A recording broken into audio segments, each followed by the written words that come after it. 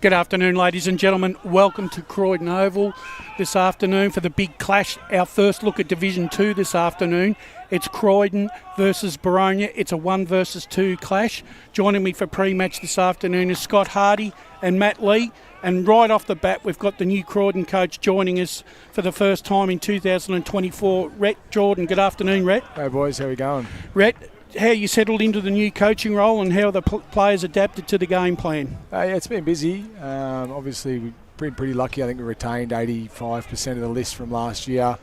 The boys have been really good in terms of wanting to learn and engage in the new system. So that's a goal. Engage into it, and obviously it's a bit of a change because they had played a certain way for sort of 5-6 years. But yeah, look, you can tell they're keen to learn, keen to adapt and adjust. A couple of times we have sort of fallen back into old habits and lapses in quarters, but for the most part we've sort of been able to adjust and change the way that we've sort of structured things up and buy into that. Right, just a statement with a question here. Croydon have always perennially been in the top 3 defensively, Rhett, around the 53 to 56 mark for most of the season. This is a real test for your back six this afternoon to keep a Boronia side who are averaging nearly 20 goals a game. What do you sort of get them to play outside their normal game plan structure, or do you want them still to keep playing that structure that you want them to play? Yeah, so it's still the same structure. Obviously, we've got 7 blokes who will start in there today. We might find a couple of others that'll drift through that spot, but we look at our 7 guys that we've picked in that back line, and they're picked there for a reason. They play a role. They know what their job is, sort of irrelevant of who they're going to play on. Yeah, there's some key matchups, and that's the same every week. But yeah, we'll just adjust accordingly and just back those guys in to the way they've played the first 5 games, and just sort of adjust on the fly, and obviously I've got full trust in those blokes and the coaches on the bench to be able to have a good eye at that, because it's sometimes hard for me to see at the other end of the ground, 100 metres away. But yeah, just back those guys into what they've done. We've played against some interesting forward lines early in the year, some that are big, some that are all sort of around that 6'2" and quicker or stronger, and others that are more key positions. So we've adapted to those, so it'll be just another challenge and another chance for the boys to do that this week. Good afternoon, Rick. Great to have you up here pre-game, and good luck for what's in front of you this afternoon. I watched you play a few weeks ago against Eastland, and I was really impressed the way that you were able to adjust and adapt to the way that you wanted to play throughout the course of that game, because you started a bit slow that day, but then you had to rethink your plans, and then instead of just playing that kick-mark game, you started to look a bit different, take those risks laterally on the 45 and try and hit up your targets a little bit different. I think that's a big difference to the way that Croydon haven't played the last few years, whereas this year you've been a little bit more daring and you've tried to bring a little bit more physical presence and that a little bit more excitement to your playing group.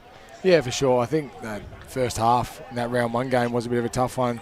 Going into round 1 across the seniors and reserves, I think we had 16 or 17 guys unavailable for a variety of different reasons. So for the first half, a lot of it was a lot of new personnel coming in that sort of flipped and flopped and changed, and we had to narrow down our pre-season squads of like 24 down to that 22, and so it was a bit of a teasing sort of thing early.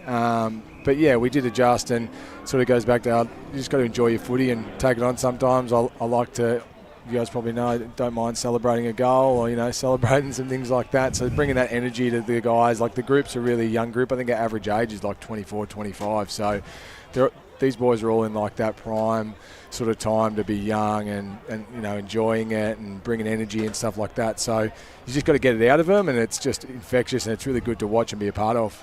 I suppose when you've been playing at the high level in Premier and you come back to coach yourself, you probably looked at what ways that you can gain a bit of an advantage, and it looks like you've got the fitness within the playing group. It looks like their high performance has certainly increased, and you're getting the best out of those players. You're finishing games stronger. Is that something you really emphasised when taking the job, coming back here to Croydon to get the team up and running? No, I suppose it wasn't really an emphasis. It's just sort of just what I know, what I've sort of always done for the last sort of 10 years at Prem level, and then previously to that at the other level. It's just sort of what I'm used to, so just took that on board, and I was mindful. Obviously, I'm not going to ask the boys to do something that I'm not going to do, and then on the flip side of that, if I can do it at 35, there's no reason why they can't do it at 22, 23, 24. Exactly. So they really bought into that, which was good, and I suppose it helps me coming off. I played up in the NTFL over Christmas, December, Jan period, so up there with Paddy Bowden and the last 5 years with Marty Pask, and then Dennis Knight before that. So, it's not so much just me necessarily making all these decisions and planning and things like that. There's a lot of other people who have contributed to that over the time, but then also people I still talk to help me with the strength and conditioning staff, and people, the coaches I've got on board, obviously different eyes and things like that as well. So it's definitely more than just a one-man job, that's for sure. One quick one for a handball back to the boys. You just mentioned Dennis Knight and Marty Pask. So they're two highly experienced coaches. Is that good that you can go and use those guys as mentors to take your coaching on this journey with it, just to explore some ideas and what things that they might have done, how you can really use them as a resource when you're coaching? I mean, because Dennis Knight, we know what his record's been in this competition and Australia-wide. He's had tremendous success, and Marty Pask as well. Probably hasn't had the ultimate success, but he's had still good coaching experience around when he's been around the place. Yeah, 100%. Like, obviously, not so much as a communication with Dennis. It was more just what I'd experienced, between the age of like 23 to sort of 28 with Dennis, and just learning from that and then just taking that forward with me. Then Pasky, obviously, for the 5 years that I had there, I still communicate with him. We played his new mob in a pracky match, so it was good to obviously literally we chatted at half time of that game and chatted after the game, chatted before the game, and then still speak to him during the week to get feedback and what worked, what didn't, what would you suggest. If I have like an early dilemma with selection, how I would go about it, blokes coming back from injury, what would you have done, that type of thing. And then Paddy Bowden's the other one, having him down here, but then being up with him in the territory, really just learning off him and asking questions. Both those guys, and Dennis probably the one who's unfortunate not to have all played obviously the highest. He played good footy in his own highest level. Yeah, correct. VFA, Correct. So they've all played the highest level and at a decent standard. So that's the other flip side. You get the footy brain side of it with those guys, but then you also get there now the second phase of their career with that coaching side and how they look at it. So communication with those guys has been key, and just little questions is sort of that I have never really thought of or have experienced during sort of playing time. You do the assistant stuff, but it's the stuff that's that left field when you go, oh, yeah, I didn't really think about that. So being able to ask questions there has been a massive positive and a big help to me, obviously. It's funny how time gets on and stuff and the roles change. I don't know if you remember, but actually I interviewed you. It's one of my first interviews when I joined the media team about 2 years ago when you were Norwood captain. And at the time you spoke about, leading this young brigade, and you're one of the oldest. Now you're a couple of years on, but your role's changed and now you're a coach. So how does that develop, and how do you change it within your own perspective to keep, I guess, that culture and that drive that you obviously have as an individual? Yeah, I suppose it's that balance of now nothing changes too much because you still got me still playing. Obviously, it's that on-field leadership. You still show it. And like I said, I'm not expecting, I'm going to demand things of blokes that I wouldn't demand of myself. So obviously, doing it yourself is a big part. So it does help being that playing coach as well. But then also during the week is giving players a voice, giving other coaches involved a voice. More around obviously staying positive, that learning phase. Like you said, we are still younger. And yeah, I've been sort of the older bloke for a while now, across both clubs. But the benefit is you've got a lot of blokes here that are young in terms of their age, but very mature in terms of their understanding and want and will to learn and be educated and try something new and a new brand and just back each other and themselves in. So from that point of view, I just sort of go about my normal process, like teacher by trade as well. So I notice myself sometimes go, well, that's the teacher in me coming out when I talk to some of them. But you can have a bit more fun with it without being the disciplinarian or that kind of in the classroom setup. It's a bit more lighthearted from that point of view. But yeah. But you can tell for those not watching on the stream and listening on 98.1 through that quarter, you were focused on there. Yeah. You're obviously just a lover of football, a lover of what you're doing and creating. Is it just that as well, like learning learning as you're watching and as you're developing as a coach now, and playing. Yeah, 100%. It's definitely, there's a little bit of that stuff that's on the fly and just adapting and watching things. But then, being able to, like, I'm a big fan of watching. I'm just a bit of a footy nuffy, really. Being able to go out at quarter time and chat to the twos boys, chatting to the guys from the 19s after their game down there. When we're training during the week, we split squads on like a Thursday night for maybe 20 minutes at the back end of training. But otherwise, all pre-season, Tuesday nights for 70% of Thursday nights, we've got all three of our sides training together because we want that consistent message across the board. So then when I do look out there, blokes are playing the same role. So when they do come up, if they get selected, it's not something new. It's a consistent message across all three sides. And if one of them does something that isn't the way we sort of want to play our brand in the twos or the 19s, I can go and chat to them saying, hey, what should you have done today? And it's not like they're like expecting something else. They know Standards. They know what we have. So trying to have that consistency across, which is really good. And even the 19s today, we had 3 of our under 16 boys play. We've had a few of them play in the pre-season with us and trained a bit with us in the 16. So again, we're trying to get that next group coming through, learning that same process and same style as well. So it's not about this constant re-education and learning new stuff. It's just keep flowing through that process. Well, Rhett, it's been a very, very interesting insight having you on for the first time. Down there. Quickly, just before you go, I got some spies in some other competitions. A few years ago, you went and played at West Preston Lakeside, correct? Yep. Was there a understanding that you were going to coach that side the year after you played? No, I actually spoke to them to go there 2015. I got a call from their coach, who's actually the connection there was just through my old man, worked with a bloke who was best mates with the coach. Gave me a call, Lee Cole, and I sort of had that thought of, you know what, I think we might still be a chance. Obviously at Norwood, we'd come off the 2014 flag, and I thought, no, we're a bit of a chance for back-to-back, which realistically we got there, and it wasn't to be on that day.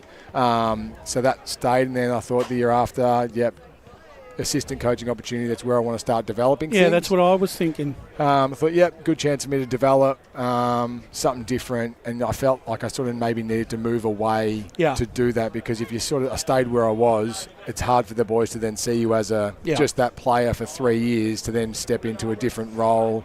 So I thought I sort of had to move away to do that. And then the last 5 games out coaching, it was a bit of a shock because I think we were only 2 games out of finals or 1 game out of finals at the stage when the coach got let go. But, got that experience, and then it was just the timing to come back was more, I suppose, around family stuff. I was travelling a fair bit out in northern suburbs.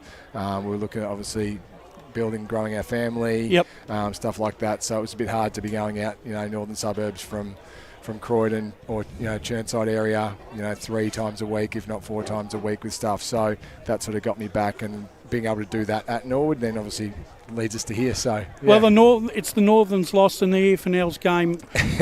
Rhett, congratulations on your first coaching appointment at the Croydon Football Club, and I'm sure that you're going to lead this club into a new era and into a new game plan, and hopefully get them back up to where they belong. But for now, thank you very much for giving up your time, and good luck for this afternoon's game. Easy, boys. Thanks for having us. Really appreciate it. There you have it, ladies and gentlemen. Rhett Jordan, first year coach, ripping bloke, ripping player too. Great insight. Yeah. Great insight. One of my favourite players, gentlemen, watching play. Him running down the wings at Norwood, kicking those long bomb goals. Very good player. Very, very good player. And, I often, he played in a very good, very good Norwood side when they had Davey Johnson and Lee Williams and, Holmesy and all those sort of guys. That flag that they won was a really, really good flag. Yeah, it was. And Dennis Knight just came in, knew what he had to do, and accomplished it. It's just just saying, it's so funny.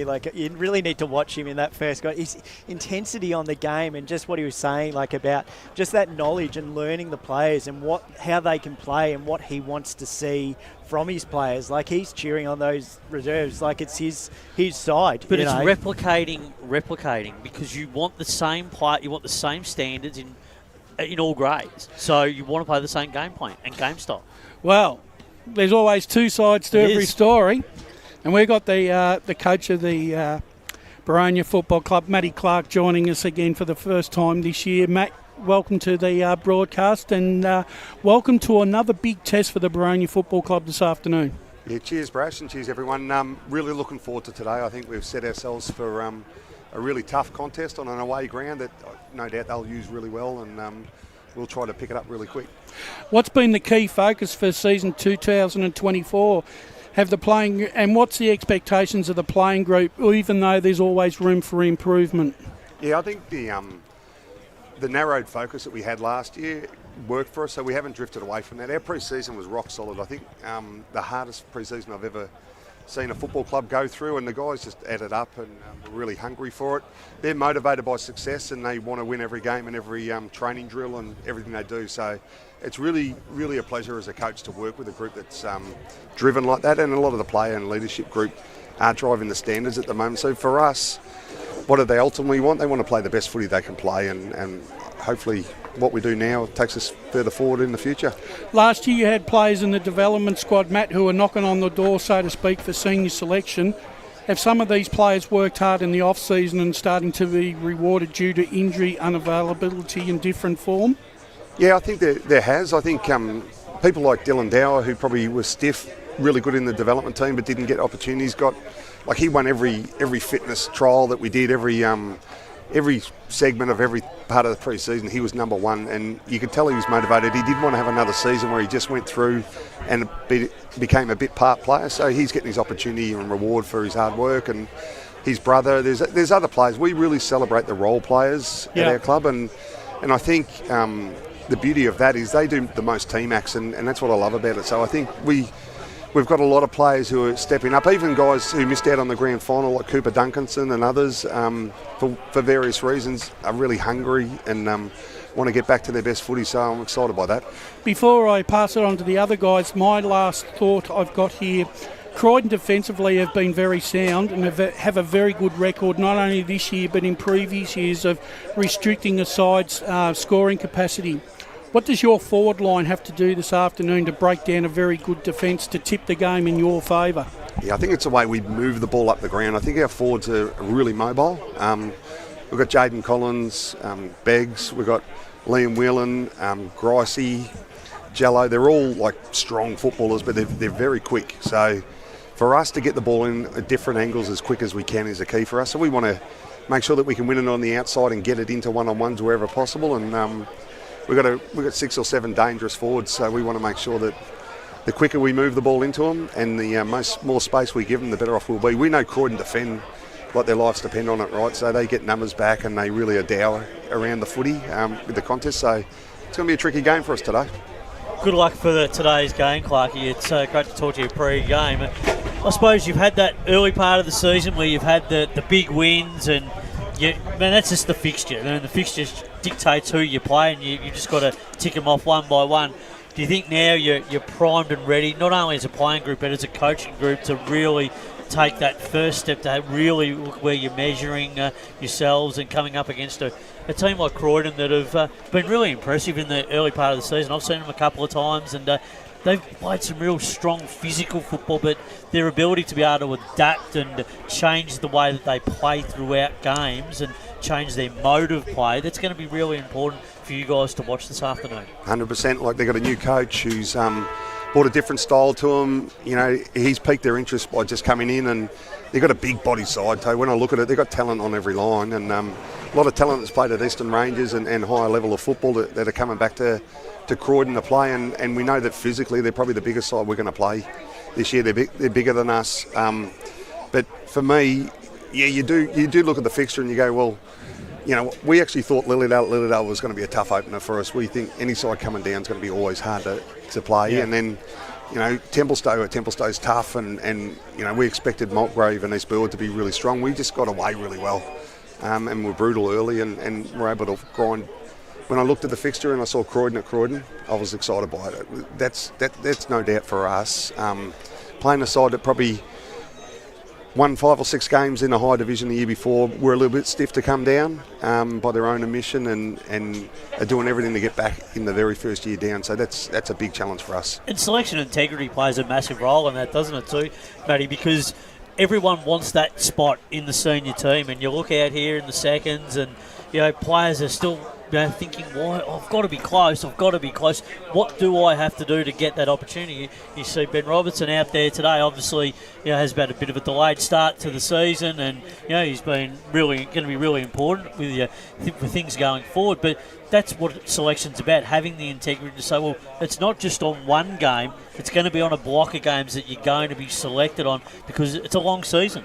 Absolutely, and it's a hard team to get into, but it's also, if you're playing your role and doing all the team acts, it's a hard team to get out of too. So, Ben Robbo is a good footballer, a really, really good footballer, and he'll come in. There's no doubt at some stage he'll come in, but he went away on a honeymoon, and I want people to live their life too and have something on it that's worth celebrating, and getting married is. And he done the whole pre-season, was fit as he's ever been, and played both practice matches. So, but at the moment, the way we're playing, it's going to have to maybe take a couple of weeks to get someone out of the side, and who knows how we roll today. But it's a week by week thing. We only pick the side that's best available on the week, and it's all born from if you do your role, you're going to get another week, and I think everyone's got that mentality. Our internal pressure, like we've got Bolt's coaching the development team who played in the premiership last year. Corey Burgess will come back in. He's a solid player for us. Both Hannans, Hayden Stanley, who I value so much, to come in as well. But they've got to get their spot back. They've got to earn it back, right? And it's not going to be given to them by these guys. Matt, I know you're big into values, and we spoke to you actually in grand final, and you said, we talked actually about what your values were on grand final day. They were at the time contested footy, looking after each other and being loud. 2024, does those values change? Do you tweak it, or where do you go? Yeah, no, we enhanced it. They are our number 3 top values. There's no doubt about it. Contested footy, I think, in any level of footy is got to be your king. You can't. Very hard to win the footy if you're not winning the contest. If it's just a turnover game that you're playing, you're just playing in the opposition hands. So the voice part for me is about your engagement. If you're talking, you're engaged. If you're celebrating what your teammates are doing, you're engaged. And it just brings the group closer together and means that we're celebrating as one. So when you're happy, you use your voice, you celebrate, and that's what I'm trying to do. I'm trying to get a happiest group as we can, connected together, which they really are, and playing a really tough brand of contested footy, which we value at the highest level. Well, Matt, you look at Boronia last year, they won the flag and all right, they didn't go up, but that set the scene for, once again, a really good start this year. This year there's something right online. Promotion is on the line this year. And so far, the Boronia Football Club have put their best foot forward and are moving in a forward position to try and do a repeat and go up into Division 1. But for now, good luck this afternoon with the big clash out there, and hopefully for Boronia Football Club, you come out the winner. Have a great guys. Thanks very much. There you have it, ladies and gentlemen. Matt Clark, always generous with his time, and look, he's a thorough gentleman of the AFNL. He's one of our most experienced coaches. He's one of the most respected coaches. I've known Matt for a long, long time, and I think the Boronia Football Club, when they appointed Matt Clark, they really have turned the corner. All approachable, professional, and just that ability to be able to bring a playing group close together and challenge each other. And that's what Boronia have done as a club over the last few years. They've gone from just being in that middle pack to now establishing themselves as a benchmark team. And that's what they want to be. And they've got ambition to go up and be a Premier club. They want to get back there because that's where they've been in the past. And, the old Division 1, and they see themselves there in a period of time going forward. Well, we've got through the coaches, gentlemen, and it's been busy opener, and it's really been good. Now we can get into the meat and potatoes of the Eastern Football Netball League. We're going to start talking about some games now and put our thoughts across. And our resident clairvoyant, the The Oracle. The Oracle. How's the Oracle going with his tips? He's 21 out of 25 in Div 2, so he's going all right. He's going all right, isn't he? Seeing him well. Yeah, I think he or she are averaging around 60% over the 5 divisions. So I suppose that's not bad really for someone. Possibly to win the meat tray. So yeah, doing well. I'll tell you where we are going to start. We're going to start smack bang in the middle. We're going to start in Div 2, seeing we're at a Div 2 game, and I've got a couple of games that I want to talk about first of all. But the games that I want to quickly go through, Lilydale take on up at the LSO this afternoon. Take on Ringwood. They take on Ringwood. An interesting take, Spider. Lilydale full of confidence at the moment. 2 straight wins. Ringwood have had a good start to the season. They've probably just plateaued a little bit in recent times. So a really good test for both clubs this afternoon. Yeah, absolutely. Look, Lilydale would be really pleased with some steps forward, some progress that they've made in a really short space of time. Luke McCormick could be buoyed by what he's seeing with his young playing group. And to get those 2 wins certainly gives him confidence going in against Ringwood. Ringwood have been very impressive early part of the season. Just over the last few weeks, just seen a few small signs. I still believe that they'll win today, but I think going up to Lilydale, it's definitely a danger game, and Lilydale certainly have every possibility of winning the game. Ringwood are going to have to play to their ultra best. They're really going to have to put a 4-quarter performance together. We know they've got a strong defensive part of the ground. We know their midfield work extremely hard. It's being able to cap it off up forward, and if they can do that and nullify some of Lilydale's strengths as well, they should get over the line. But they've got to be really careful, and it's got to be a workmanlike performance. So I expect Ringwood to get the points. Isn't it funny though? Like, we've sort of highlighted that, and I've got them in my notes as well, Brash. And this side was winless for 630 days, and now all of a sudden, how much they become relevant once you have a few wins on the board, and it shuts everyone up. It turns the focus away from what once was, and like Spider's saying, you gain that momentum and see where it takes you. And obviously, they're playing at Lilydale against Ringwood.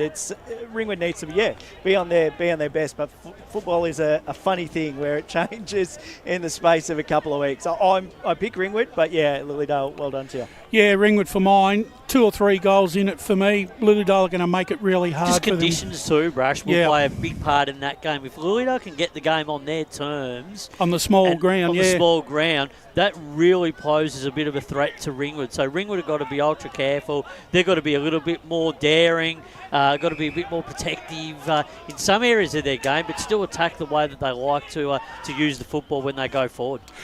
East Burwood opened their account last week, gentlemen, and they travelled this week up to the Basin, which hasn't been a happy hunting ground, but the Basin are really struggling at the moment. And for me, this is really a non-negotiable game for East Burwood. They must win this game this afternoon to get their season back on track and their finals aspirations a good kick along. What do you think? Look, I don't really think about finals for East Burwood at this point in time. I think what East Burwood's just got to look at is the process of what they did last week. They played some real physical football. They actually played some real disciplined football. Their intercepting game in their defensive part of the ground was exceptional last week.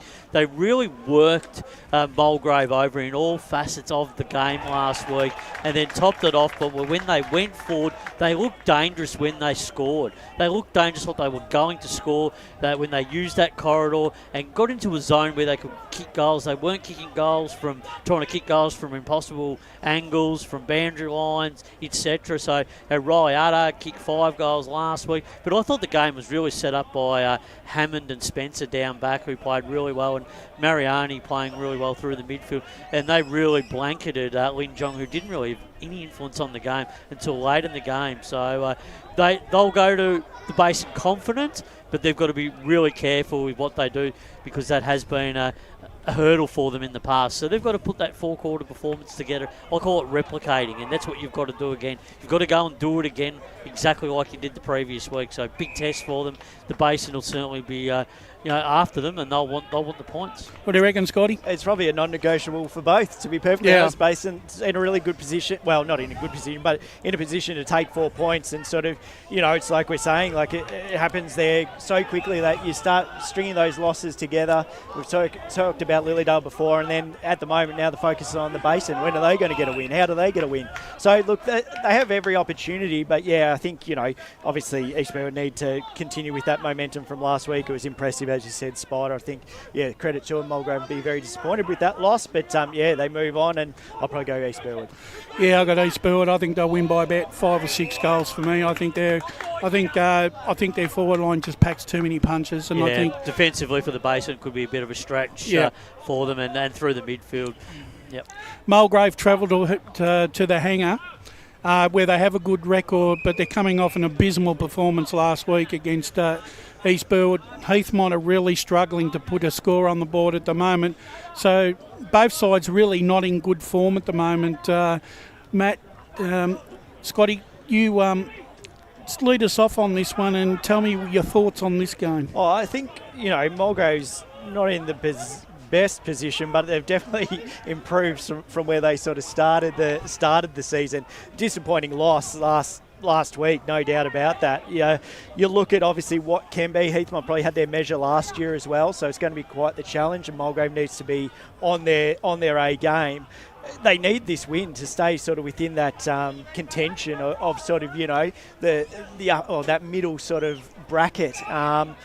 Look, I'm biased slightly. I have to lean towards Mulgrave. I think just the way Heathmont are playing at the moment probably isn't matching up. But that being said, Mulgrave up and down, as probably has been over the last few seasons. So I would hope to see Mulgrave bounce back from a disappointing week last week. Yeah, it'll need a response, Scott. There's no question about it. Look, there were times in that game, as we mentioned, they just got simply outworked and probably outcoached from a number of areas. And Fletcher Roberts went forward with only 10 minutes to go. That move should have been made 10 minutes into the third quarter when the game was really on the line, because they were really struggling to have any momentum when they went into their forward line. Booth was being blanketed up there. He really couldn't get a run at the footy because of the intercepting work from East Burwood. So really important for Mulgrave to get on top in the midfield today as well and get first use of the ball, which they really got taken to the cleaners last week, because they were extremely poor at clearance and stoppage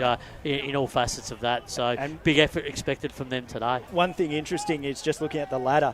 The against points for Mulgrave are 437. They're sitting 7th. They're not even bottom of the ladder. The Basin is 381. So they've got massive issues. Once it bleeds, it goes, and they've really got to figure out how to shut that down. Their scoring for is 323. Heathmont is quite low at 206. Yeah. So and it's just the depth of Heathmont's forward line, which could be the question, can they kick a winning score today? But that's why I'm probably leaning towards Mulgrave. They may be able to, because if it's a sieve like that. But we move on. Seems like that both of you are leaning towards Mulgrave. Yeah. I'm gonna go the contrary view. I'm gonna go Heathmont, but I think Heathmont at home, they'll be desperate. I think you can't underestimate that they really need a win here. And if it had been away, I probably would have gone for Mulgrave. But I'm going to give them another chance this afternoon. But I think they'll only win by a couple of goals. I think the other game. What did the Oracle have for it? We'll go through the Oracle when we've. Sorry to cut him from. We've got one more game. Waverley Blues down at Central Reserve this afternoon take on Templestowe. Waverley Blues have made Central a little bit of a fortress down there, and I think they appreciate the big service and being able to run on top of the ground. They were soundly beaten by Boronia last week, Spider, but there are going to be a lot of sides that will be soundly beaten by Boronia this year. Up until last week, their form had read pretty well. I expect them in a very, very close contest to beat Templestowe, whose form has been just okay. Yep. Would you accept that? Yeah, well, I have to agree with that. I think with Waverley, what you would say is that they would have got a really good measure of where they're currently at last week. They can now go back and work on how they can take that to another level. So this is a really important game for them against Templestowe to be able to do that, particularly on that big ground. Mohammed is a big difference to that team. When he's playing good footy, you find that the Waverley Blues are playing good footy. I think on the big ground, Templestowe do find it hard to put those clamps on, particularly through their physical presence through the middle of the ground, through corridors. So that's going to be a big challenge for them. When we talked about it last year during the finals on a ground like Mitcham, they can put those clamps on in midfield, because then they can play that physical brand like they did, and then they can really, work their way through zones and create those stoppages and clearances. So and then get that ball moving forward. But it's going to be hard for them to kick a winning score. I think Templestowe today. Just not sure about that forward line set up at the moment. But Waverley Blues for me. What do you reckon, Scotty?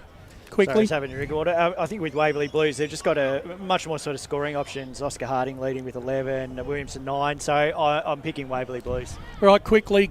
Oracle has Heathmont 51, Mulgrave 65, Lilydale 66, Ringwood 61, the Basin 53, East Burwood 45, Waverley Blues 69, Templestowe 75. We'll talk about Croydon and Boronia with the Oracle as we progress this afternoon, but we're going to take our first break right here on Radio Eastern 98.1 on EFNL Game Day. Today at Eastland, Lucy's trying on jeans for a momentous occasion. Coffee with the ex. She needs jeans she can move in because she's definitely moved on. Jeans that get a second look, but don't give any second chances. Jeans that say, why yes, I have spent the last 8 months in a post-breakup juice cleansing, kickboxing, personal training frenzy. And it looks as though she's just found the perfect pair. Yeah, that's great. Bravo, Lucy. For all of life's little moments, there's Eastland. Eastland. Live real. Sprained your ankle bursting through the banner? For bumps, breaks or bleeds, be seen sooner, close to home, at Knox Private 24/7 Emergency Department. You'll generally experience shorter wait times. Knox Private 24/7 Emergency, 262 Mountain Highway, Wanturna. Do you feel good about your bank? Because there is a bank you can feel good about. They share their profits to fund big community projects, small community clubs and vital emergency services. They've given $250 million to help Australian communities thrive. They have all the products and tech you expect from a big bank, with service you don't. It's Bendigo Bank. Feel good about who you bank with. Try Bendigo. Search bendigobank.com.au or search Bendigo Bank near me. Tobin Brothers Funerals wear their heart on their sleeve. Their clear and easy-to-use website and Memory Maker app make it easy for families to make an informed decision. Here's James McLeod, Managing Director of Tobin Brothers Funerals. There's no mystery about our pricing. It is clearly displayed on our website and our app. We have staff standing by 24 hours a day, every day of the year to assist you in your absolute time of need. Visit tobinbrothers.com.au. Tobin Brothers Funerals, celebrating lives. There are only 3 things that should be flushed down your toilet. Pee, poo and paper. Some wet wipes and antibacterial wipes say that you can flush them, but you can't. They clog up the toilet and pipes, causing expensive blockages. Save yourself a truckload of trouble. Put your wet wipes in the bin. To learn more, head to the Yarra Valley Water website, yvw.com.au/wet-wipes. Hi, Dylan Dow from the Boronia Football Netball Club here. When I need to grab a quick coffee or a bite to eat, I'm popping into Eastland. Eastland's more than a shopping centre. They support a range of community organisations and have been a major partner of the EFNL since 2018. Cheers, Eastland.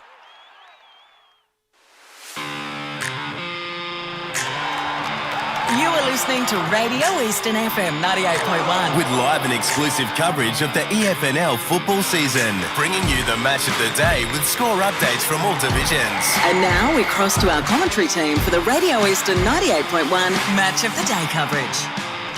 Welcome back. EFNL Game Day coming to you live from Croydon Park this afternoon. It's the big 1-2 clash in our first look at Division 2 this year. It's Croydon versus Boronia. We're now... Before the big game, when we bring in the crew, we've still got some more divisions and games to go through. Gentlemen, we're going to start at Div 4, and a game that probably doesn't need much talking about, only because I think Chirnside will be smarting after last week's loss, and they'll want to come out and take their revenge on Emlock this afternoon. Can we make the case for Emlock, or are they just clutching at straws? Yeah, I wouldn't have thought so, Brash. I think it could be a long afternoon. And I think I did hear a whisper. We talked about it in the podcast, in the preview show yesterday, the forecast. Graham Stevens potentially coming back to play. So, old Sticks, you just don't know. He's a long time retired, aren't you? Exactly. But no, you think Chirnside will be far too strong, and they're going to be very hard to beat. They're going okay, but they'll need to respond after the disappointment of last week.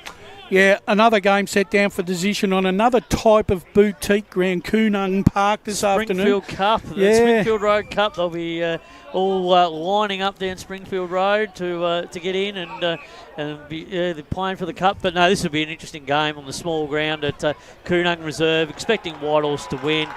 They're playing okay, Whitehorse, at the moment. You know, guys like Young and Horvat and Dalgleish doing some great work down back. So they're going to be hard to beat. But Nunawading, they'll like their chances on their home ground, and they can score when they do play at home. So what do you reckon, Scotty? Competitive game. I think Whitehorse, very impressive season thus far. So if they can continue that winning form, it just keeps putting that pressure on Scoresby. Yeah, look, the one thing that I've liked about Nunawading this year, they've gone from kicking scores of 30 and 40 now to kicking scores of 70 and 80, which is putting them in a lot of contests now. The wins are starting to come, even though they're not on as regular basis as what they like. But they look, it's a funny sort of ground, Koonung Park, but the way Whitehorse are going at the moment, I think they're just going that little bit better. Their last 3 games, they've averaged around 90 points a game. Their home ground, they really are able to make it a fortress. I think they get the job done here this afternoon. I think Nunawading will be plucky for about 2.5 to 3 quarters. I expect Whitehorse to probably run away and win this game by about 6-7 goals. Yeah, you would have thought so. Their ball movement's been a lot better, though, Nunawading, this season. And speaking to people down at Nunawading, they've got more confidence in some of their players that continue to progress in their development. 2 matches I set down for discussion in Division 3 this afternoon. The first one of them just happens to be at Donvale Reserve this afternoon, where Donvale, who probably overcome some early season indifferent form, have just started to hit their straps in recent time. But they're taking on a Knox side that all of a sudden are starting to make a claim in this division. Where do you think this game's going to head, Spider? Look, I'd probably say that Knox would have been a better chance had they not had so many injuries and selection changes this week. And Knox will be a team there at the pointy end of the season, I still believe. But in terms of this week, just think there's too many outs for my liking to have the courage and to tip them. I think Donvale at home are playing some really strong football. Knox, I just think, a little bit undermanned this week from... they've got good depth, but I just think there's a couple of little issues with them for going into this game. They're a big strong side, Donvale, and they're well settled. I think it might be just a big bridge for them to cover on this occasion. So Donvale for me, around about the 4 to 5 goal mark. We've moved now. I thought we were going to cover Kilsyth and Forest Hill. We've just ditched them and we're straight into Div 3. What happened? We'll move back to them in a sec.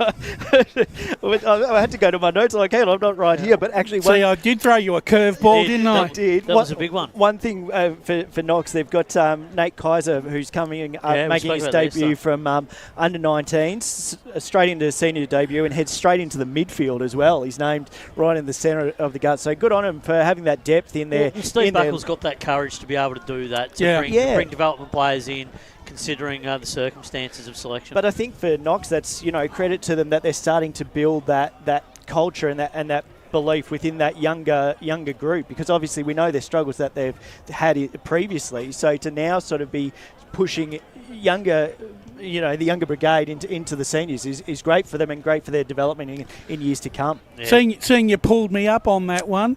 Yes. Let's revisit Div 4. Right. I've got my notes here. Okay, and give me and tell me and give me the case for Forest Hill beating Kilsyth this afternoon. Probably that they're in really nice form at the moment. They've found a nice little purple patch at this time of the year. Obviously struggled at the start. Apologies, Brash. I had to be called because I had my notes for it. I was ready for it.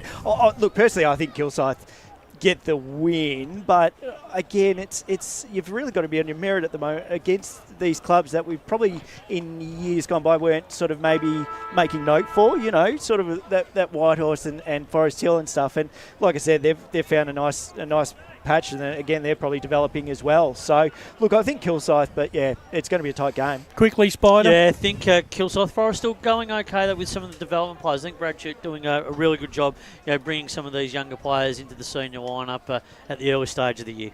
Yeah, Kilsyth are just going for mine at the moment. Forest Hill, they've had a big win, but they're more roughy. But the thing is, I need to see consistency from Forest Hill, and Kilsyth have proven this year that they're in the top three, and the top three for a reason. I'll pick them at Pink's Reserve this afternoon. I think the margin will be about 3 or 4 goals, no more, no less.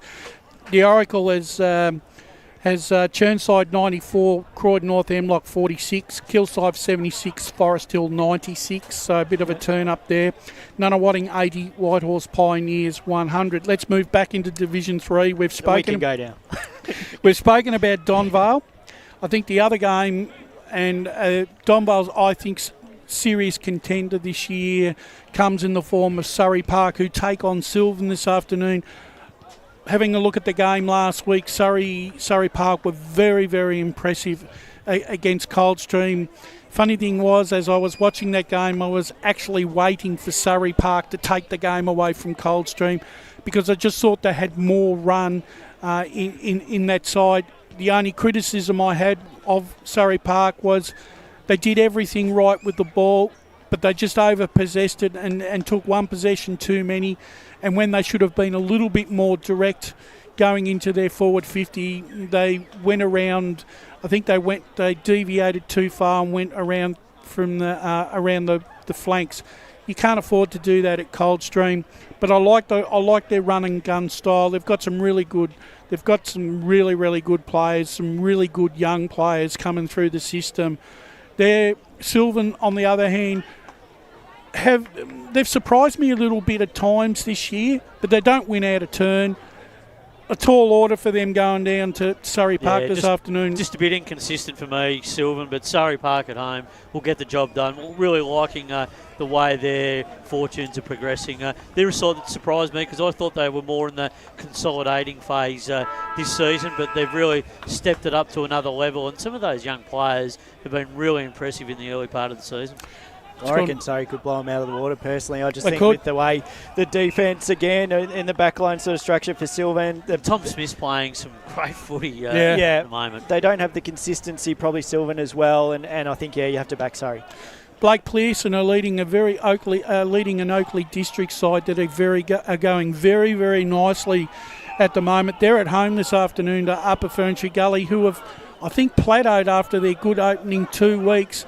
It just seems like, to me, They ran Donvale to 15 points last week. They kicked 100. They basically kicked 100 points, which is a winning score in this grade on any other Saturday.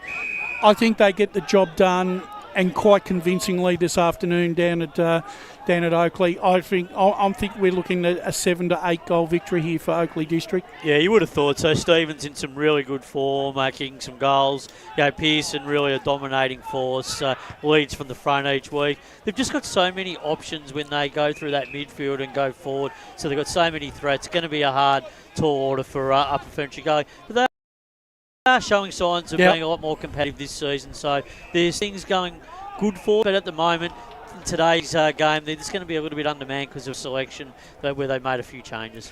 One of the best for scoring, though, Oakley as well, just behind Donvale. So I think you're right, Brash. I think just their scoring potential over there, I'd say they'd get the 4 points fairly comfortable. A local derby, which means a lot to both these clubs, and both these clubs are really struggling and need a win badly. Ferntree Gully are at home to Fair Park.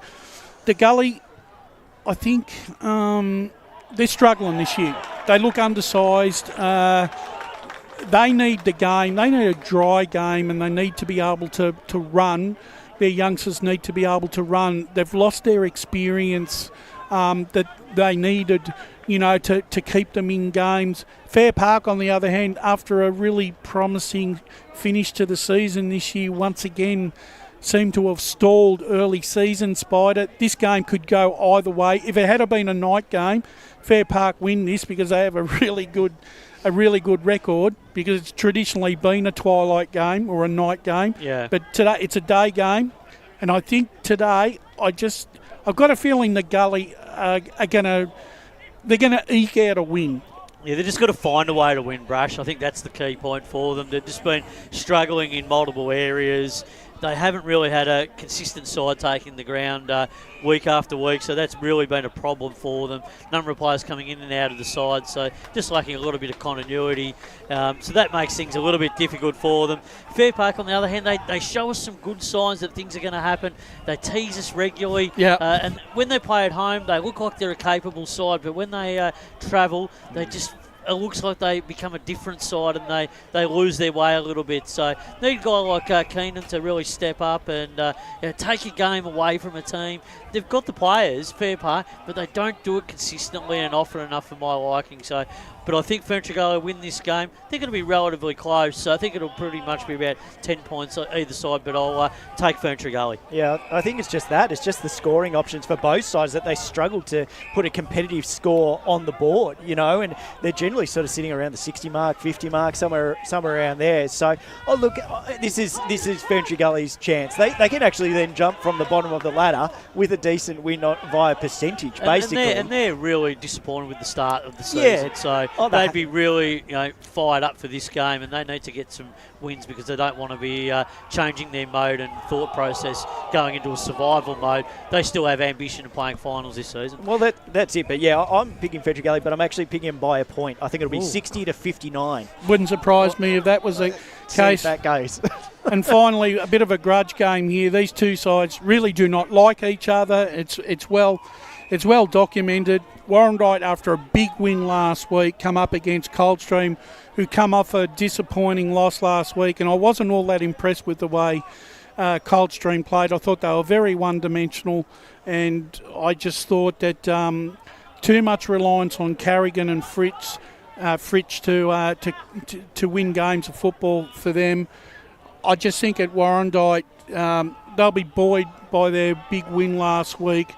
I can see them getting up. It'll be one of them close encounters of the third kind. But I've got Warrandyte winning. I'm going to pick them by about 3 goals. Yeah, I think Coldstream for me, Brash. I think they'll still bounce back after last week's disappointing performance. They'll get back on the winners list. Warrandyte had a great win, but a guy like Zach Carroll, when he's out of the team, makes it hard. That's a big hole to fill, so I think that might be a bridge too far for them. So Coldstream will win that pretty comfortably, I think. Yeah, Coldstream for me as well there, Brash. All right. Oracle has Donvale 114, Knox 99, Ferntree Gully 55, Fair Park 52, Surrey Park 89, Sylvan 76, Warrandyte 73, Coldstream 63, Oakley District 110, Upper Ferntree Gully 66. Gentlemen, we're going to go right to the top of the tree here. Premier Division. Bowen go down to Edwin Flack this afternoon to take on a Berwick side who are young, raw, have a dip. They're competitive for 2 and a bit quarters, but you almost sense there's a bit of an inevitability that after half time, Bowen's going to take this game by the scruff of the neck and win this game quite convincingly. Yeah, Bowen in exceptional form. Great win last week over Roval. They've had some big wins this season, the way that they can nullify their opposition, their kicking game, and their defensive work has just been outstanding in the early part of the year. But then on the flip side, their scoring power has been exceptional. Oakes has been terrific. 5 goals last week. He's been a real important player. Out of the side this week, but they'll have other players to step up. Their midfield's going really well. Berwick just not going to be able to bridge that gap, I think. So on the big ground, I still think Baldwin will get the job done. 6 or 7 goals. I think Berwick competitive for the majority of the game, but they'll just fall a bit short. Scotty? Yeah, I think Baldwin, just too much up forward. Haley, Lyle, Tilling, all sharing the goals as well, and they're sharing it well amongst themselves. It's going to be such a tough ask to come up against Baldwin at top of the ladder. Still got to have the right mindset too. So Brenton Sanderson will be very careful the way that they approach this game. Yeah, you can't. In that division, it only takes a mere lapse. But yeah, I think they're doing it quite comfortably at the moment. Quickly, one word on these 2 games. Roval taking on a depleted South Croydon. I think Roval get Roval. Yeah, Roval comfortably. Roval and Blackburn are away at Mullen against Norwood this afternoon. I expect Blackburn on their form this season to win against Norwood. Yeah, they'll win this season. They were gutted last week with what happened. Had 3 opportunities to win that game against East Ringwood, and they missed those chances late in the game. East Ringwood won the game on the last kick of the day, pretty much through Bella kicking it behind. But yeah, they'll win this game, and they'll win it quite easily. Scotty? With Blackburn. Sorry, I've lost my train of thought there. Danger game here for the Bulls down at the Bull Ring this afternoon as they take on East Ringwood. Noble Park surprise loss against Vermont last week, a side that always seems to have the wood on them, especially down at the Bull Ring.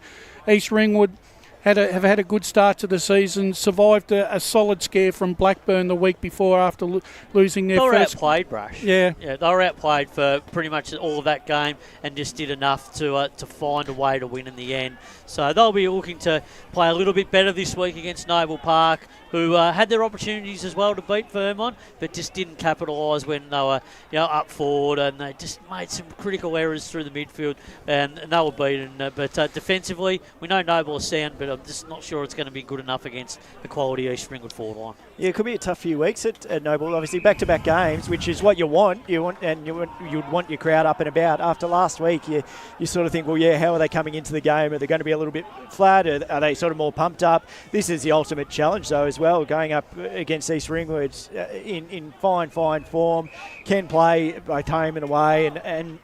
Look, I think East Ringwood, personally, I know Noble will bounce back, and it could well be another 1 point loss. Yeah, quickly, I'm going East Ringwood by 3 goals. And the other game, two sides that have been struggling this year. I know a lot of the people expect Vermont to respond again today to get their second win, but I need them to show me a little bit more. They've got to travel down to Doncaster East. They've won their last 2, even though it's been against the quality of opposition hasn't been as good as what they'd hoped, but they've got the 2 wins. Does Vermont walk away with a tight win this afternoon? Yes. Or you do? Yeah, I think they'll find a way to win, Brush. It was a little bit better last week against Noble Park. They found other avenues to go. We've been looking for it. Kalkowski was out of the team, so that was a good, to be able to find a way. He's out again this week, He's out again this week. But good to see someone like an Angus Curry in the side. Yep. He'll add something to that, the way that Vermont want to play in that forward line too. So there's a little bit there for them, and I think a guy like Nielsen in the team is really important for them as well. What do you think, Scotty? Doncaster East. Yep, I'm going Donny East by 2 goals. Oracle has Berwick 41, Balwyn 95, Doncaster East 72, Vermont 56. Yeah, Heritage Day down at Doncaster East, and they'll want to put on a better performance against a high quality team, but just not sure about their depth through the midfield at the moment. Noble Park 92, East Ringwood 67, interesting there. Norwood 39, Blackburn 74, Roval 73, South Croydon 79. That's an interesting selection there. I wouldn't have thought so with the forward line structure that and a couple of those outs. Max King, a big out for this week. Some of those outs are just not what they want going into a game against a team like Roval coming back off a loss. So going to be hard work for them, I think. I'll give the Oracles tips for Div 1. Bayswater 76, Montrose 77, Beaconsfield 72, Park Orchards 108, Doncaster 94, Mitcham 100, North Ringwood 62, Wanturna South 74, South Belgrave 85, Mooroolbark 80. The game I think that really we need to talk about is North Ringwood and Wanturna South, because there's so much riding on for both of these clubs this afternoon, Spider, and in about a minute and a half, give me a reason for why either side's going to win this game. North Ringwood will need to kick more accurate. 7 goals, 18 last week, simply not good enough when you're playing at home. You're not going to win too many games of football. They haven't been winning at home, so they need to start winning some games. Been a disappointing start for them. Wanturna South, they just need to get on the board, but I'm finding it hard to see where they're going to get a win from. Just really struggling in some key areas of the ground. They've got some good experience, but just some young players that need some more game time and a bit more development. So I think North Ringwood will find a way to win this one. Scotty? I really just want Wanturna to win. I've spoken about them, but they're struggling. They're really struggling. And if they don't win here, that's it. They're probably going to stay where they are. All right, my selections will go quickly through them. I've got Montrose, Park Orchards, Doncaster, North, Ringwood and South Belgrave. Scotty? I was just quickly on a side note, shout out to Bryce Galvin for Bayswater. 200 games, premiership player, best and fairest, and he's playing 200. Yeah, anyway, my big one is Beaconsfield. I think Beaconsfield will win today. I think they're the team to watch. I think they might upset Park Orchards. I think it's not an upset because they've been a good quality team. And I just feel that they're going to be able to kick a winning score. Park Orchards, big challenge for them defensively, and we know that they're a solid one. But through the midfield, this is going to be one outstanding game to watch. Well, gentlemen, that's game day and pre-match done and dusted for another week. When we come back after the break, we're going to assemble the call team for the big clash between Croydon and Boronia right here on Radio Eastern 98.1, streaming live on YouTube. As Sarah opened her best friend Jackie's wedding invitation, she was overcome with a wave of emotion. While her two young boys wrestled on the floor, tears of happiness rolled down Sarah's cheeks as she saw the words she'd been longing to see. Please note, this wedding will be a child-free event. Well, Sarah, looks like we're off to Eastland for a new frock and some heels. And let's book in that babysitter. For all of life's little moments, there's Eastland. Eastland. Live real. At Yarra Valley Water, we know reducing your shower time, or show time, to 4 minutes can save you an average of $200 a year on water and energy bills. Shower shorter. Save water. Authorised by the Victorian Government, 1 Treasury Place, Melbourne. Sprained your ankle, bursting through the banner? Broke a finger, high-fiving the ruckman? Or did you run into the goal post again? For bumps, breaks or bleeds, be seen sooner, close to home at Knox Private 24/7 Emergency Department. The preferred provider of emergency care to the Eastern Football Netball League, you'll generally experience shorter wait times. You don't need private health, but there is an out-of-pocket fee. Be seen sooner, close to home at Knox Private 24/7 Emergency Department, 262 Mountain Highway, Wanturna. Do you feel good about your bank? Because there is a bank you can feel good about. They share their profits to fund big community projects, small community clubs and vital emergency services. They've given $250 million to help Australian communities thrive. They have all the products and tech you expect from a big bank, with service you don't. It's Bendigo Bank. Feel good about who you bank with. Try Bendigo. Search bendigobank.com.au or search Bendigo Bank near me. The first time I met the team at Tobin Brothers Funerals, I felt like I'd known them for years. They're so caring, honest and passionate. James McLeod, Managing Director of Tobin Brothers Funerals, sums it up best when he says, Every day our people get out of bed to assist client families in their absolute time of need. Our people love what they do, and you will not find a more highly trained group of people than those at Tobin Brothers. Visit tobinbrothers.com.au. Tobin Brothers Funerals, celebrating lives. Hi, I'm Ben Desson from Montrose Football Netball Club, and when I need a new kit for a night out, I head over to Eastland. But Eastland is more than a shopping centre. They support a range of community organisations and have been major partners of the Eastern Football Netball League since 2018. Thanks, Eastland. You are listening to Radio Eastern FM 98.1. With live and exclusive coverage of the EFNL football season, bringing you the match of the day with score updates from all divisions. And now we cross to our commentary team for the Radio Eastern 98.1 Match of the Day coverage. Eastland match of the round out at Croydon Oval. It is 1v2 between the Blues and the Hawks. Thanks for joining us for all the coverage this afternoon. Radio Eastern 98.1 FM, the home of local football, as well as our Facebook and YouTube streams. I'm Ryan Long, Media Manager of the Eastern Football Netball League, and joined by our full crew today to cover this massive clash, the first Division 2 match of the round of the season. And it's great to have alongside me Gavin Casey, I believe for the first time this season on a broadcasted match. Gav, it's great to have you in, and for a great contest between two sides who are certainly flying at the moment in the early stages of the season. Definitely. Thanks for having me. It's great to be back watching the Eastern Football Netball League live. Always keep a keen eye, but to come to commentate on the first game where it's top of the ladder clash, pity only from Croydon's perspective. Don't want to say Templestowe we're disappointed, but 4 points away from both sides being undefeated coming into this game, but I'm still looking forward to it. Croydon on the home deck. They've dropped down, but they seem to be very, very competitive. Boronia, what a firestorm of the start of the year they've had. So really looking forward to it, because it's going to be good test for both sides. Yeah, it certainly is. Certainly for Croydon, who, as you said, have come down a division, and they've done exceptionally well in the first 6 weeks of the season, coming into this game 4-1 and putting themselves into a good spot early. Boronia undefeated. Joining me in the special comments chair, Wayne Brasher, who you would have heard in the pre-game. Brasher, great to be out here at Croydon Oval. The great setup here on the balcony. I'm sure you're looking forward to getting stuck into two sides we haven't seen live yet. No, and I'm very happy to come out to Croydon this afternoon.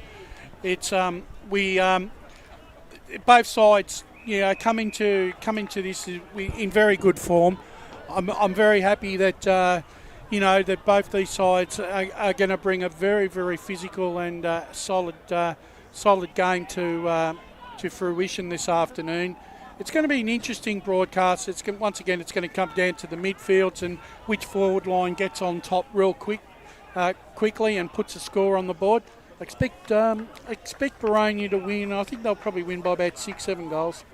Yeah, it's going to be an interesting one. We'll touch on a bit more on this game in terms of the two sides and the way they line up this afternoon. Also in the special comments chair is Ray Baird for the first time this afternoon, who was out at Wallichoo Reserve for the women's game in the morning, and now back here, so a big day for you. Yeah, no, thanks for having us on board, and what a game to be here and watching, as you guys just alluded to. One playing two. Look, Croydon, they weren't happy that they were relegated last year, because their form in certain games last year that I saw was quite good. And, they got their big chance today to prove that, they can get back up to the higher division.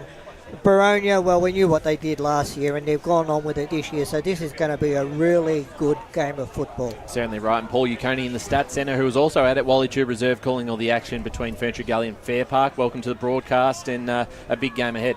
Yeah, thank you for welcoming me to the broadcast, and this is a big game. I've been looking forward to it all week, and hopefully it'll be a good one.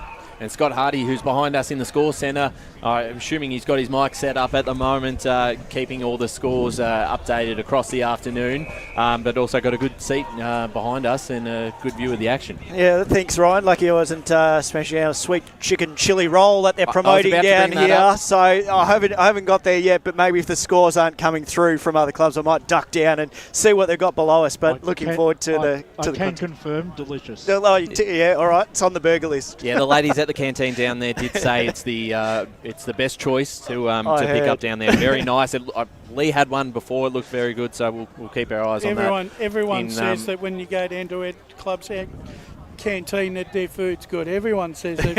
It is good. It looks good, and Lee's given us the approval for that. But they've a great setup here, and we've only been here, I think, once since they've done the new setup with the balcony and everything. As the siren goes in reserves game, and Croydon have pinched a win here, 7-7-49 to 5-5-35 Boronia, which is a great win for their reserves team. Bit to touch on with the BCNA round, as well as what the clubs will be doing this week with the all senior EFNL clubs having a minute silence to pay tribute to the women who have lost their lives to gender-based violence. So that will happen quite shortly, just before the first bounce of the senior game.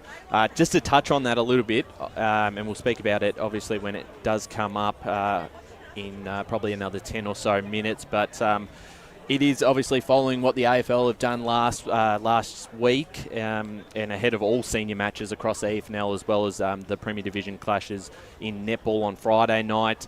All players, umpires will come together for a minute silence. They'll link up in the middle of the ground.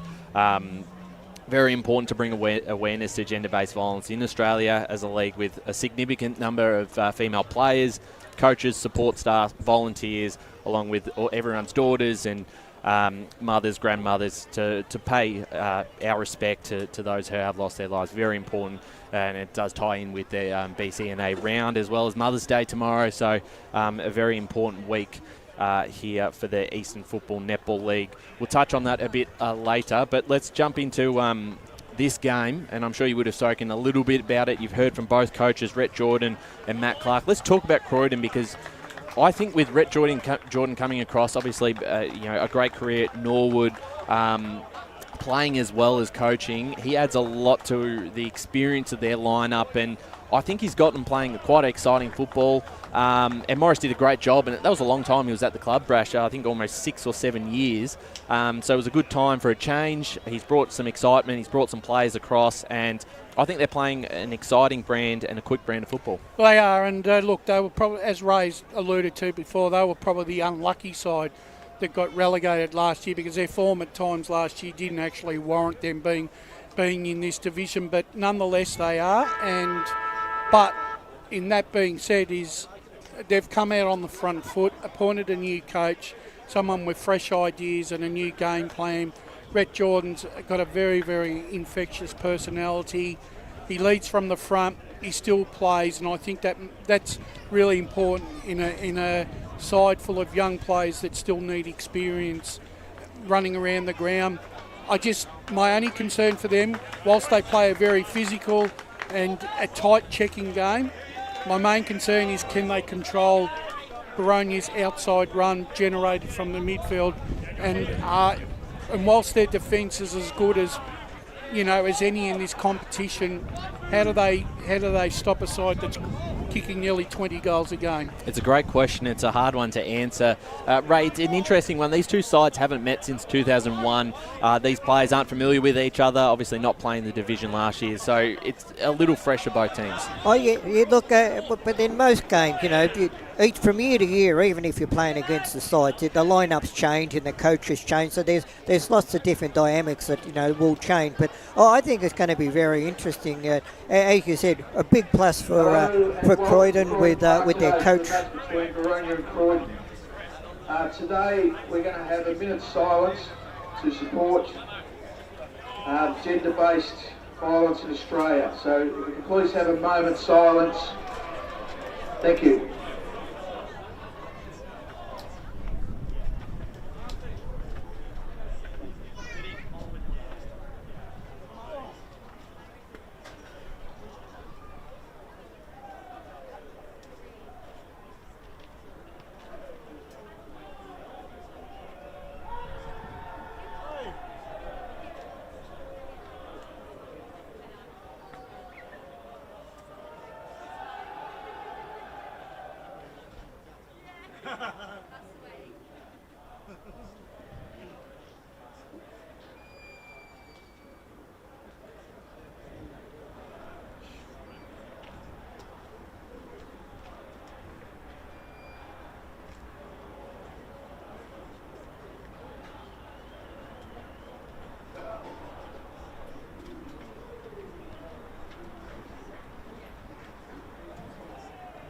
Good luck to both teams and go Blues. Thank you. Thank you for that. As we said, important topic. It's been a big topic of discussion in the news with the AFL supporting that last week, and then obviously this week the Eastern Football Netball League jumping on top as well with the BCNA round. So if you do want to find out more information about that, support the women who have gone through breast cancer and been affected by their lives, you can have a look at our pages. Head to bcna.com.au to donate. On top of that as well, the Boronia boys at the moment are running out with the pink socks, so that is what that is for the BCNA round, as the two captains in the middle will go through the coin toss to see, and Harry Burgess wins that for Boronia, so they'll be kicking to the right of screen. Mount Dandenong Road. Mount Dandenong Road. I should know that. I live around the corner from here now, so got to get used to that. But Gav, it's a great chance for Croydon to see where they're at. Oh, definitely, and I remember coming to a game where they took on Doncaster East and held them off. It didn't happen at the end of the year, but they've got a great ability at home to dictate terms, control the in-tight proceedings, and that's what I think would worry Matt Clark, is that they get suffocated and they can't create outside run, because that's what he said he was looking for today. So if Croydon can control around the stoppages, control the way it's cleared out of the stoppages and get it going forward, they can maybe get territorial gains that they can hold on to, and that's the way they can hold up Boronia for today. You tip the afternoon. Can you make the case for them? I actually think there's going to be at least 2 to 3 quarters of a very competitive game, but I think the legs of Boronia will get over the top by the end of it. Rash, we got your tip. Ray? Well, I'm going to probably be the one out at the moment. I'm going to pick Croydon. Yeah, look, Boronia's done nothing wrong, but as I say, Croydon's got a point to prove as far as I'm concerned. And, if they can knock Boronia off today, their whole competition's going to wake up and you have a good look at them. So I'm picking Croydon by 2 goals. Paul Uconi, your tip this afternoon, a margin? Yeah, I'm gonna go. It's a really tough one to pick, but I think Boronia will win, but I'll be close. I think Boronia by about 2 goals. Scott Hardy is behind us in the score centre. Your tip this afternoon? Yeah, we touched on it pre-game. Just the back line for Boronia defence, 204 points against, so they're standing up strong. So I have to go with Boronia. And the boys on the boundary, which I believe they're out on the ground now, Brett Beston and Jared Beanland for the first time this afternoon. Boys, how are the conditions down there, and your tips as well for the afternoon? Thank you, Brett and Jared. They've got the sweet chili chicken rolls there. All right, we'll cross down to them shortly when they're ready to go, but we're a couple of minutes away from starting this game. And you do look at this Boronia lineup and some of the players who aren't even in the side at the moment. The 2 Hannans still due to come back. Kieran Edwards listed in the side as well. A couple other players. Ben Robertson was in the reserves this afternoon, and I think he had a little bit of an impact, but they did lose. So still plenty of talent to come into a side that's already undefeated and haven't really been challenged too much this season for a full 4 quarters. So it's a big task ahead for Croydon as we get ready to start here at Croydon Oval for the Eastland match of the round. You'd love to play on the wing right next to the centre bounce, wouldn't you? Certainly would. And Gav Casey to take us underway. Yule for Croydon, rucks against Noops. Noops wins the tap for Boronia. Ground level ball taken by Malice. He might have been taken high, but no free kick given to the Hawk champ. And it'll be a secondary ball up early in this game at Croydon Oval. Again, the rucks go at it. They can run freely at the ball. Noops sort of won the tap forward. Ground level ball won by Malice. Spoons it up to Grice. Grice running, drills the ball in. It's going to be a bouncing ball into the leading options. On the bounce, Mortimer couldn't control it. Croydon just spills it out, and the free kick has been found for Boronia just as the rush kick by Hare. Well, I've looked back and I've missed the advantage. It's goal to Boronia. Someone help me out there because I was trying to work out why the free kick was paid, and now there's a goal for advantage. So you'll see it just dribbled in. So was that the kick by Hare that finished up going through the middle? Yeah, that was very poor defensive work by Smith in the goal square then from Croydon, because he could have just stopped that ball from going through. It took everyone by surprise. Yeah, and would have forced a kick. They were going to get a free kick anyway, Boronia. Yeah. So would that be called? It's a funny rule, the advantage when it turns into a goal, because they're calling it back if he misses. Yeah, you never know about that one, but can Croydon get the quick response back in the middle? Fairchild get a free kick here, going against Andrew Carter, who had a fantastic game last week. Fairchild to look for Zach Brasher here right in front of us, broadcast side. Controls it nicely towards the boundary, and we'll see it out. A minute 35 into this contest. The Hawks with the first one. 1 straight 6. Croydon yet to score. Thanks for joining us. Radio Eastern 98.1 FM or our Facebook and YouTube streams as well. Let us know where you're tuning in from. This ball is brought back into play. Noops in the ruck, gets front position. Right down to Mitch Mellis. He'll get the handball over to the experienced Dean Grice, who's caught. Couldn't get rid of it. And well tackled there by the Croydon man in Mustars. He'll take this kick right in front of us. Looking for a teammate. Bounces nicely for Carter. Tries to keep it in. That's out of bounds on the full. So pressure on early, and Boronia will take this kick. So Boronia got the only score on the board from Hare. And it's in now in the hands on centre wing, just in front of the pavilion here at Croydon Oval. And Henry's got it. Now we've got the boundary riders to give us a preamble for the game. Sorry, boys, we've just had some communication issues down here, so you've possibly been speaking to us and we couldn't hear anything. Beautiful conditions down here. There's not really a breath of wind, so it's not really going to be favouring either side. Ground in perfect condition, and I think we're in for a cracking game today. As Croydon make their first inside 50. The defence holds up nicely for now. Ball spills through, hand pass to Jordan. Jordan just tried to spoon it on to his advantage, but it's been turned over. Hare, good work. Finds Noops to help. His short pass puts his fellow defender in Edwards under pressure, so he just kicks it and bundles it in the middle where it's been collected by Croydon. Now running Nicholas. Gets it onto a teammate, finally gets it in hand, and the tackle comes late, and it's a turnover ball from holding the ball, and here goes the run of the Hawks through the middle of the ground. Half pass to Grice. Grice gives it back to Malice. Now as the kick goes in between the two forwards, suits Mortimer, and Mortimer stands up nicely and hands it off to Croydon to run from half back through the middle. Punch beats Musters, but it's a ground level ball where Grice picks it up. He's got a runner over the top. Approaching 50 is Hare. Hare looks inboard. On the bounce, it gets to the intended. Now the shot at goal is an errant one by Jello, and he misses everything when he had the goal at mercy. Had a bit of time there just to steady. Should have kicked the goal, Bresh. Yeah, no talk. Absolutely no talk there by the Boronia forwards. Croydon led off on that one. Jai Mortimer to take the kick in from the pocket here, deep in defence for the Blues. Under a bit of pressure early. He'll send it this side. Broadcast wing. Up goes Yule. Tapped it down. Jordan was first to the footy. Got the handball back to Carter, and they link up. Tight on the boundary. That kick's a dangerous one. It's cut off by Nick Noops, who'll go inside 50. Targets. Couldn't quite hit Collins. Begley almost picked up one-handed. Does on the second bounce, and he's tackled by two Blues. We'll get a ball up inside 50 here for the Hawks. Well done, Corey McKenzie there. Little man got in front of the lead. Certainly got to watch a few of these targets up forward who have had big starts this season for the Hawks. Yule with the hit out. Down to Max Brasher for the Hawks. Got it to Collins. Just gets his handball out to Fairchild. Gets past one. Goes backwards to Grice. Brasher in the tight angle. Just misses. So another let-off for the Blues. 1-1-7 the Hawks.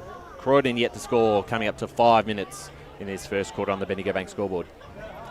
Both sides, Bresh, just sounding each other out. Yeah, it's good tight football early on, Ray. There'd be a bit of nerves out there, of course, one playing two. So Corey McKenzie looks at options, has to walk his way out of the square just so he can go a little bit longer down the outer half-back flank. Yule goes up, but he gets his marking attempt spoiled. Tackle applied, and Hawks again with the good tackle win the free kick. So it's going to be Noops. He just goes around the corner to get into the forward line. Pack comes to it. It's a spoiled ball, but Hawks come out the back, and the man on the spot is Jello, and this time from point-blank range, he does not miss and hurries through the Hawks' second goal, 2-1-13, leading by 13 over Croydon. Yeah, well, then the Hawks, Ray, seem to have a lot more numbers around the contest, even when the ball's not really coming into their forward 50 in a conventional way. And Bresh, I've noticed that what the Hawks have been able to do in a marking contest out on the other side, they've always got someone front and forward, front and square, whereas Croydon are lacking in that area. So back in the middle again. Quick start for the Hawks, 2-1-13. Croydon yet to score. 6 minutes gone this first term on the Bendigo Bank scoreboard. Back in the middle again.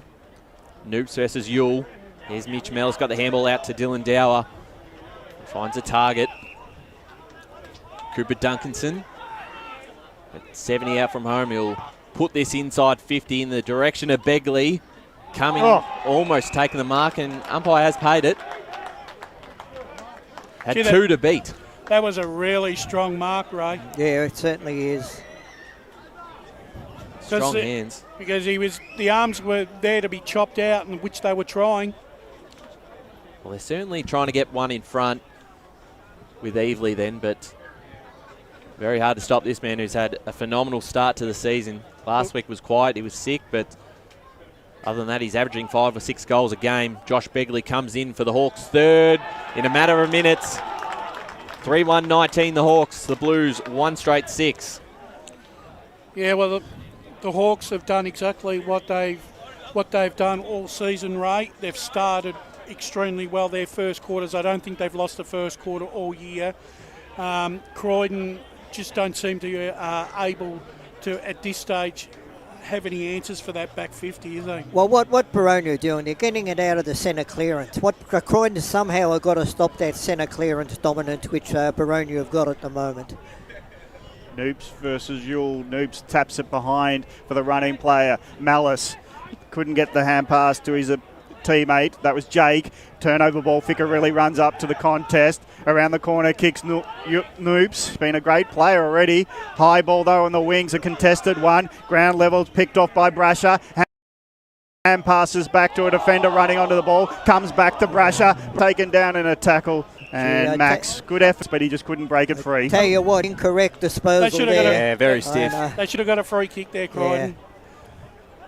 So ball up half forward. Yule this time nullifies Noop's ruck work. So it's a ground level ball where a pack of players are upon it. Who's going to get it out? It's not coming out at all, and it'll be another ball up just where it was before.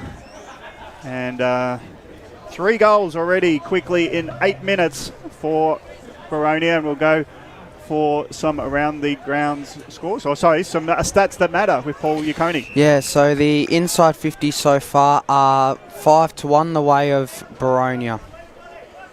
But it's Croydon trying to get it going forward for another entry. The kick is rushed off it, and it is going forward by Carter. Bouncing ball. Hawk set up nicely just to repel. White's there, close to the boundary line. Puts a high up and under the wing. Yule running with the flight of it. He just got underneath it in the end, but runs onto it. Spills it to his teammate, McKenzie. He got dragged off it, did Corey. Now it's Malice getting taken down in a tackle by Ficcarelli, and he's not letting him get up with the ball. So Jake Malice will have to hand it over to the umpire. The one thing Boronia are doing here, they're not allowing Croydon any clean ball whatsoever. They're being tackled on every time they possess the ball. There's going to be a few times where I call the Christian name or first name just to clarify who is it. This time it's running onto it is Max Brasher, and he can't get free of a tackle. And half forward flank, it was Matt McKenzie, 2 McKenzies for Croydon. So just explaining, we have to clarify a little with first names. Matt Certainly and Corey. right. So Noop's got the tap down, straight down to Jordan for the Blues, who was tackled right away by Zach Brasher. We'll get another ball up. Coming up to 10 minutes gone in this first term. It's been all the Hawks, 3-1-19 to the Blues, yet to score. They've got all the momentum early. Ficcarelli tackled by Mellis, and same spot. We'll get another ball up as we go back to Paul Yukoni in the stats now. Tackles so far are 10-7 Croydon's way. Hawks certainly been first to the footy so far. Ficcarelli this time for the Blues will get there. Keeps it in. Smart little kick. Here's Dull. It's cut off by White. Noops back to White. Got a bit of time now to pass it off to Adower. And out to Max Brasher here in the wing. They link up quite well. There's Mellis. Back to Brasher, 2 of their high disposal getters. Short kick, not quite the distance. Got it to Collins though. And back to the brothers linking up there, the 2 Brashers. Now a chance to Hare. He's got plays over the top in Duncanson. Got time. Got it back to Hare. 2-on-1 in the goal square. Could be a goal here for the Hawks, but doing very well there in defence was Riley Costantino, and they link up okay here through Ficcarelli. Dull still under pressure here. Mellis almost taking the mark. Jordan handballed it out to McKenzie, and now the Blues get a chance to attack forward. Looking for Hoogstra, who get a free kick here. Front position. Well. He's got not a whole lot in front of him. Riley Costantino, deep target. He's not going to get there. It's cut off by Fletcher Duke as we go to the boundary. I was just going to say, boys, just with that, I don't know if you can appreciate it watching it on the screen and obviously up in the box, but that chain of handballs from Boronia there, that was just absolutely sensational. It was like lightning down here. Absolutely stunning stuff. In the meantime, turnover ball to Croydon. Ficcarelli's kick was chopped off by the opposite number 1 in Duke. Duke clears the area, but not very well, and a marking ball for Croydon. So Croydon try to set up for Britain. Short pass into the running McKenzie. McKenzie from half forward under pressure. Ball couldn't get to the leading option, and it's gone out the back into the pocket and out of bounds. So it'll be ball in Croydon's territory, and they haven't enjoyed much of it so far in the first 10 minutes or 12 minutes now of this game. This is their first opportunity to set up from a stoppage right in their forward line, and let's see if they can make the most of it. So we'll have a boundary throw in deep in Croydon's forward line. Rucks go at it. Britain was there to knock it down. He doesn't want to claim the ball, does the Blue. And he got pushed in the back, luckily enough, as he was falling over the ball. He got helped into the ground, and it'll be a free kick to the smart play in the end there by Carter, who knew taking possession might mean he get tackled. And in the end, the tackler became a pusher, and it's a free kick to Carter. Jared Lake got caught up in his own feet there and just happened to lunge forward and get right into Carter's back. So Carter from 40 looking to be Croydon's first scorer of the day. They trail by 19 early in this first term, but that looks beautiful off the boot, and the home side are on the board through Carter. And it's 3-1-19, the visitors Boronia leading Croydon, one straight kick. And let's go for more scores around the grounds. Yeah, just from Division 3, Upper Fentree Gully 3-2-20 leads Oakley District 1 goal 3-9. Surrey Park straight out of the blocks 3 goals 1, 19 to Sylvan yet to score. And Coldstream starting strong 3 goals 3, 21 to Warrandyte yet to score also. Thanks there to Scott around the grounds this afternoon. Yeah, and get your scores in all afternoon. We need those scores. Certainly right. So we're back in the middle again. Very needed goal there for the Blues. Trail by 13 points, but they've only probably had about 2 or 3 inside 50s for the game in the first 13 minutes. It's been dominated by the Hawks. Back in the middle again. The tap out there by Hoogstra. Ficcarelli almost got a free kick there for a high tackle, but we'll get a ball up. It's been all right so far, Adrian. He's had a bit of the footy early. Bit of a live wire as Hoogstra gets the tap down. Got it to Dull. Has a bit of time to turn around and throw it on the boot. It'll be cut off here, you'd think. Mitch Mellor's got the quick handball off to his brother and Jake. It's cut off. And now McKenzie goes forward for the Blues. It's a one-on-one. Burgess picks it up for the Hawks to get it to Flanagan. It's cut off here. Brasher. He's caught. And there'll be a ball up right in front of the Croydon faithful. Ray, you like how he took possession there rather than tapping it on. Some might have flicked it over with a tap on. I reckon Brasher taking the ball, that's the smart decision. Yeah, you've got to keep it moving, Gav. So Noop's got the tap down to Jordan. We'll get another ball up. Because you, if you're in a 50-50 situation, go to a ball up as a defender. That's fair. So can the Blues make it 2 in a row? Fairchild, the clearance, was cut off. Now a chance for Ficcarelli, if he can get the handball over the top. Instead, he's able to manage to control it himself. The kick's a poor one. It's cut off now by Edwards. Just gets his handball away before he was tackled. Nicholas here for the Blues. Did well, went backwards to Evely. Evely finds a target up forward in Pettinella. Send the Blues into attack. Takes his time before his kick. Inside 50 now. Punched over the top. Might end up in the hands of Noops if he can keep it in, or you'll see it go out of bounds and we'll get a boundary throw in on that far side.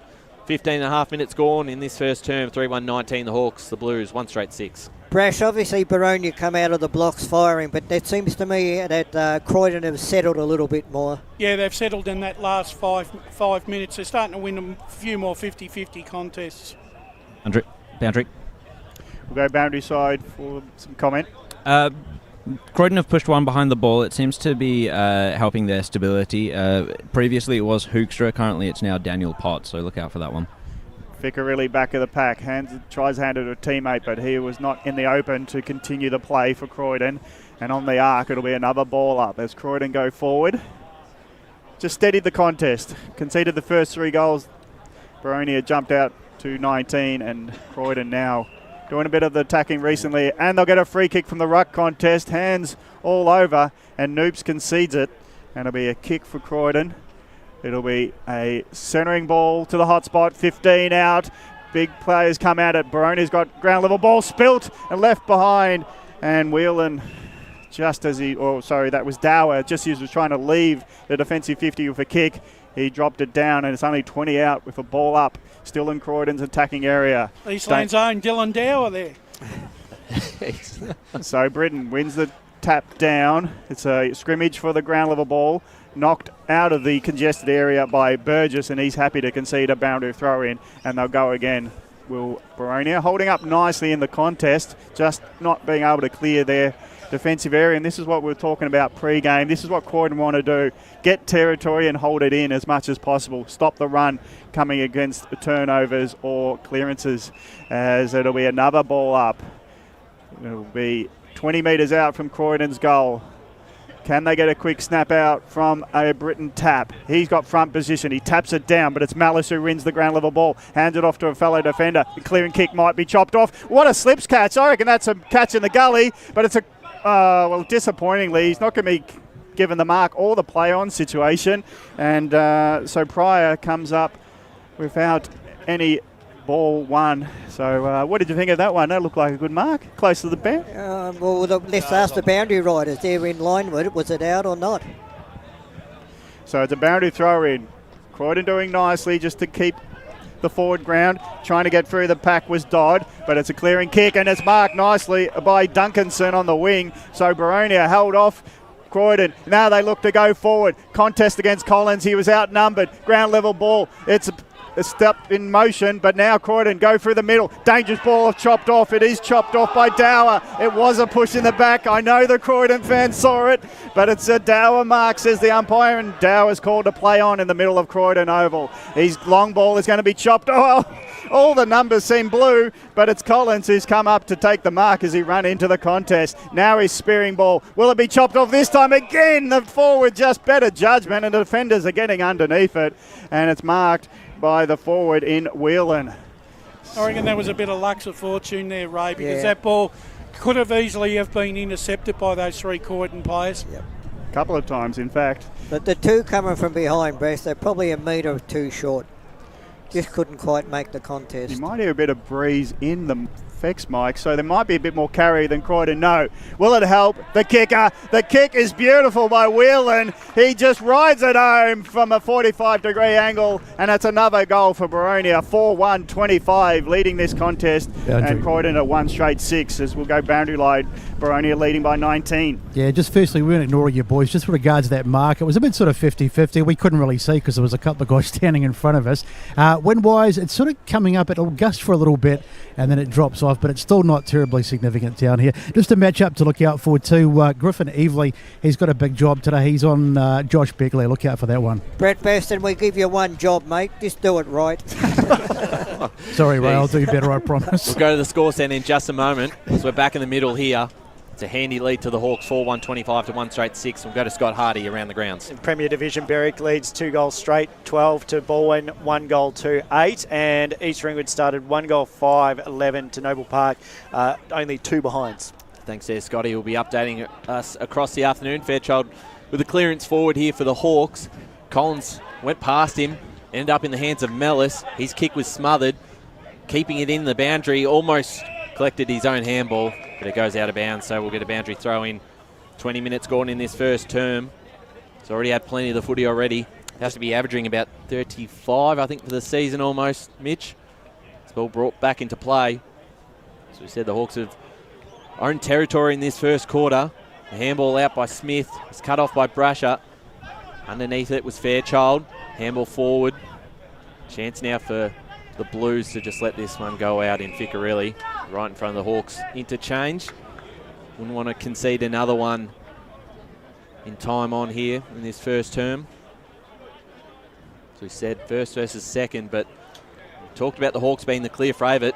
Collins won it out of the ruck battle and went forward. Grice on ground level, couldn't quite get it. And the pressure's been good here for the Hawks to hold this up inside 50. That's one of the good things that Boronia have done in this first quarter, Ray. They've been able to hold the ball in their forward 50 to give themselves opportunities to score. Yep. Certainly right, as no one went up for the Hawks in the ruck battle there. Ficcarelli got a kick forward. It's going to be cut off here by Edwards if he can keep it in. Does well. This should be cut off here. You got 2 Blues there. And they're able to take the mark. And it's Trent Dodd to take possession for the Blues. Well, goes same side again. It's probably a very poor kick, and Dower's going to get himself a free kick. They almost took the advantage there. Paid mark. And they paid the mark to Zach Dower. Dylan's brother. That is correct. They are brothers, twins or triplets as they go inside 50.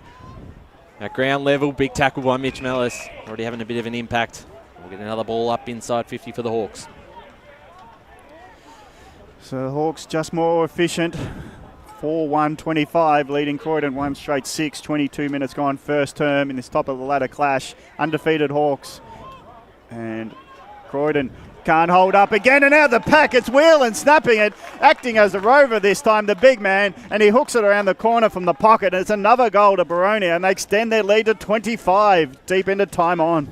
That one's certainly going to hurt Croydon Brass. You know, they shouldn't have given a goal away this late in the quarter. You just cannot afford to do that. No, you can't, and it just seems like at the moment, where are Croydon going to get enough scoring opportunities to kick a score here, eh? Look, you can't write them off yet. I feel that there is a wind blowing down to that end that Boronia are kicking, but they've certainly got to lift their game. They're getting smashed at the centre clearances. To me, that's the big thing that I'd be worried about. Yeah, I think you're right. As we go to Paul Uconi in the Stats Centre. The clearances are now 11-5 the way of Boronia.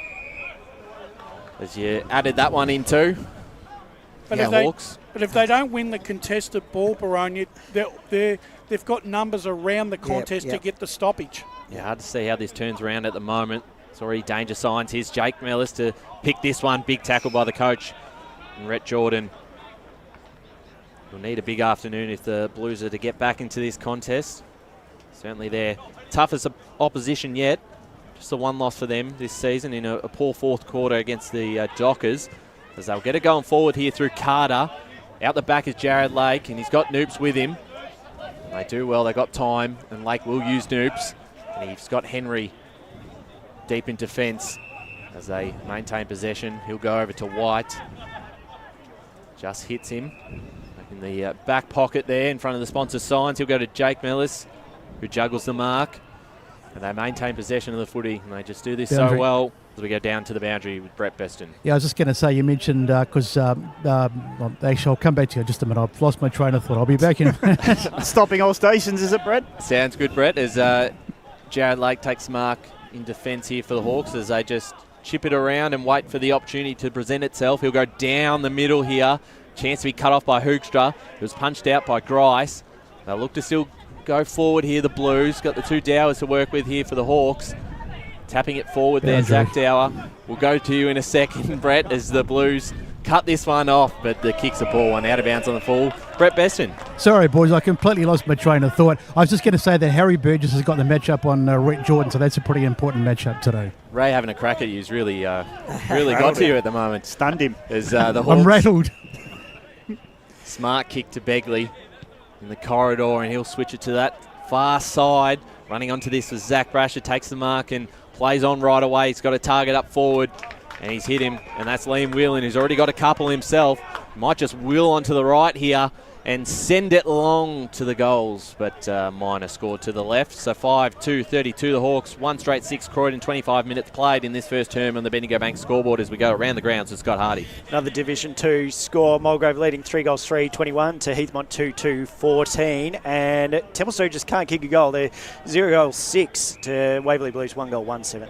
Gee, it must be a howling gale down at Central this afternoon.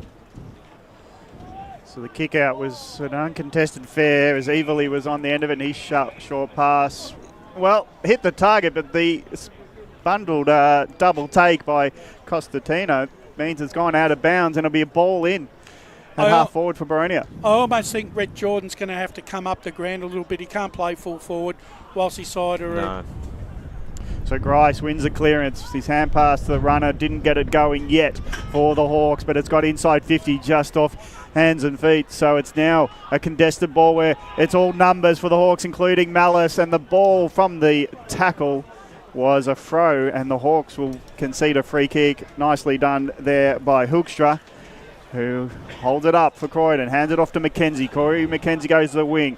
Marking ball couldn't be taken there by Dodd. Ground level ball does spill the way to the running Carter. His ball's been smothered by Noops, and he's had a great quarter, the tall man. He didn't let Carter's ball go forward, and it's out of bounds, out of wing. So let's get some stats from Paul. Yeah, this would almost have to be a world record number of tackles in the first quarter. It's 20-16 the way of Croydon. So Noops versus Hoekstra. He'll have to keep front position with the Croydon player. He did well, gets it to ground level, but the Hawks have dominated there all quarter, and they do so again, but they can't emerge with a free passage, and it'll be again out of bounds. So it's 5-2-32, Boronia leading Croydon 1 straight 6. We're approaching quarter time in this top of ladder class Division 2. Can't be far off the siren for quarter time, as you said, Gav. Ball brought back into play. Can the Blues get one back themselves? Rhett Jordan's moved up the ground a little bit, as Brash has alluded to. Chance now for the Blues. Off to Dool. Outside 50. Sends it to the top of the goal square. Costantino's in front position. And he's well beaten there and over the line for a minor score. 1-1-7 the Blues. 5-2-32 the Hawks. 27 and a half minutes gone first term. missed opportunity? Yeah, I just think they're rushing it in. There's no system. There's no marks inside 50. And even the kick out has gone over their head as well. Every play they seem to be misjudging the conditions, and now they're off to the races to Malice, and he'll be disappointed because he had a forward advantage on Ficarelli, and he's just torped at 60 metres just to show what damage he could have done if he was allowed to. But it's quarter time here at Croydon Oval. Croydon trailing 1-1-7 to Boronia 5-2-32.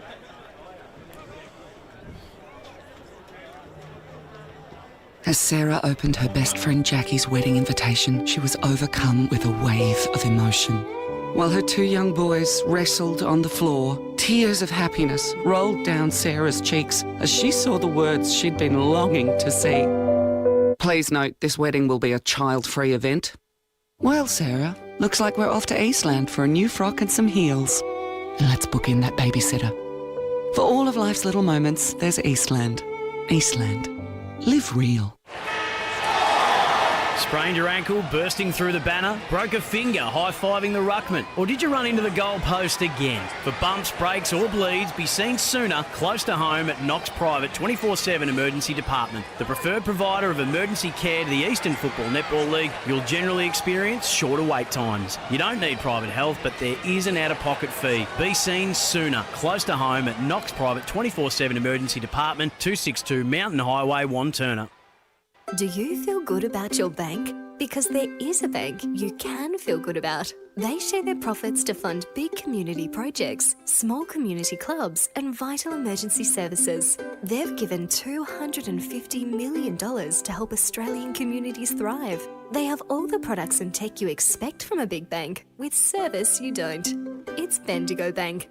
Feel good about who you bank with. Try Bendigo. Search bendigobank.com.au or search Bendigo Bank near me. Tobin Brothers Funerals wear their heart on their sleeve. Their clear and easy-to-use website and Memory Maker app make it easy for families to make an informed decision.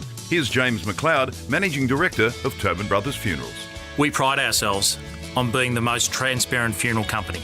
All pricing on goods and services are available on our website. It's all there for you to see and make very informed decisions when planning a loved one's funeral. Visit tobinbrothers.com.au. Tobin Brothers Funerals, celebrating lives. At Yarra Valley Water, we know reducing your shower time, or show time, to 4 minutes can save you an average of $200 a year on water and energy bills. Shower shorter. Save water.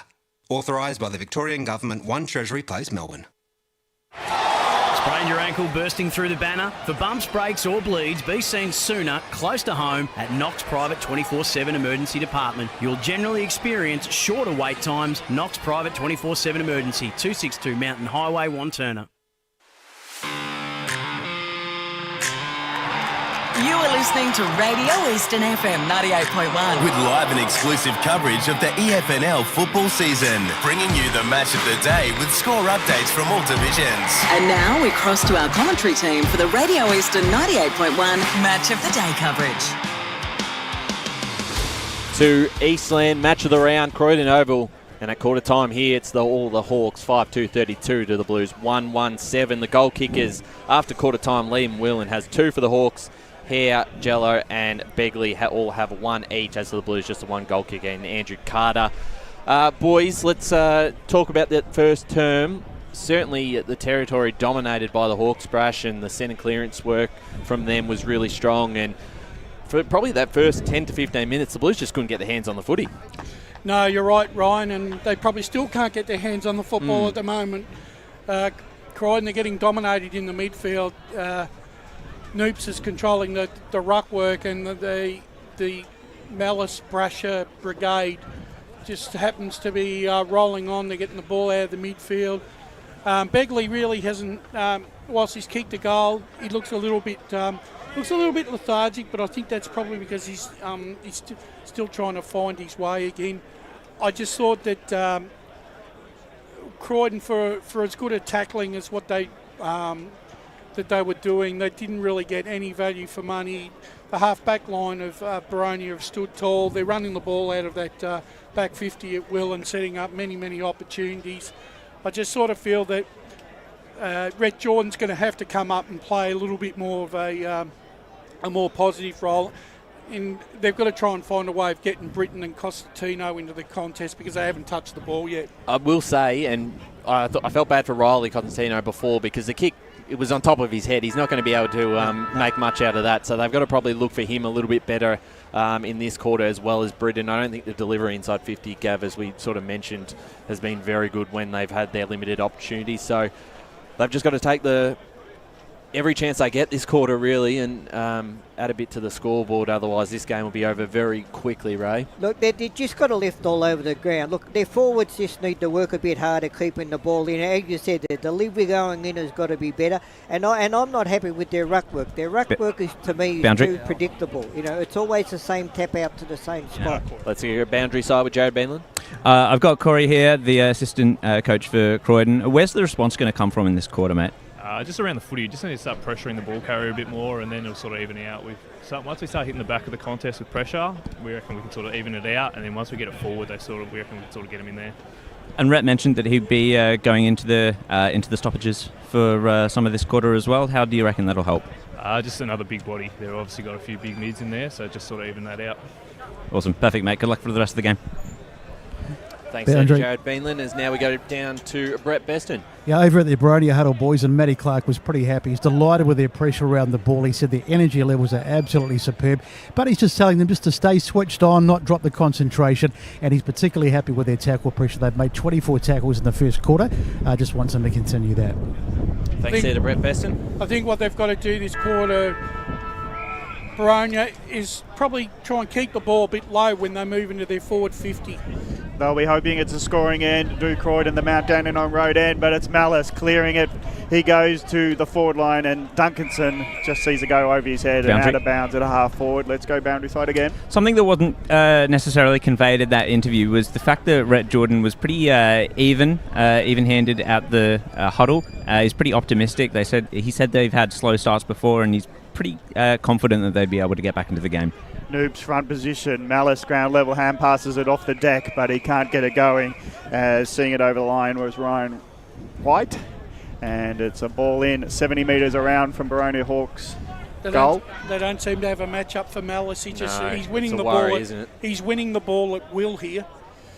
Rucks go at it again. Noob's good brown position. Carter defeats Malice this time, just taps it to advantage. Good grab. The kick does find a teammate from the back of the pack. It's now a set up ball through Christie. Christie goes wider, and he's trying to get it going. Here's Croydon. Short pass on to Mackenzie. He was playing for the ball in the middle of the ground. Might be dangerous, was the assessment by Smith. His long ball, nice juggling mark, and Croydon keep it in hand at half forward. Quick play on call means that the ruckman comes in. Well, this time it was Fairchild coming in to spoil the ball. Turnover, Malice receives a hand pass. His hand pass doesn't get it going for the Hawks. Now the turnover ball in the middle goes Mackenzie. Mackenzie, long ball, one-on-one in the goal square. Was there a free kick as the scrimmage went at it? And hoping for the free kick was Jordan, but it spilled off his chest and for a minor score. Boundary. We go boundary side, Brett Beston. Just a really strange breeze down here before. I was just about to jump on and say how gusty it was because it was quite strong for a moment. Then it drops and then it comes back. It's coming pretty much straight across the ground from the scoreboard side. If it favours anyone, it's probably slightly in favour of Croydon, but it is sort of gusting up and down. Harry Burgess to take the kick in here for the Hawks. The captain goes long out of defence. It's going to be cut off, and the Blues will have another chance. Inside 50, that's a poor kick to the pocket. Doesn't really favour anyone. Able to sort of win out here through Dodd almost, but the handball was cut off, and we'll get a boundary throw in. But again, the delivery inside 50 just haven't hit a target. You're not going to kick goals if you can't hit a target, can you, Ray? No, you're dead right, yeah. So boundary throw. No excuses for that pass. He had all the time in the world and he still couldn't hit his target. Just rushed it for most of the game so far. Dodd got the tap down. Chance of the Blues here. They're under a bit of pressure here, the Hawks. Big tackle later. Free kick going to be paid here to the Hawks, and that will go to Jake Mellis for a high tackle. So deep in defence, and they just have a bit more poise and seem to make the better choices at the moment as the Hawks look to escape here through Noops. It's punched out of bounds, and we'll go to the score centre because Scott Hardy's got a couple of scores around the grounds. Premier Division, back and forth between Bowen and Berwick. Bowen leading 3 goals 4-22 to Berwick, 3 goals straight 18, and East Ringwood 3 goals 5-23 to Noble Park, only 2 behinds. Yule and Noops. Noops gets to the front position, wins it down, but Yule fighting hard for the ball. Again, just can't get away from that pack of players. The umpire's seeing a bit of a chance where they might pop out, but it didn't, so the umpire has to intervene. Ball it up. 55 from Croydon's goal. They'll love the next goal as they trail by 24. And the umpire will say it's been wrapped up again, and it'll be another ball up. As Croydon, there's a lot of implied pressure every time they take possession, and that means their focus can't transition from defence to forward as quick as they would hope. And now it's a ground level ball. The tackle flies in and it's a beauty. Dispossessed, robs the ball, and it's now Fairchild getting it, and he's done some great defensive efforts early in this second term, and he will again repel what was a Croydon, attack. Best on ground in the grand final last year in their win against the Jets. This one's cut off here by Dodd. Went through the hands of Dool into a dangerous spot in the middle. Here's Ryan White. Oh, very clean pickup. Nicely done. Handballed over the top to Duncanson, who's almost able to get past two, and he's caught this time. That's holding the ball. And well done there by Corey McKenzie, wrapping him up and saving what could have been Boronia's 6. He gets it off to Smith straight away. Smith go down the line looking for Jordan. He's got 2 to beat. Duke in front position. Has been paid the mark. I think he's given it a push in the back there. To Jordan or not? No, to Fletcher Duke. Wow. So Jordan certainly didn't like that one. As Duke will go down the line again. It's 3-on-1 in favour of the Blues, and out the back there's another free kick paid here to Collins. They had 3-on-1, Gav, and unnecessary. They give away the free kick. It just fell into the hands of Yule, but oh well, it's turned over now here for the Hawks in Fairchild again. He'll go forward, out the back, and this time a mark taken for the Blues, and they'll be able to repel here, looking for Smith, the captain. Out on the far side, dances around Hare, goes inbound to find McKenzie. Got an option up here in front of us in Mortimer if they want to switch it. They go back right deep into defence, and we'll send it back that way. Do you wish he was braver then? Yeah, it just wasn't quick enough. As now Ficarelli has possession of the footy. He'll just send it towards a teammate out the back. It ends up holding his ground. Well done there by Musters. He'll get this, the give and go. Gets it off, and they go inside 50 now, and that's a better kick inside 50. Front position, couldn't quite take the mark. Yule tried to grab it there for the Blues. Edwards clears it out for the Hawks now and falls into the hands of Mellis. A smart tap forward and got it to a teammate there in Duke and got off to Begley. Begley inside 50. They're going to kill him on the transition here. Here's Duncanson. About 50 out. Kick inside looking for Collins, and it looks all too easy on the transition. And Jaden Collins will line up now for the Hawks 6. It was just a swarm of Boronia players running into that forward 50 there. That worries me a bit, Ray. Yeah, and before that, Brett, Croydon had all the time in the world. They were setting up a forward entry, and they mucked it up. But Jaden Collins looking for the Hawks 6 and would extend the lead to 30 points in the early stage of this second quarter. Comes in, kick on its way. It looks good, and it's just to the left. So a minor score. And the Hawks move to 5-3-33, 1-2-8 the Blues as we go around the grounds with Scott Hardy. Just a quick one from Batterham Reserve. The Basin at leading 4 goals, 2-26 to Eastburn 1-3-9 at quarter time. I was talking about bravery before. I meant in taking a risk in switching, you might set up a score. It is a risk. You could turn it over with a high ball that gets repelled with a spoil. But I think Croydon, 5 goals or 4 goals down, they need to take some risks in their own transition just to create, because they're not creating with stop-start play. No, you're right. So, but this time they get a 50-50 ball by clearing it out to half-back, and the spoiled marking attempt means it's gone out of bounds from the kick-out. So again, Yule back position, does win the tap over the top. Malice read it well. He just got clipped, and he comes in the tackle. I don't think he meant to be the tackler, but he got railroaded by his opponent, and it'll be a ball up at 50. It's one of those ones where you're in the clash and you didn't expect to be there. Malice looks to be a little bit hurt. He ran straight into... Is that an elbow? Ran straight into Mortimer there. Well, he got nowhere to go when he spilt the ball and he was going forward, and then the opponent was right there for what he hoped to be a tackle, but the big boy just stopped him in his tracks. And Well, this might be the only way to stop Mitch Mallis from getting it. He's got to come off the ground for at least a couple of minutes, I think, just to get his composure. Brash, we saw it in the first instance, we saw it in the replay. On that throw-in, Boronia had 3 or 4 on grounders on the move, whereas Croydon, they were all stagnant, all standing still. So Mitch Mallis been a great player. Him and Noops, I reckon, have dominated around the contest. And it's a pity for Boronia that he'll leave for the time being. Let's hope he's just shook up and he'll bounce back. But in this current climate of protecting the head and concussion, let's hope Mitch Mallis can come back into the contest. Rucks go at it. Noops did well. Yule, though, did compete. So at the ground level, Ficker really dropped it just as he wanted to spend it. But again, Croydon get it going. Only a little while, though. It only goes forward to Musters, and he's been tackled by a couple. So it's a held-up ball at half-back for Croydon. So even when they do get their hands on it, they're just spilling it, and I reckon that's pressure. Yep. It's as simple as that. Ball up. Rucks go at it again. Noops wins it with a soft tap down, but it's a Croydon Blue that picks it off and handing it back to the umpires, Pedinella. It'll be another rock contest. Inches go forward, Croydon, but they're not going to clear defence yet.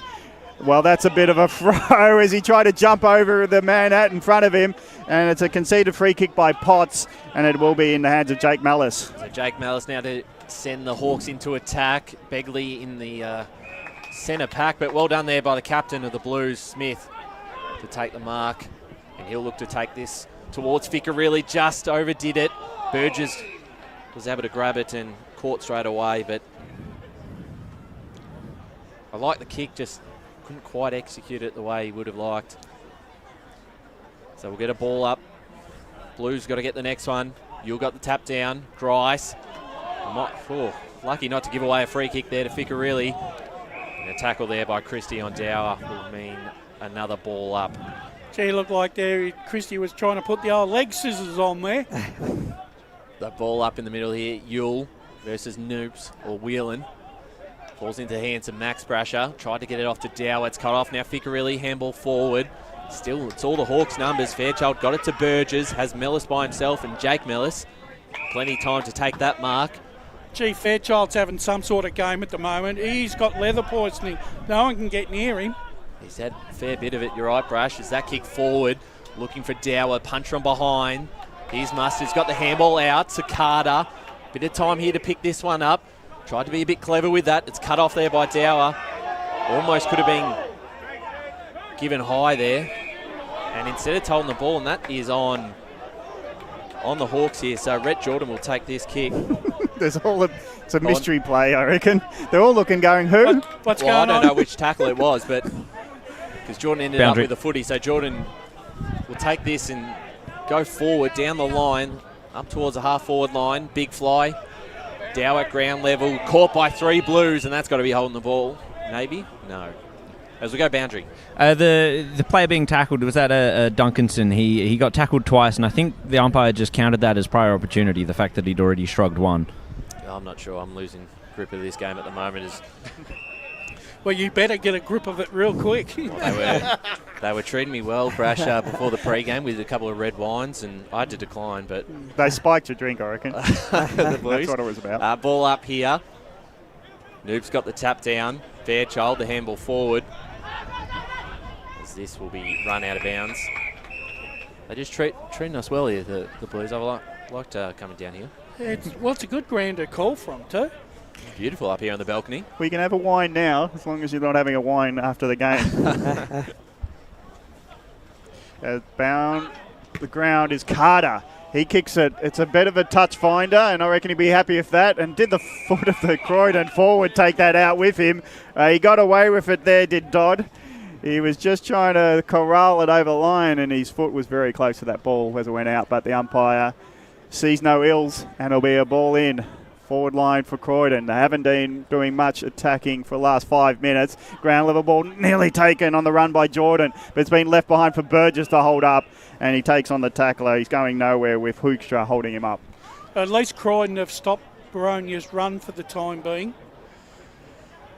Hoekstra goes in, the smaller player, but it's a ground level ball by Brasher. Hands it off. Now Grice, after 2 hand passes, is the runner. He gets it through the middle of Croydon Oval. Begley runs onto it. Haven't seen much of him. Looking at other forward options. Puts a high ball where Croydon are setting up in defence. Got the numbers. Maybe the numbers have clashed. Allows the ball to be picked up by the Hawk player. The high up and under. No score yet. But running onto it beautifully is Hare. Hare had to take his days off the spin. He now gets it off to his teammate. The kick by Grice goes over the head of Duncanson. And Croydon, lucks of fortune, not by their own making. They hold up in defence as it clears outside 50 for ball up. So a few opportunities as Boronia picked it up, but they were just sort of spinning like a top, and they just couldn't get their head going just to hold up and get a kick to a teammate. So we'll go boundary side in a sec as again, I reckon he's playing all right now. Carter gets a ground level ball, gets it up to the wing. Croydon got some numbers. They're trying to work it off the back of the pack. Costantino gets it going forward. Bouncing ball. No control for the Blues there as it's out on the wing and out of bounds as we go boundary side. It's just before that, it's the scoreboard 5-3-33. Boronia leading Croydon 1-2-8. 14 minutes gone, second term. Let's go to Brett Beston, boundary side. Just an update on Mitch Bellis, which really isn't an update because they didn't give me anything. But just being assessed, and in truth, they just don't know what's going on at the moment. I asked Matty Clark if it was possible concussion, and he said they're not sure. He's just being assessed, so we'll have to just wait and see if he comes back on. They'll certainly watch that closely. Scott Hardy around the grounds. Just Division 1, Montrose, 4 goals straight, 24 leads Bayswater, 3 goals 1, 19. And Mitcham, 4 goals 4, 28 to Doncaster, 3-5, 23. So the Blues went to go forward through Jordan. The kick wasn't far enough for Flanagan, so he had to play on. Got it to Burgess right away. Down the line here for the Hawks. Big pack of players fly. Out at ground level, who's there? Smith. Got it out to Mackenzie. Does well here for the Blues. That's got to be in the back, you'd think. And it is here, so a free kick to Zach Brasher. Subtle. Dodd puts his hands up as if he didn't do anything, but he sent Brasher flying on that one. So Zach Brasher to kick it to his brother in Max, who has had plenty of the football himself. He takes his time here. It's a very handy lead for the Hawks, 5-3 to 1-2. Brasher goes inside 50, out the back. Strong hands standing in front. It's Liam Whelan again. And he'll be lining up for goal number 3. Well, the silence says it all, doesn't it? Yeah, well, because Croydon weren't involved in that contest, they seem to ignore him in the marking contest. Yeah, they're going to do better than that in their back 50, Croydon. You can't just Whelan in the end. Ray went really uncontested. Well, had plenty of numbers around the pack, but no one seemed to go up against Whelan, who has already had a big afternoon already with the 2 goals, looking for goal number 3. This one well right. That could be out of bounds on the full. Yep. It is. So no score. Yep. 5-3-33 to 1-2-8 the Blues. 16 minutes gone in this second term on the Bendigo Bank scoreboard. You get the feeling that Croydon have been let off the hook a bit in the last 5 or so minutes. Could be over almost. But the kick has been chopped off. And again, it's the Hawks and it's Whelan again. Long ball up, high up and under. Allows the defence just to get in position. And Smith's one of them who takes the mark. Top of the goal square. And Collins was not thankful for that high up and under. Well, it was 1 against 5. That was probably their first mistake they've made, Boronia. That's a hot kick to Hoekstra, but it goes out the back. And I reckon Musters was claiming the mark there. But and might have had some right to it, but he doesn't get up too dissatisfied by the ball up decision. Defensive 50 for Croydon. Rucks go at it. Smaller guys, Hoekstra this time wins the tap. Down, ground level ball. Croydon do have it in hand, but it's a big pack of players, and it's again a ball up 60 metres from Boronia's goal. As we get some stats from Paul Ukoni. The inside 50s in this second quarter are 9-2 the way of Boronia. So that's dominance, but not on the scoreboard yet. As a high kick by Whelan, high up and under. Goes 50, but it goes 50 up in the air, 10 forward. Ground level ball picked off by Jallo. Hands it off to the runner, hoping he can get onto it. Hare can't. Jallo gets it again. Bursts out of the pack. Hands it over to the teammate. Begley was trying to get on the boot, but the big dropped on the ground. And it's run out by Croydon. He's run down. And it's a mark by Burgess. All happening with not much movement, but it was all happening. And Burgess takes the mark at half forward, loads up a long ball. Begley underneath it. Nearly marked, hit by the big man. He can't come down with the ball. Hoekstra picks it up off the ground. He's taken down in a tackle by Hare. And it's a ball in. So Croydon luck's of fortune or just good endeavour, they're holding up nicely in this second quarter with all these inside 50s going Boronia's way. That's the 10th for 18 minutes of play. They certainly are, but just hard to see them scoring themselves. And they haven't had many opportunities going forward, 50 them in this term either. Here's Mackenzie to clear it for the Blues to a dangerous position here. It's going to come back. Duke picks it up nicely. Inside 50 for the Hawks. It's a turnover to Hoekstra, who just has to mark that one. Oh, Blues had enough numbers, but going forward, it's about 4-on-1. Duke got off to Dower, went back to Lake. They've just got plenty of players here in the brown and the gold to clear this one through. Here, Noobs, dangerous kick in the middle. It's cut off by Mackenzie. Well done. And the captain, Smith, takes it forward. Again, probably a poor kick. White to pick it up here for the Hawks. Got off to Edwards. And he'll kick it right and find Mellis. We haven't had a goal kicked in this quarter, so you wouldn't think it'd be a pretty long quarter. Well, you didn't want Britain stopping in the run towards goal, did you? The kick needed to be longer. No, it certainly did. It was a It would have poor been. kick inside 50. It would have been better to kick it to the open spaces rather than do a contest. Yeah, certainly with all the numbers in favour of the Hawks. They're going to go inside 50 again. This one's much better, and they've got a mark. And I believe that's Cosentino, who finds a target open by himself, which has been rare so far in this game, and Musters will have a shot on goal. He's got to kick a goal from here. Yeah, Mutsays has got to kick this goal. Look, in the last 10 minutes, their endeavour's been lifted from what it was in the first quarter. But they, as they said, what they've done, they've stopped Boronia scoring freely, and hopefully they can get a goal here and peg them back by 6. Yeah, just has to capitalise here. Looking for the Blues' second. Kick on the way. It's a good-looking kick off the boot, but it might just hold its line. It's there. And that's a great result for the Blues. Josh Musters gets Croydon's second, 2-2-14, trailing Boronia 5-3-33 on the Bendigo Bank scoreboard, coming up to 20 minutes gone in this second term. Scott Hardy in the score centre for some scores around the ground. Just from Division 2, Templestowe has learnt how to kick there. 3 goals, 6-24 to Waverley Blues, 4 goals, 2. Also Basin leading, 6 goals, 2-38 to East Burwood, 3 goals, 3-21. It was a must-do for Croydon, for Musters to get that goal. The second on the board for Croydon, 2-2-14, now trailing by 19. Boronia 5-3-33. It's only 19 points, but it feels more like a 5 or 6 goal lead. As a broadcast perspective, if Croydon can get the next one, when they go in at half-time, 13 points, that's nothing. The game's on. Yep, most definitely. Yule and Noops go at it. Noops again wins it down. Ground level ball picked up by Dower. And you reckon Mitch Mellis going off has just taken a bit off around the contest as well for Boronia? Well, he would have had about 10 to 15 brush in that first term. Secondary ball up forward of the centre circle for Croydon as they go towards the Mount Dandenong Road end. They've kicked the only goal of the quarter. It took 20 minutes of the quarter and they were under so much pressure, Croydon, to hold off and to get the goal. They'd be happy with themselves.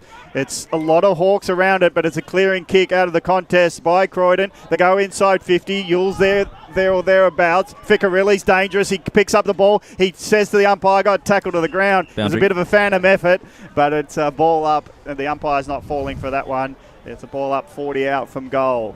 Yule goes up again against Noops.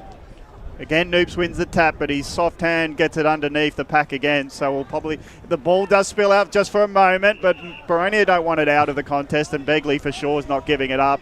We'll do one more ball up, and then we'll go boundary side for some comment. We'll just see what happens here. 40 metres out from the goals for Croydon. Yule goes the punch. That's the way to win it forward. Now the contest for the ball is a hot one. And again, the pack just moves with the ball. And effectively, it's another ball up, 30 metres out from goal this time for Croydon. So there's about 12 players each from both teams trying to get their hands on it. But what could they do this time? Ficcarelli runs through and he kicks a goal! What a beauty! Yep, that is goalcraft at its Tone best. Brothers. He just rode it off the hand, roved it, ran forward from goal, and it's just a matter of putting the ball on the boot from 15, and a great goal. They're back in the contest on the scoreboard. Right. Croydon 3-2-20, trail only by 13. Boronia 5-3-33. Yeah, they've worked really hard this quarter, Croydon, to get back into the contest. Really 2 good goals there from them. It doesn't matter what Ficcarelli we see on a match of the round, they always pull out something. And the Tobin Brothers goal of the day might be going his way, but as we go boundary side. Well, I'm glad you held off on throwing down to me there, because you just felt like something like that was going to happen. And it's all down to Rhett Jordan's pushing into the contests there. He was the one that got the clearance out that got him inside 50 in the first place. What it's also doing is pulling Harry Burgess up into the stoppages as well, which might not be comfortable. So back in the middle again, Noops with the tap out. Here's the Begley who's moved forward into the midfield. He goes forward looking for Duncanson. It's a good one-on-one contest here with Pryor. We'll get a ball up.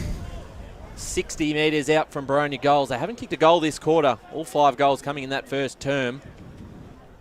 Liam Willen's set shot almost could have got him out to a 5-goal lead. That kick forward is cut off here by White, who goes backwards. The handball looking for Noobs. Can't quite pick it up, so they're under a bit of pressure now.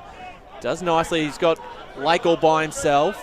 He's able to pick it up cleanly, and he'll look to switch the play, and Edwards is there on a one-on-one. Well done there by Nicholas, who does well to hold this one up and create a stoppage here. 24 minutes gone in this second term.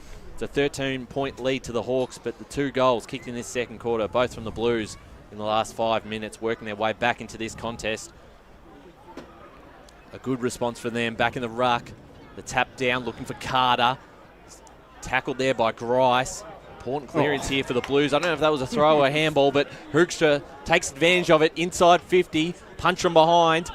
Falls out to Dodd, who's tackled, got his handball just out. Snap around the corner from Broussard. It's not going to quite go through for a goal. Bouncing footy. They're able to keep this one in. They do. The Blues handballing back to Jordan. Tough angle. This will be your Tobin Brothers goal of the day if it gets it. Top of the square. Hawks got all the numbers. But it's Croydon who take the mark. They had about 3 players there who looked like they were in front position.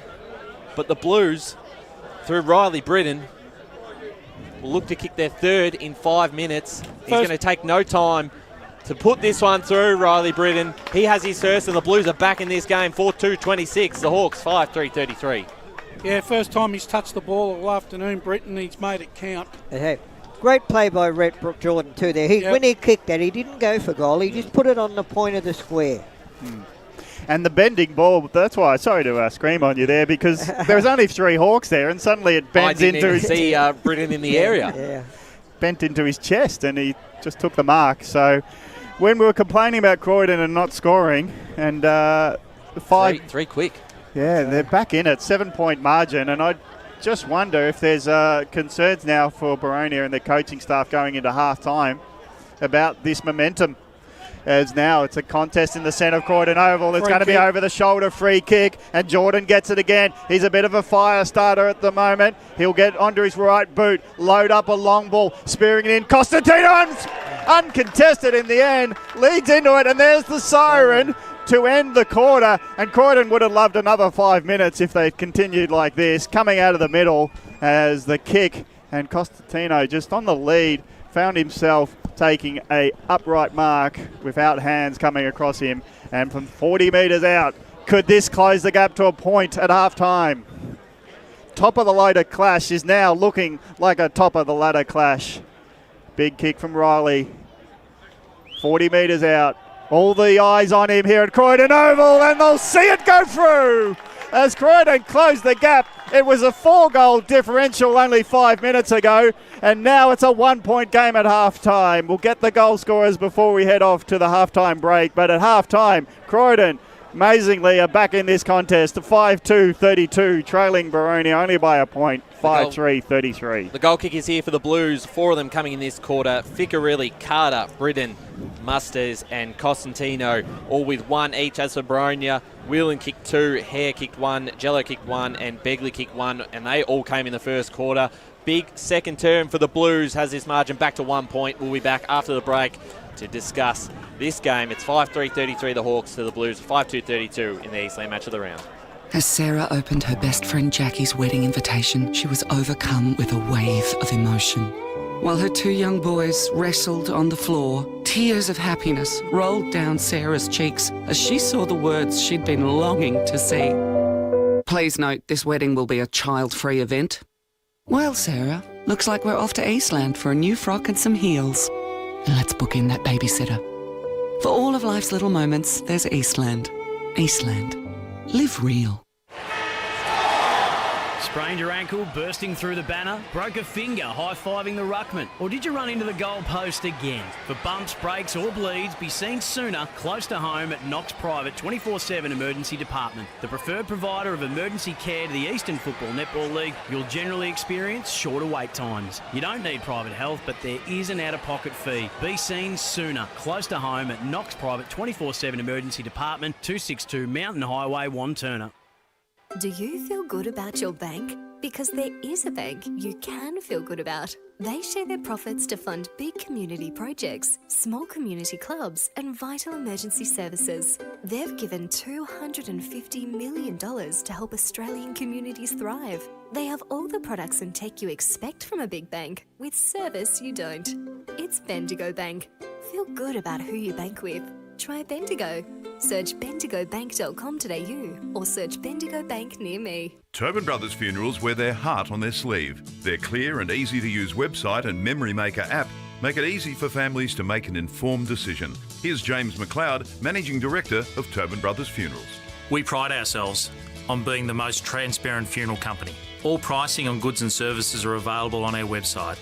It's all there for you to see and make very informed decisions when planning a loved one's funeral. Visit tobinbrothers.com.au. Tobin Brothers Funerals, celebrating lives. Do you want to study at the #1 sports science school worldwide? Study sport at Deakin and benefit from the most advanced sports facilities available, from running tracks to biomechanics labs, and decked out gyms to a climate chamber. Deakin have what you need to graduate ahead of the pack. Discover endless opportunities in sports science by visiting deakin.edu.au/sport. Deakin, proud sponsors of the EFNL.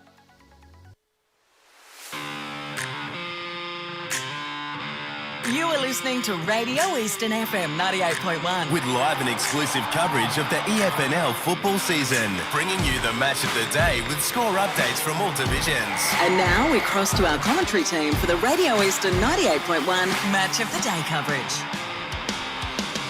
Welcome back to the Eastland Match of the Round. We've got a Division 2 clash here. It's 1v2 Boronia against Croydon at Croydon Oval. This is the halftime show. I'm joined here with my fellow boundary rider, Brett Beston, and Matt Spider-Lee, who was on the pre-game show. Gentlemen, how have we seen this game? It's been fascinating in the past 10 minutes, Spider. Yeah, it has been, Jared. Look, you've got to hand it to Croydon to be able to fight back into the contest.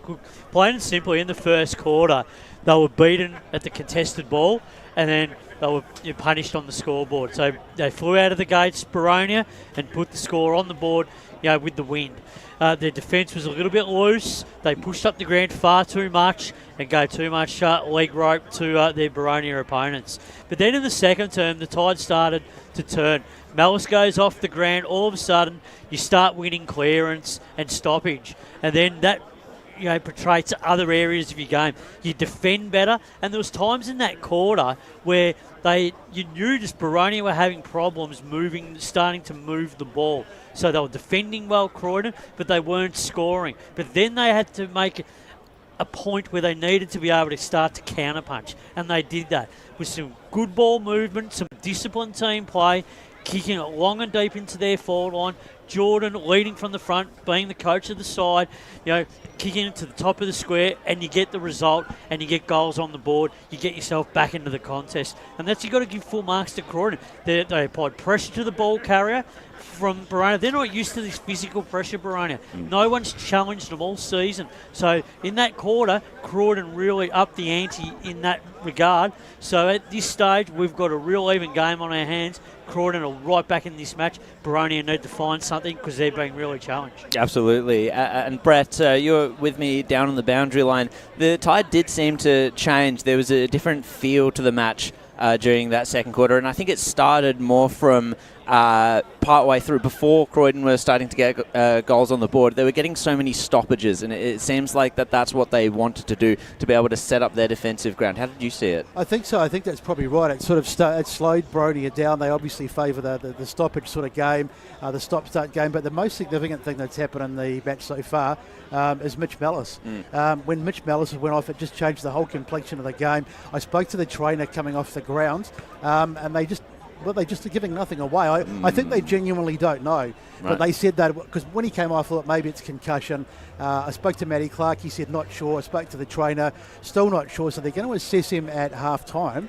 But if he's out of the game, I think that's a real turning point because him going off, to me, that was the catalyst for Croydon getting back into the game. Yeah, and also this ruck duel, Brett, is really important because Yule is really starting to assert his dominance on Noops. So I really feel he's starting to take control of the stoppages, particularly at the centre bounce, because in the first quarter it was Noops all the way. Yeah, he was palming it down, and that's where Mallison was sharking the ball. But in that second term, I thought Earl started to really win around the ground as well and showed his real physical presence. Yeah, I thought Noops. Sorry, Jared. I thought Noops was going to have a field day in the first quarter because he really dominated, but top marks to Yule. I mean, he's a big man. He's huge. He's like about 7'5", but and he really got top in that second quarter, and that was largely due to the fact that that he was giving the great service to his mids, and with no malice there, that was Croydon getting back into the game. Absolutely, and the one thing that changes now as well is that they've pushed Begley up into the midfield, perhaps to.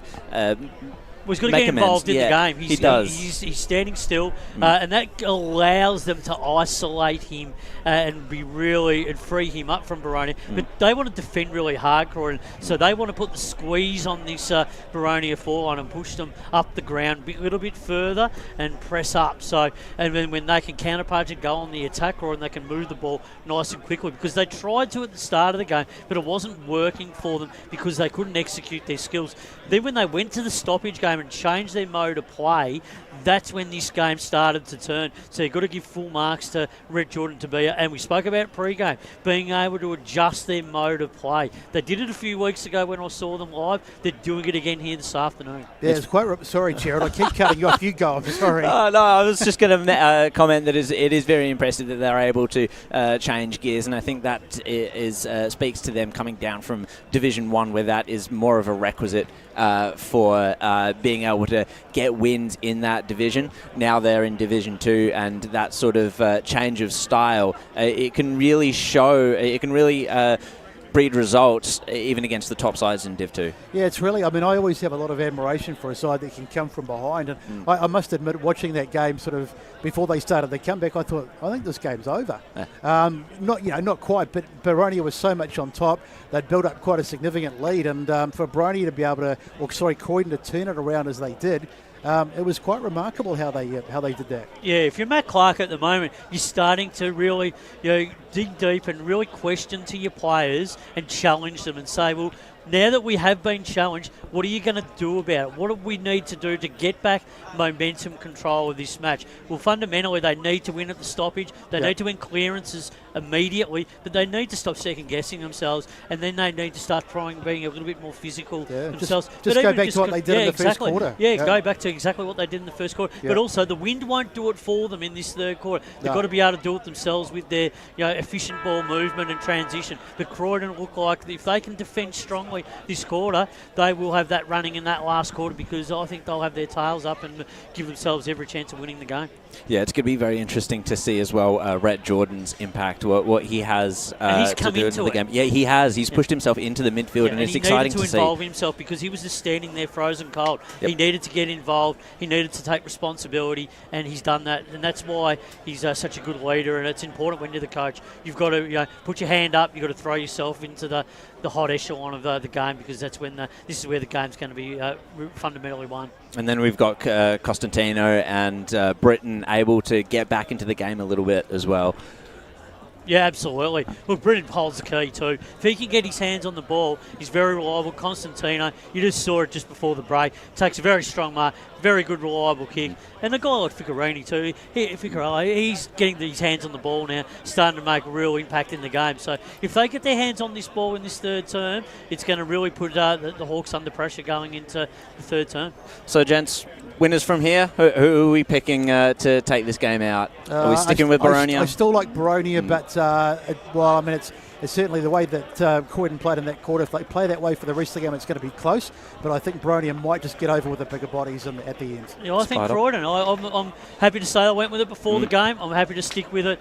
They've got the clamps on Boronia at the moment. If they keep the clamps on and attack and keep defending properly like they have been, give themselves chances to score, they can win this game. Yeah, subject to Mitch Bellis coming back on, I'll have my tip. And that's all we've got for the halftime show. Thank you very much for listening. We'll be back with the third quarter of the Eastland match of the round after this break. She's trying on jeans for a momentous occasion. Coffee with the ex. She needs jeans she can move in because she's definitely moved on. Jeans that get a second look but don't give any second chances. Jeans that say, "Why yes, I have spent the last 8 months in a post-breakup juice cleansing, kickboxing, personal training frenzy." And it looks as though she's just found the perfect pair. Bravo, Lucy. For all of life's little moments, there's Eastland. Eastland. Live real. Sprained your ankle bursting through the banner? For bumps, breaks or bleeds, be seen sooner, close to home, at Knox Private 24/7 Emergency Department. You'll generally experience shorter wait times. Knox Private 24/7 Emergency, 262 Mountain Highway, Wanturna. Do you feel good about your bank? Because there is a bank you can feel good about. They share their profits to fund big community projects, small community clubs, and vital emergency services. They've given $250 million to help Australian communities thrive. They have all the products and tech you expect from a big bank, with service you don't. It's Bendigo Bank. Feel good about who you bank with. Try Bendigo. Search bendigobank.com.au or search Bendigo Bank near me. Tobin Brothers Funerals wear their heart on their sleeve. Their clear and easy-to-use website and Memory Maker app make it easy for families to make an informed decision. Here's James McLeod, Managing Director of Tobin Brothers Funerals. There's no mystery about our pricing. It is clearly displayed on our website and our app. We have staff standing by 24 hours a day, every day of the year to assist you in your absolute time of need. Visit tobinbrothers.com.au. Tobin Brothers Funerals, celebrating lives. There are only 3 things that should be flushed down your toilet: pee, poo and paper. Some wet wipes and antibacterial wipes say that you can flush them, but you can't. They clog up the toilet and pipes, causing expensive blockages. Save yourself a truckload of trouble. Put your wet wipes in the bin. To learn more, head to the Yarra Valley Water website, yvw.com.au/wet-wipes. Hi, Dylan Dow from the Boronia Football Netball Club here. When I need to grab a quick coffee or a bite to eat, I'm popping into Eastland. Eastland's more than a shopping centre. They support a range of community organisations and have been a major partner of the EFNL since 2018. Cheers, Eastland.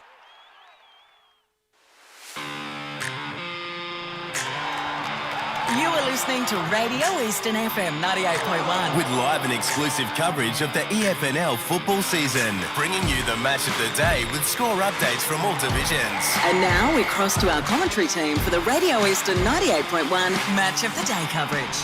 Eastland match of the round, Boronia versus Croydon. Out at Croydon Oval, and the Blues got themselves back in that game in the second quarter. 5-2-32 to the Hawks, 5-3-33. Gavin Casey to take us underway for quarter number 3. Noob, sizable advantage over Hoekstra, and he does win the tap. Roves his own tap, knocks it forward to the Mount Dandenong road end, but it's been spooned up by Dool. Dool back of the square, kicks it back to the centre circle. Jordan, good body work, but he allows the other players come in like White. White picks it up for Boronia. Long ball inside 50. Flying there was Begley, holds back from flying, and he roves it. Jallo was in the contest early, comes back to him. He has to play on from the pass. Now his short pass doesn't hit the target directly on the full. So on the bounce, Duncanson gives it away. Jallo does some good work just to keep control of it. But Boronia under a heap of pressure. And finally, the tackle was a bit indiscriminate, says the umpire. And it'll be Max Brasher getting the free kick. Just it looks like it may have gone the other way to Croydon. So Brasher from 50 has a set shot. Either doesn't see great options or backing his leg. What do you reckon the case is? It's a 55-metre kick in the end. He might struggle with this. He's going to put a bit of a spiral onto it. He puts a big booter in, a lot of leverage. It's getting the line, and it goes all the way. Never a doubt in the world. One brusher says, that's dubious. One brusher says, that's a goal. So it's Boronia 6-3-39. Now a 7-point lead from the big kick from Max Brasher. Croydon 5-2-32, 90 seconds into this third term. I don't think I've ever seen him kick the ball that far. And the boy Rain Brasher being very diplomatic before he kicked that. Well, he normally can't kick it that far. Anyway, that's a crucial goal for them. It is, yep. It's a goal that they needed because they didn't kick one in that second quarter. Now we see Croydon respond. Back in the middle, we'll go to Scott Hardy in a second for some scores around the grounds. As the Blues get the clearance through, Ficcarelli inside 50, Dodd in front, couldn't take the mark. It falls down to the hands of Flanagan, who went to Duke. He's now competed here with Mackenzie, or Ficcarelli that is actually. Just a few signs in that second quarter. Boronia fumbling the ball when Croydon is starting to put the pressure on. So ball up here, Todd versus Noops. Noops gets the tap down, Mackenzie. And Under will get another ball up as we go to Scott Hardy. Just from Premier Division, Roval leading 6 goals 4-40 to South Croydon 4-7-31. Blackburn 6 goals 10-46 to Norwood 3-1-19. And just quickly, East Ringwood 5-5-35 to Noble Park, only 3 behinds. Thanks for that. Scott, some interesting results there in Premier Division. That's unbelievable of Noble Park. Go on. Let's go boundary to Brett Beston. That Noble Park result must be wrong, surely. Just a bit of a word down on the boundary. Mitch Mellis is officially out of the game, boys. He's got a rib problem, and I just spoke to Matty Clark and I said, what was the message? And he said, just to be better around the contest. Thanks there, Brett Beston. Doing a great job on the boundary with Jared Beanland. Back here, we're still inside 50 here for the Blues. White tried to get his kick, but was bumped off the ball. Todd went forward. Dangerous area here for the Hawks. What's the umpire going to say? Give it to me. And we'll get a ball up inside 50. Big difference with Croydon around the contest to what they were in the first quarter. Dodd, good front position, taps it over his head, but it was to the opposition, and Fairchild gets the hand pass received, then clears it, long ball to Collins underneath it. He gets hands, but not the kicking in danger there. It was Mortimer trying to get it out of the heat of the battle, but Begley takes a free kicks with his hand over the ball just as Mortimer puts his foot into the ball. Ball in the middle. It's now a disputed one. Brasher leaves it behind in the tackle. Begley... this time it's Hawks trying to get it forward. Bouncing ball to Hare. Hare gets off the runner, and the runner being Edwards. Long, high up and under, and it falls into the hands of the forward leading into it. And it's a good mark, this taken by Whelan. And Whelan is just checking his goal tally. He's on 2. He missed one in the second term from a set shot. So looking to redeem himself in this third term with one from the left pocket. Usually a pretty accurate, but we've seen on the first term from the opposite side kick a beautiful goal. Will Whelan judge the conditions and put it through the middle and extend the lead to 13. He really tried to boot it real sharply, didn't he? Like, try to spear it into the goals, but it missed. And it was only a... Out of bounds. Out of bounds on the full, no score. So the scores don't change here at Croydon Oval. Boronia early in the third term leads 6-3-39. Croydon 5-2-32. Corey McKenzie passed it off to the skipper and Smith. I think has fought pretty hard, certainly in that first quarter and a bit where the Blues were under a lot of pressure. He'll look to escape their back half. A pack of 5. Flying out the back was Hoekstra. Couldn't bring it down. Begley with the crumbs going forward. Bouncing footy. It's cut off here by the Blues. They can link up. Duel. His hand pass was cut off and he was caught high. And the umpire was blindsided. Unlucky, but... Yeah, the umpire completely on the wrong side of that one. If he'd been on the other side, it was too high. Can't blame him for that one as we get a ball up just outside 50 here for the Hawks. Tapped down by Hoekstra. Noops picks it up, who's been pretty solid so far in this game. Looking for Begley. Pushed out of it there by Evely, and we'll get a ball up inside 50 for the Hawks. 6-3-39 to 5-2-32. 5 and 45 seconds gone in this third term on the Bendigo Bank scoreboard. Thanks for joining us. Radio Eastern 98.1 FM for our Facebook and YouTube streams. Fairchild picks it up, and that's too far out to the left, and it's a out of bounds on the full, so no score there. as we go around the grounds with Scott Hardy. Yeah, from Division 2, Basin 8-3, 51, East Burwood 6-5, 41. Also Ringwood leading 5-5, 35 to Lilydale 1-4, 10. Might go boundary side in a sec just for some conditions. I feel like in even hearing in the effects mic, the blusteriness of the gusting wind comes up and it drops off. Just like some ground feel from the guys, if they can give us some perspective. Half forward as Hawks winning the contest. Quick kick in, Jello's underneath. It has to beat a couple in the end. Mackenzie does the roving, quickly puts it out of the area, and the ball floats over a desperate Noops, and it'll be marked by Croydon, and picking himself up with the ball is Musters. So had some good moments, I think. Yes. Yep. He gives it off to where it came from. Corey McKenzie runs onto the ball at half back. His kick, though, is being chopped off and intercept mark. Going in the middle now of the Hawks. Duncanson's got it. He's on the back of the square. He's a bit of a galloper, but he decides to go short. It's got Grice. He might get a hand pass received. Can't get to Grice, so Grice will go long. But the one man, as the interceptor gets in the way, knocks it down for Croydon. Outside 50 where Begley picks it up. Well tackled.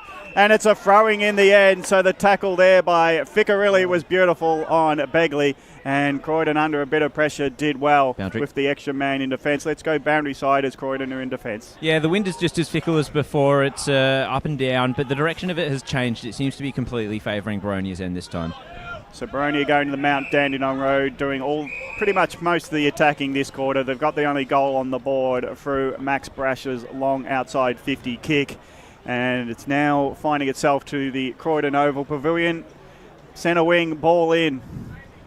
Croydon, they were trailing by over 4 goals and really struggling to hold up in that second term. Then 4 late goals in time on has closed the gap to a point at half time. Conceded Boronia got the first goal through Brasher, and now go forward again. High up and under ball, long ball by Flanagan, but it's again Pryor picking it off. His kick's been chopped off. Mark claimed by Max Brasher. The umpire says play on, not enough distance. Now the runners go down the end of Malice into Duncanson, into Grice. That was a shorter kick than before. Now Duncanson receives it from Grice, gets the bouncing ball to the forward option. Just falling over there was Whelan. Whelan does get it away. So now the in ball is taken by Collins as they were composed under a heap of pressure, and the in-ball pass finds Collins, who will have a set shot from 40 metres out. Well done to Croydon there. They made Boronia work for every single pass in that forward 54, eh? Yeah, they're pressurising them as much as they can, Brett, but it's just sometimes it's just the bigger bodies of Boronia are marking the balls above them. So Collins, 40 metres out, kicking towards the Mount Dandenong Road end. He's put it to the right. The goal umpire confused you, Brash, and then you tried to confuse me, and it's a minor score to Boronia, 6-4-40, 8-point lead over Croydon, 5-2-32. Because the goal umpire didn't follow the ball. He just stayed in the middle of the goal square. Must follow the ball. Corey McKenzie taking the kick in once again. Big pack of players flew for that one. Jordan at ground level was first there, but he's well competed there by Josh Begley. We'll get a boundary throw in. As we said, 9.5 minutes gone in this third quarter. An 8-point lead in this first versus second clash. Eastland match of the round. Ball brought back into play. About 55 home for the Hawks. Grice got it out to Begley. Very tough angle here. He'll centre it towards the top of the square. Might almost go its own way. Whelan almost took that with one hand. But it's rushed over the line and tried to claim the mark. 6-5-41 the Hawks. The Blues 5-2-32. 10 minutes gone third term. Bendigo Bank scoreboard. Let's go down to the boundary with Brett Beston. Yeah, right on cue, boys. I was just going to say Josh Begley has really gone to another level in this quarter. He's really dominating, so look out for him to have a big second half. Kick out again, hits the target. Doing well is Corey McKenzie as a kick out, because he handball receive, come from Mortimer, gets it out to the wing, and it comes off hands and out of bounds, and they clear their last line pretty well there, Croydon, and now they get a 50-50 outer wing. So I don't know if Boronia have been very good at setting up a zone defence from the kick-outs, but Croydon, that's one part of the play. They've been quite good at getting out of the area, at least with the first kick. Now it's on the Sputer ball on the wing. Grice comes in the tackler, but there was no person to tackle with the ball, so it's a free kick to Croydon. Shaw passes on. Corey McKenzie's on the end of it. He's got options to look. He's got all of Croydon Oval to look at as he's in the centre circle. Goes forward to leading option. Beautiful run into the open space. Beautifully by Jordan. And he went from the centre corridor out to the flank, and he's taken the mark 40 metres out. It's an acute angle, but you could back the coach to inspire the team here with a big goal. That's just pure experience there by Rhett Jordan. Just running into the right position at the right time. And the delivery to him was perfect. Corey has been fantastic in the back pocket. Well-weighted kick, short kick though by Jordan, doesn't get the journey, so punch ball gets out into the pocket where Boronia are happy to concede a boundary throw in. So Jordan from 45 dropped it short by 5, and now it's gone out of bounds. Right pocket for Croydon, setting up from the boundary throw in. See what they can do. A lot of numbers for the Hawks, trying to get the first possession off the ruck contest, but it goes to McKenzie. This time it was the other McKenzie. His kick dribbles into the goal square. Begley now in defence, holds up, gets tackled, spills the ball. Now Croydon have got it. Knocked off his kick was Dodd, and he's not going to progress the ball for Croydon, and it's going to be a ball up 30 metres out from the Blues goal. They're setting up for a shot at goal. They just can't execute yet. Rucks go at it. Dodd. Bigger Noops wins it down. Ground level ball 1. Burgess there, handball received, but goes to ground with the ball and will be a ball up. Still 35 out from Croydon's goal. 12.5 minutes gone in this third term. 9-point lead to the Hawks with a big chance here for the Blues. A snap at goal, and it's gone through. And nicely done. I believe that was Todd Dodd. Yep. Yeah. Trent Dodd, who puts that through. Todd Dodd. I've called him Todd a couple of times today. Yes, yeah. Well done, Trent Dodd, who's put this margin back to 3 points. The Blues 6-2-38 to the Hawks 6-5-41. Just in the 13 right minutes gone. Just in the right place at the right time. Dodd got his boot onto the ball, caught the Boronia back line napping there a little bit. But he was very strong in the ball up contest too. He's given away inches to the Boronia ruckman, but he just stood his ground and held his spot. So I enjoyed your spoonerism anyway there, Ryan. But Todd, being Trent, gets a goal on the board, and now we've got a good work, Trent. 3-point margin again. Croydon trailing Boronia. Ball up again. 13 minutes gone, third term, and with Mitch Mallis exiting the game, the look of the game has changed a lot. And with the smaller ruckman going to get first hand on it, he'll win the tap and win the free kick with Hoekstra as Noop came over the top. Hoekstra looks for a long ball, just puts it high up and under. Costino gets running from the back, can't get the mark. Ground level ball, Boronia trying to hold up, being pushed off the ball, and now flying shot goes to the goal line, but last line marked by Edwards, I think. Duke. Duke, sorry. Duke's got it. Short ball. Maybe dangerous, but Noop's had it well in control, had a good lead on his opponent. So Noop puts a spearing ball into the wing. A couple of Croydon players there to spoil. But the running here's Edwards. He couldn't take it with him, and now the tackles come in. He'll be stiff to be penalised because he spilt the ball and allowed Croydon to tackle. And they'll be thankful that he did. So it's a ball up 70 metres out from Croydon's goals. Hoekstra's been good in the ruck, and Noops has been tirelessly working. Done well, but again Hoekstra gets good body position. Here's Noops tiring. Fairchild on ground deck gets it to Grice. Grice will run out of the contest with a ball forward. Numbers do sit well with the Blues. Smith gets taken down in a tackle, and he decided not to hold on to the ball, so it's a holding the man decision as we've got a transition play. I'll just continue for a second. It's in the hands of Dool. Dool on the outer side. He's looking for Smith to run onto it. Smith takes the mark. He's looking to gallop on, and now he's got an up and over to Costantino, who's got some time to pick up the ball from 50. He had too much time in his mind, and he got run down from behind. So Boronia do hold up just at the last second. What a good rundown, because Costantino thought he had all day to get rid of it, but it was a great rundown tackle by Jallo. And now we'll stop for some scores around the grounds of Scott. You're right. From Division 3, a few big scores coming in. Upper Ferntree Gully 10-11 71 to Oakley District 3 5-23. Surrey Park 15-7 97. Sylvan 2-2 14. We're just going to catch off here. Ryan White gets it off to Hare. He's got time and space. He'll take a bounce. Could go further. had all the time in the world, and that kick just bounces out of bounds, so we'll get a boundary throw. Gee, that is an absolute let-off there. Just had all the space and time in the world, right? Well, both teams had a let-off. One up in the forward line for Croydon and that one there. So the game's tightening up here. Both sides are making plenty of mistakes here. Yeah. Yeah, the intensity's lifted in this third term. 3 points to margin in favour of the Hawks. White is tackled here by Pettinella, and we'll get another ball up. 16 and a half minutes gone third term on the Bendigo Bank scoreboard. BCNA round for the Eastern Football Netball League. Collins with a hit out. It's going to go nowhere again, and we'll get another stoppage. Inspiring coaching decision to put the smaller hookster into the ruck. He is starting to dominate, actually, getting body position in every contest. Does it again. Has there, gets a tap out. And looking for Pettinella, who can run onto this. The handball off to McKenzie. Did well. And off to the other McKenzie, and Corey McKenzie. Down the line. Out the back there. Strong hands by Zach Dower. That was an excellent mark. An excellent mark under a lot of pressure. Dower for the Hawks. The short kick forward looking for Grice. Did well. In front of the coach of the Croydon Football Club in Rhett Jordan.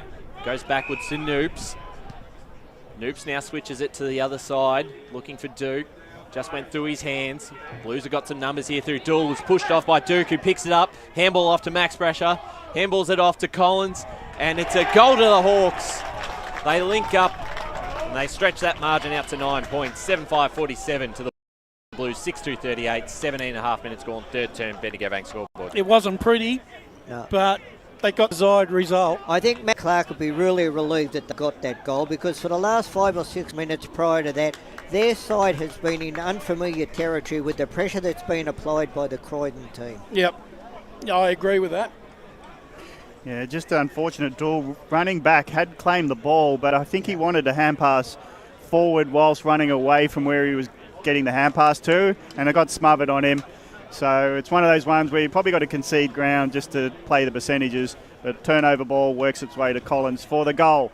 9 point margin for the Hawks halfway through this third term, or approaching time on actually. So 7-5-47 Boronia leading Croydon 6-2-38. It didn't look like this was going to be a close game halfway through the second term. It seems like Mitch Mallis's moment where he had the collision on his ribs has changed the dynamic in every contest, and the score is closed down. Talking of scores, let's go around the EFNL for some scores. Yeah, Premier Division. Noble have kicked their first goal, but they're still trailing. So East Ring was 7-7-49 to Noble Park 1-7-13. And Blackburn dominating 11-10, 76 to Norwood, 3 goals, 1-19. Max Brashy would have hit their FX mic. The holding the ball call from the Boronia fans. He won the free kick, finds Duncanson, boundary side right, goes inside 50. The spearing ball doesn't get to intended. Grice runs onto it. He hand passes out to Edwards. Edwards goes inboard with bouncing ball. Just misses to the left of the post. He was so clever. He was in congestion, stepped on his right, had space, bouncing ball over the full forward, missed to the left. So it's still a 10-point game for Boronia, 7-6-48, leading Croydon 6-2-38. Inside 50s in this third quarter are 11-3 the way of Boronia. Corey McKenzie got it off to Ficcarelli, who plays on right away. Finds the coach in Jordan out at the half-back for the Blues. Down the line, Costantino, front position, takes the mark. Some of their bigger names getting more involved as the game goes on. He looks for McKenzie, the short kick, and he juggles it. They managed to come out of this okay, because Costantino was able to get the ball going forward, looking for Yule, just fell through his hands. Zach Brash with the handball off to Edwards, and he's caught here by Ficcarelli. We'll get a ball up on the far side. 10-point lead to the Hawks. Boundary. As we go boundary to Jared Beanland. I do wonder about Costantino playing further up the ground, because his compatriot Britton's been soundly beaten by Jared Lake. So I'm not sure how it's going to play out when they actually do get it forward without Costantino there. It just probably helps him get into the game a little bit more. As he's correct about Britton. Probably only had about 1 or 2 touches. Did kick a goal out of one of those, but been quite well beaten by Jared Lake. They're both sitting up forward at the moment. Edwards here for the Hawks, the handball forward. We'll see it out of bounds again. We're into time on here in the third term. Love that little nugget there by Jared, compatriot Britton. Sort of just slipped through there. I just think he deserves some credit. May have not meant it. Bit of but I think Bit he of a did. wordsmith, Jared, as a tap forward here for the Blues inside 50. Laying the bump there was Christie. He's done a couple of nice things this afternoon. We'll get another ball up. I mean everything I say, gents. Well, that's a worry. Ball's for 45 metres out from Croydon's goal. They're 10 points behind. Rucks go at it. Ground level ball yet to be claimed by either side. Duncanson's in there. Hand pass off. Well, nearly got it going for Dower. Dower taken down and is holding the ball because he did nothing with it once he got onto it. 50. And the ball didn't come back to Ficker really on the full or very directly. 25, let's say. So the call for 50-25 was not heeded. Ooh. That is a worm burner, but it doesn't go the way of Croydon. It's been held up, and it's again holding the ball. You can't just grab it and do nothing with it, says the umpire twice in a row, and it's a penalty against Boronia and free kick. It might be hot because there's some looks around this broadcast box suggesting that was a stiff decision against the Hawk defender. No, look, he ducked his head. He ducked his head into the tackle. That's definitely a free kick against him. So it's with Costantino, I think, who's going to have a shot at goal from 40 metres out. And Boronia, a lot of hands on heads, just sucking in the air a bit because Croydon are powering into them in the contest. So kick the goal before half time. It's a repeat effort. It's a great effort. Costantino with his second, and again, it's an important one for the contest. Closing the gap again to within a goal. Croydon 44, trailing Boronia 48, but it's game on, time on, third term. Let's get some stats. Yeah, they've really upped their tackling pressure like they did in the first quarter. Croydon, they lead the tackle count 14-6. Thanks there to Paul. I think it may have been stiff, but I think the Blues have been stiff on a few calls as well, so... What comes one way comes the other way goods and roundabouts in this game. When scores happen, though, you sort of remember them. Yeah, that is true. So we're back in the middle, back to 4 points, but the Blues have worked really hard to get themselves back in this game. 7-2-44 to the Hawks, 7-6-48. Approaching three-quarter time here. Croydon Oval, match of the round. Who can get the clearance here forward? They've certainly evened up in this area of the ground since Mellis has come off. We'll get a stoppage here. And that's the one thing Croydon have done since Mellis has gone off the ground. They've stopped that clean ball coming out of the midfield. And Mackenzie and Ficker really have been part of that, who have certainly had their influence. This ball comes out to Begley, get the handball out. Looking for Mellis. Just dropped it. That's right. And it's holding the ball. And they'll play on here through Carter. Carter goes inside 50. Couple of one-on-ones. No one's able to take the mark. And wrapped up there was Musters by Dower.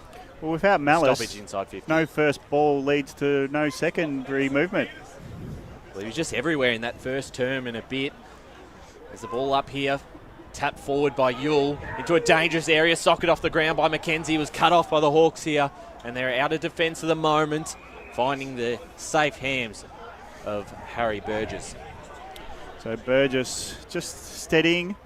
Surveying options, short pass may have appeared dangerous, but Noops makes good of it, only 15 metres away from him. So you're wondering about what the gain was with the risk.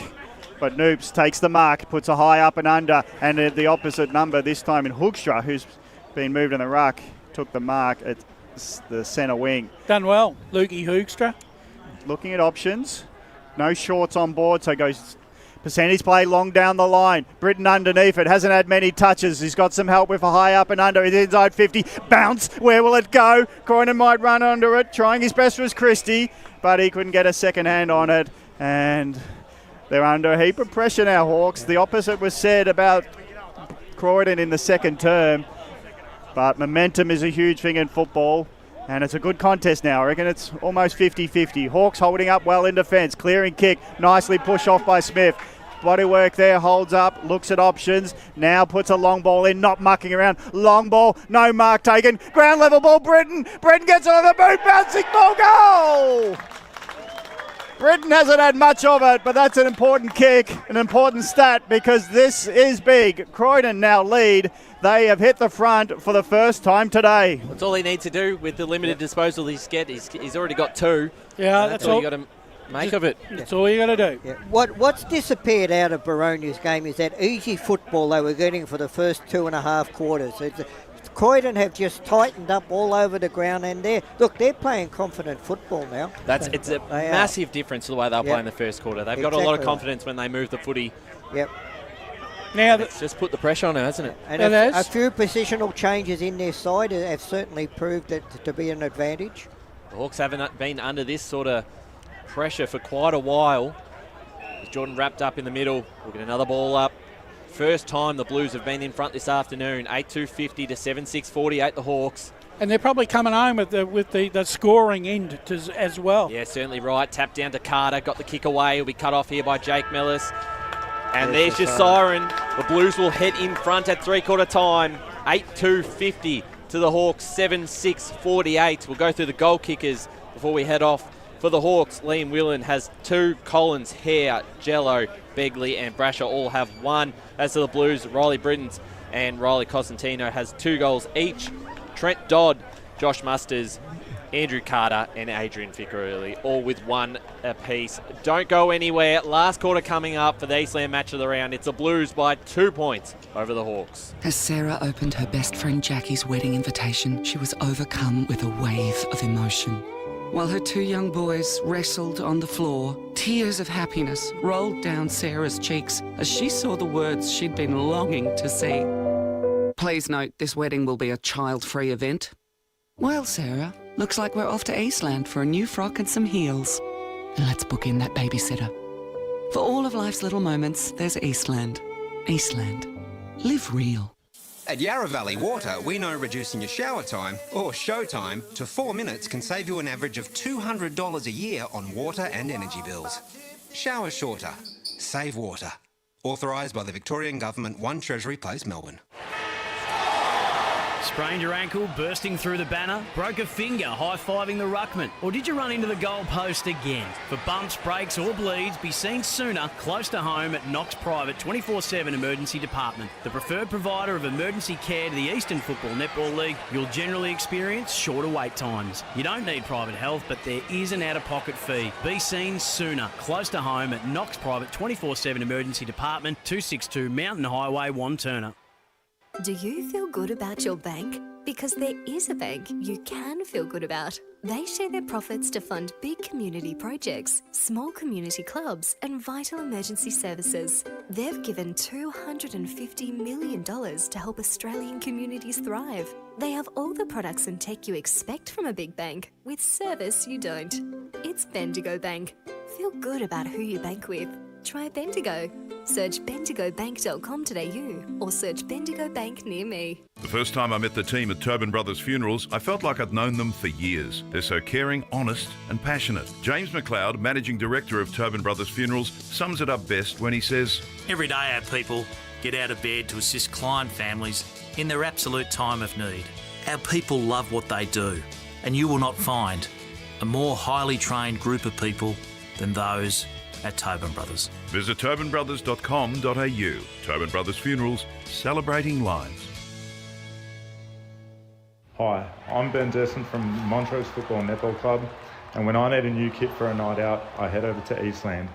But Eastland is more than a shopping centre. They support a range of community organisations and have been major partners of the Eastern Football Netball League since 2018. Thanks, Eastland.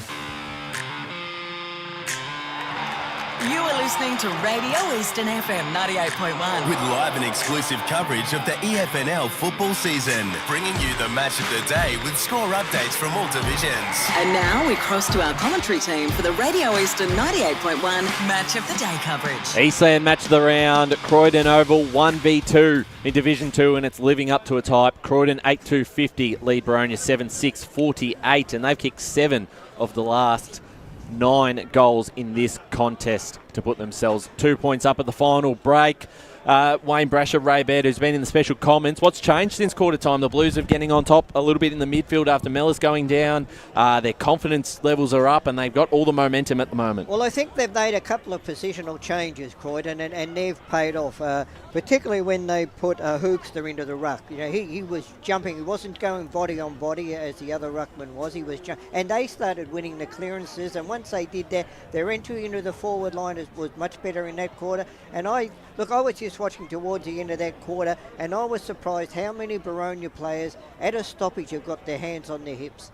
So that's a sign of fatigue to me, so it's going to be interesting just to see if they can play out the last quarter, because it's in unfamiliar territory for them. It is, and they haven't. And since Mitch Mallis has gone, they've lost their run and transition out of the midfield going into their forward 50. However, that's not paying enough respect to Croydon, because Croydon have really knuckled down and denied Boronia the space that they had in the first quarter and a half, and the outside run that Boronia had, Croydon have dried that up, and it's basically put the game back on Croydon's terms, where it's an in and under type game. Tackling is the number one game here, and winning possession and gaining yardage, right, is paramount, because any yardage gain is a kick or a handball closer to goal, as the goals have really dried up for both sides. It's going to be a war of attrition, I think, in this quarter. It certainly is. Look, this game's going to go Boundary boys. right down to the wire. Let's go down the boundary. Brett Beston has Matt Clark. Thanks, guys. Matty, what's the message going into this last term? Yeah, I think we've just been stalled, and we lacked a bit of energy around the footy. So for us, it's just finding that energy and not being that down the line side. I just want to find angles, get the ball moving on the outside a bit better than we have been. Your tackle pressure's been good, though. That's one positive for you, and I guess you'd be looking for more of that in this last term. Yeah, absolutely. We defended really well, I think, for large chunks of it, and we haven't taken our opportunities. I thought our use in the forward half that quarter, we just burned a couple of ones that we usually take. So we'll keep defending well. That's what I want to do. And hey, as I said, I'm not worried about the result, but I just want us to play our brand of footy. So let's see how we go this quarter. Good stuff. Thanks, mate. Thanks there to Brett Beston with Matt Clark. Gavin Casey to take us underway for the last term here. Be interesting to see Hookshaw. Good jump over Noobs. And then the ball taken by Carter. He bundles a big ball inside 50. It's bouncing towards Britton. Britton leads the way, but falls over with his opponent there in Lake. And it's been up into the legs, and it'll be a ball up. So that first hands from every ruck contest is now going the way of Croydon. And it's big, because it means they can clear with a bit more freedom. Again, hands on ball. This time it's Croydon, but the man with the ball has been claimed, and Nicholas concedes a free kick for holding the ball. So it's going to be Boronia at half back. Short pass on. Noops has got it. And it looks a bit stop-start from Burgess to Noops.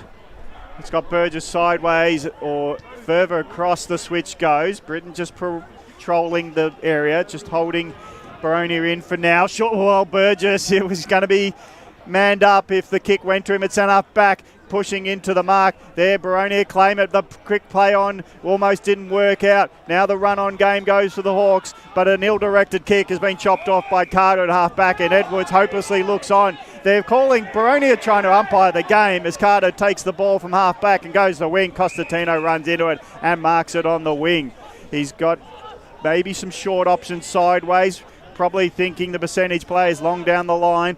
Does that, hoping for a marker. Outnumbered, and Jordan can only come in with the late spoil. So late that the mark has been claimed and won by Burgess. So the Hawks hold up again in defence. Front on spoil there. That could go either way, but normally, technically, if you go front on, you're giving the free kick away. Probably just wasn't their best option. It was a 1-on-2 there, as Edwards now for the Hawks sends them into attack. A couple of one-on-ones. Begley in front position takes the mark here, and that doesn't look good. He's holding his shoulder at the moment. That hurt. So I reckon he's done a shoulder here. Yeah, because the knee sort of pushed him back just as he was jumping forward, but he's a tough guy. He wants to take his kick here, and he's a long way out from home. He's pretty tough, this bloke. So Josh Begley. Give him the magic spray. He's going to move this on pretty quickly. Copped a nasty blow to his shoulder there, and he just launches it up towards the top of the square. Couple of players underneath it. No one can take the mark. A dangerous spot here for Croydon. And we'll get a ball up. Gee, you almost reckon either side that gets two and a bit goals in front of you, I reckon go close to winning the game. Yeah, certainly right. It's been a low-scoring game, if you said. 8 goals to 7. Probably didn't see that coming into it. Boronia have been a very high-scoring side this season. The most they've been challenged this year. Handballing out was Evely. Got it off to Dool. Dool does nicely towards a teammate there in Dodd. not Todd. The ball goes out of bounds and we'll go to the score centre with Scott Hardy. Yeah, Premier Division, Roval 9-7-61 to South Croydon 8-8-56, and Bourne doing it comfortable 9-12-66 to Berwick 4-2-26. Boundary. Is there any boundary? Well, we'll keep you updated for scores because I know in the last term there'll be a lot of fans from all clubs hoping to hear whether their side is in front. As fourth quarter action here at Croydon Oval. Croydon done well to get in front, trailing for all day until just before the three-quarter time siren. Now they go forward on the bounce. Britton knocking in front of himself, but he can't keep running with it. He allows his teammate to be the runner as Boronia have got the numbers in defence to hold up. But it's funny to see Britton knock it on and go, I'm not chasing that. As it's now ball in from 40 metres out from the goals. Croydon's transition has been much more electric, probably knowing that they can get first hands. There's confidence to go forward.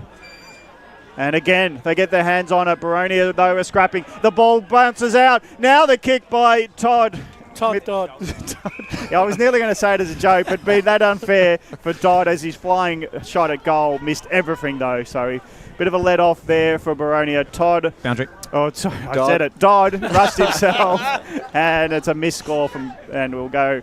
So let's get some stats before we just discombobulate any further.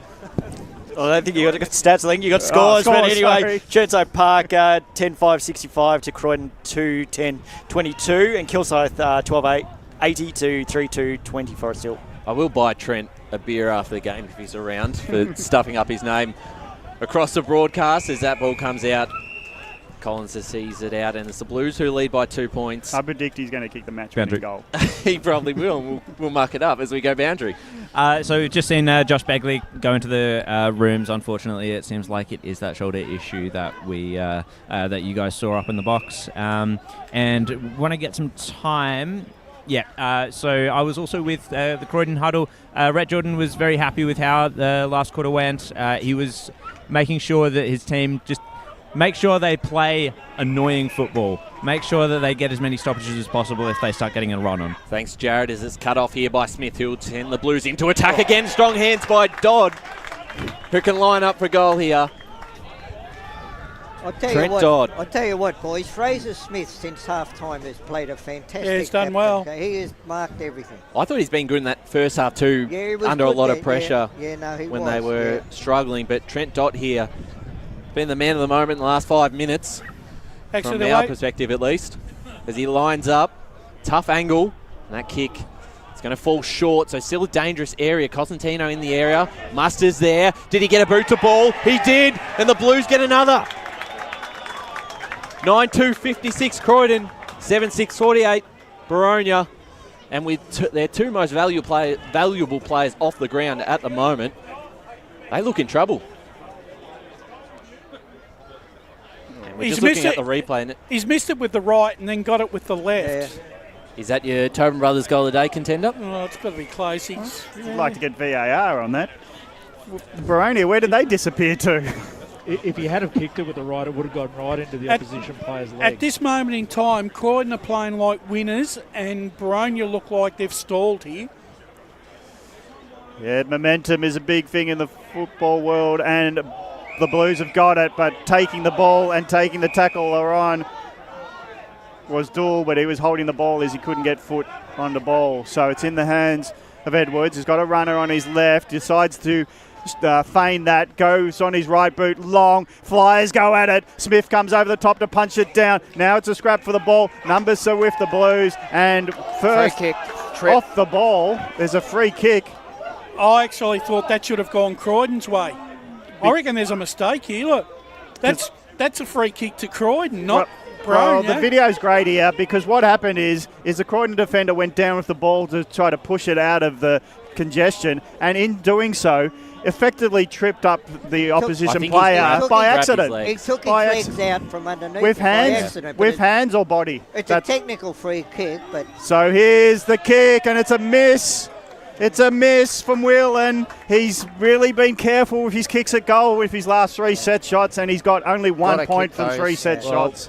After he kicked the first 2, he's missed probably 3 or 4 set shots, so could have been a big afternoon for him, but Mackenzie here to clear it out. And mark dropped here by Evely. Dangerous spot. Grice picks it up. And we'll get a ball up. Score at the moment, 9-2-56 Croydon, 7-7-49 Boronia.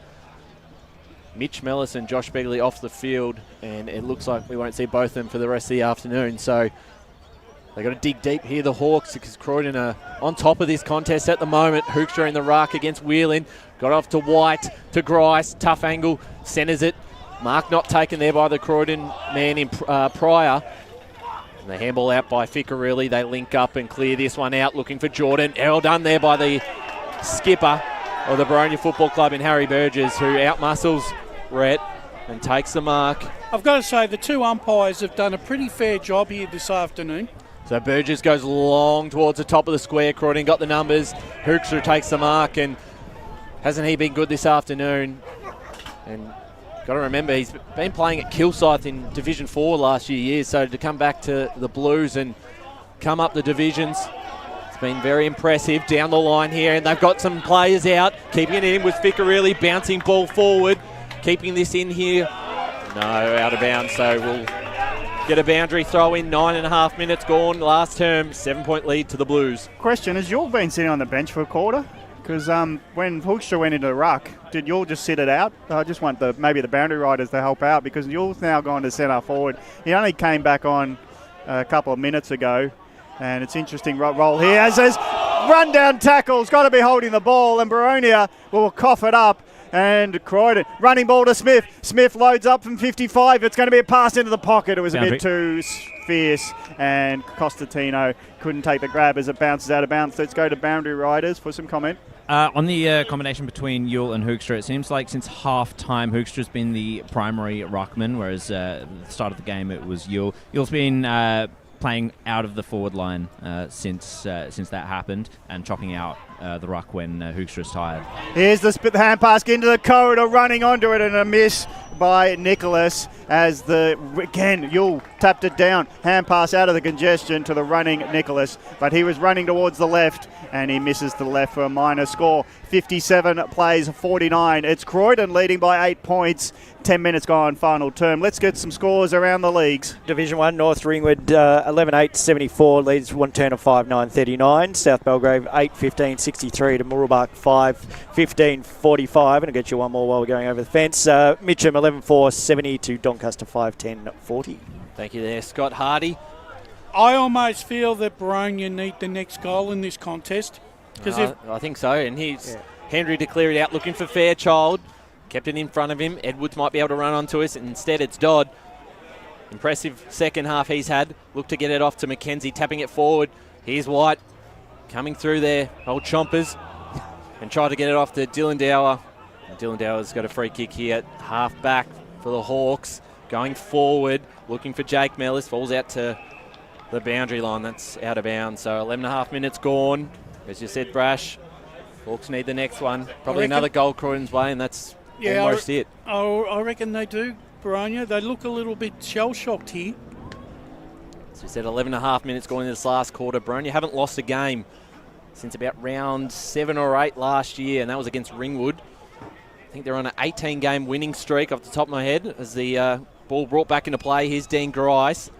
Swung around, just got the handball away, looking for Edwards. It's cut off by Carter, who lays a big tackle there on Fairchild. And we'll get another boundary throw in. Come out the 12-minute mark as we go down to the boundary. Brett Beston. Just confirmation. He's just walked past me and I asked him and he gave me the nod. Josh Begley is done for the day, boys. It's just a man who was imposing himself on the game too in the second half. So that's another loss for Boronia. As it goes forward of the contest, Nicholas runs onto it, bundles the ball onto the boot, gets it inside 50. The punch goes out by the Hawks and they're conceding ground. It would be deliberate in the AFL, that punch out almost, but Lake happy to concede a boundary throw in rather than being under the pressure of that ball 2-on-2 contest. So Croydon getting forward of the stoppages with quick releases. Now again, tap one by Dodd, but this time it's going without it. The ignored was the holding the man decision for Boronia's purposes. Lake gets on it again. He tries to push off his opposite number, and the umpire said fair enough because he was pinned to the boundary line, and it'll be a ball up just inside because it's not a holding the ball decision as the Croydon faithful had hoped. The umpire brings it back inside the corridor just to open it up a little bit.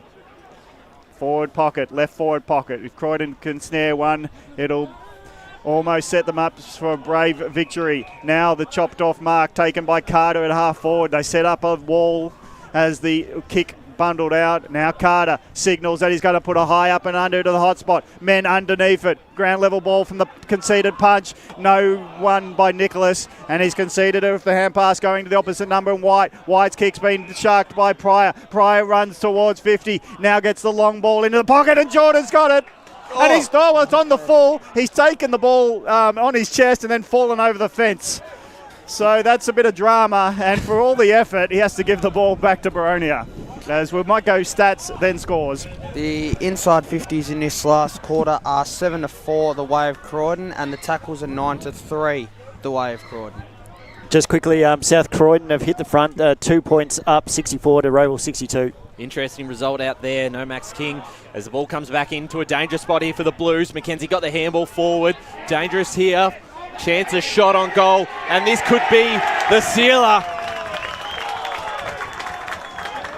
And it's Pedinella who puts that one through for the Blues, and they move to 10-3-63 to the Hawks 7-7-49. It's only 14 points, and there's still plenty of time to play, but they look shell-shocked, really, the Hawks at the moment. Yeah, that's a great finish on goal. They're not playing well enough to get back into this contest at the moment, Boronia. All the run out of that midfield. The tackling pressure of Croydon has worn them down from about the halfway through the second quarter. Well, I'm going early. Game over, and I predicted it at the start too, boys. Yep. Game over. And Spider called it before the start of the game as well. Boundary.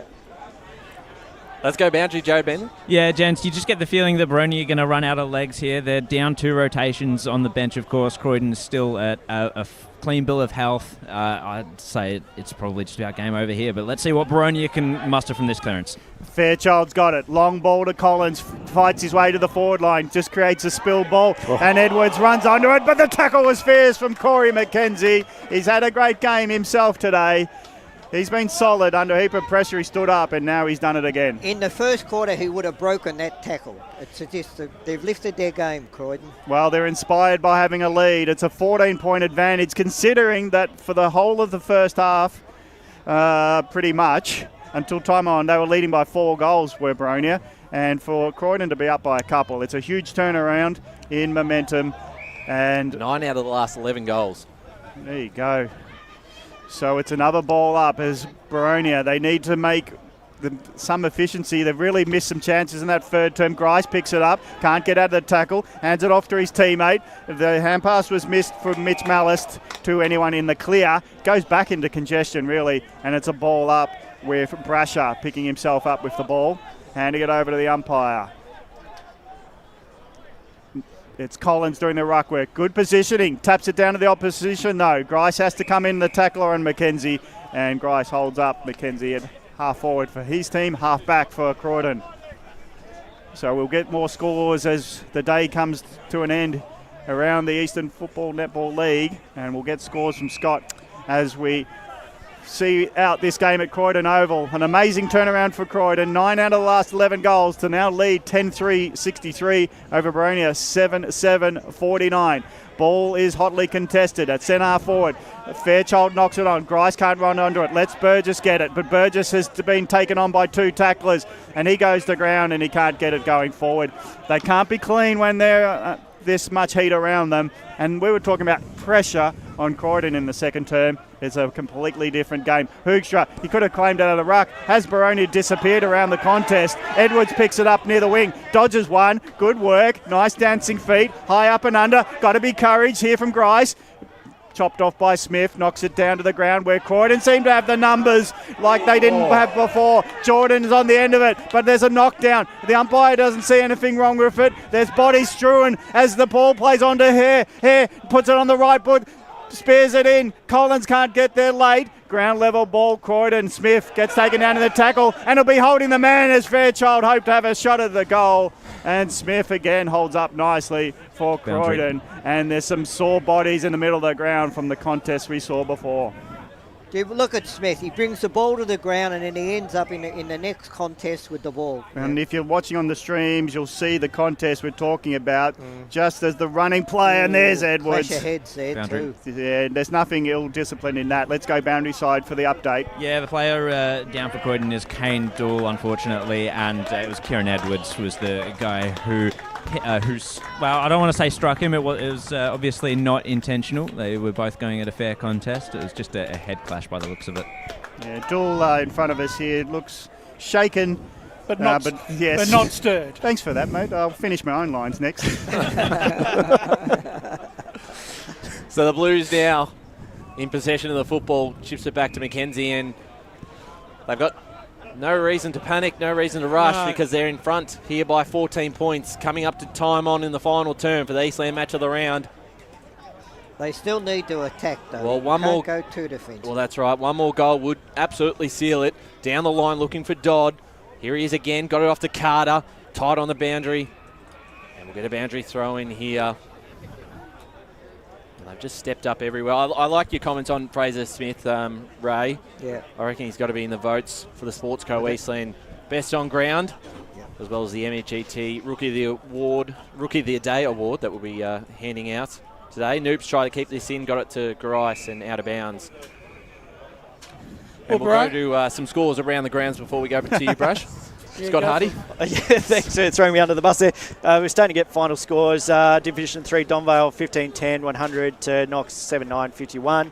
Ferntree Gully's taking the win 7-8, 50 over Fair Park 3-4, 22.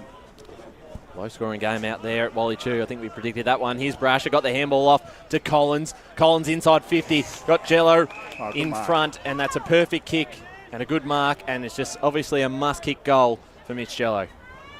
And he looks to play on straight away and went over the top of Whelan. Hare tries to keep this in. He does almost, bouncing into the behind post, but you're in. Why would you not go range back for a and goal. kick a goal? Yeah, I don't know. He was in kicking distance. They need goals, you know. Lack of confidence in you. That's right, Brash. Well, he's coming off a 5-goal performance last week, so Jello those went are the jelly. goals he usually kicks, but look to play on, and they're just a bit nervous here, the Hawks. Just haven't been in this sort of situation for a long time, and that's credit to the Blues and what they've been able to do this afternoon. They locked it in here, the Hawks, but they've got to get one very quickly, otherwise time will run out. I think time has run out for him, Ryan. I'll give him one last 1 minute of a chance here. So Jordan getting clearing kick. The coach will be happy with his day as the ball goes in the middle. Musters gets it, but he's scragged on his kick. High up and under goes out a wing.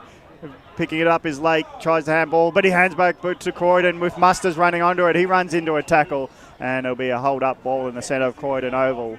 Scoreboard behind the ball up says Croydon 10-3-63 leading Boronia 7-7, 49.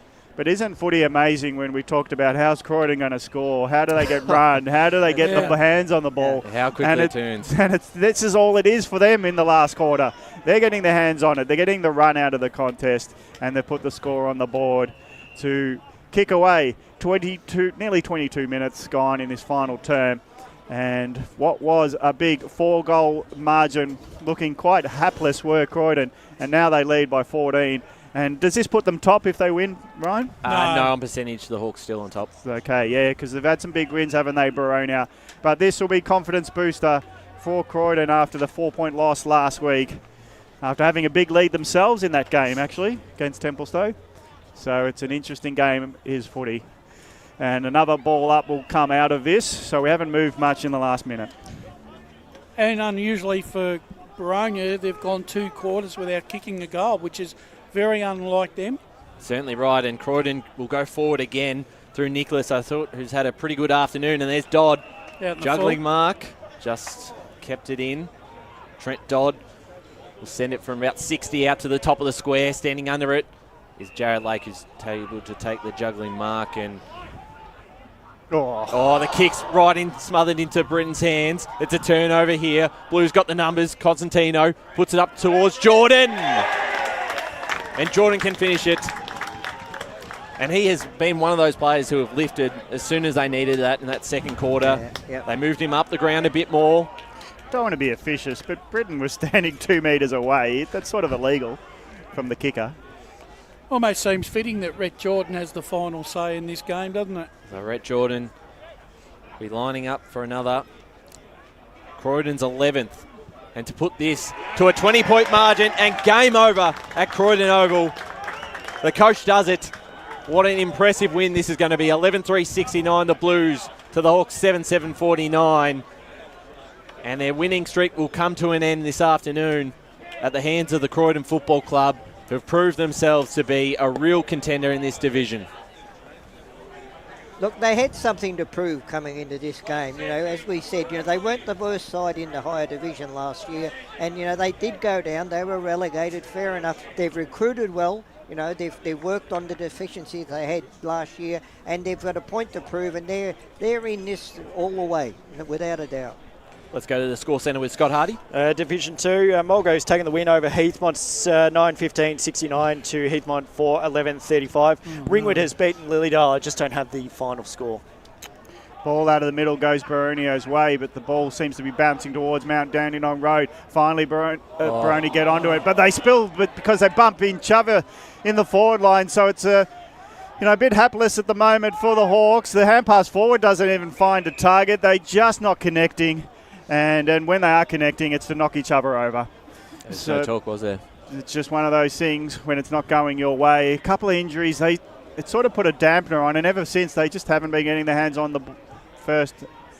ball. Here's Grice. He's been trying all day. Hands it off to Duncanson. He doesn't really get the steadying body movement, but he's high up and under towards the goal scorer, and it's going to be a free kick to Boronia, and Hare runs it into the goal after that from a continuation play, and it's a consolation goal for Boronia and Hare. They close the gap back to 14 points, but it was very, very haphazardly moved there, but it finds its way to goal for Boronia, and it's a 14-point margin for Croydon. 25 minutes gone, final term. Yeah, a bit of a late one there, but... looks like an upset coming up at Seabeck here at the moment, Raymond. We got a score coming in from there? Yeah, I'll give it to you in a minute. Coming for it. All right. He's wiping away some tears, are you? He'll get to tap down. The Blues are going to get a quick response here through Mackenzie, who'll go inside 50, top of the square. Constantino tried to get the spoil. Here's Dower for the Hawks. Out of defence, and that kick might be a turnover towards Carter. Falls into the hands of Max Brasher. Got off to Noops. Noops taking the game on here. I've got to just take every risk with the time. Maybe some sort of time is for him. Here's Fairchild, just gets away. Hello, inside 50. Whelan, if he can take this mark, and he is juggling. That's the mark. Oh, maybe not if you're listening to the Blues fans. No, just give me... No, it was a mark that was paid, and I know, but now the 25. Now the 25, it's just basically handed the goal here. Oh no, he's mucked this up. He's played on, and he's going to be caught for. No, the umpire's going to play it back, bring it back. It's like a comedy of errors here. Keystone Cops here. But Whelan won't make any mistake. That's right play in front on. Of the goal. That is play Very on. Very lucky, and 8 points. Yes. I don't know how long's left on the clock. Did we go early? It's been seen and heard before, but I'm still getting over the chaos of the what finished to be a goal, because the umpire was very much involved. I'm not sure why you want to play on when you're standing next to the man on the mark, but he got the benefit of the doubt of being silly, and because it wasn't a goal line thing, it stopped. There was a very short 25 is what I'm saying, and so did the player. Centre clearance, quick inside 50. They've got to kick 2, but... So goal to Whelan gets his third. He wasn't going to miss a set shot from that close, as now the ball goes forward for the Hawks. Going without it was Corey McKenzie. He's been solid all day. So is there some nerves for Croydon? Well, there will be if there's a quick goal. It's got to be close, surely. It's got to be close, but let's cheer home a big finish. As Collins tries to get it down to a player. Hand pass forward. Fairchild might run onto it. If he picks it up, he might have a shot at goal. Hands it off to a teammate to take the shot. Hare drops it. Hare tries to find another player. His kick, will it be marked in the pocket? It will be. Back pocket, Britton for Croydon. That was a really important mark there by Britton. Yeah.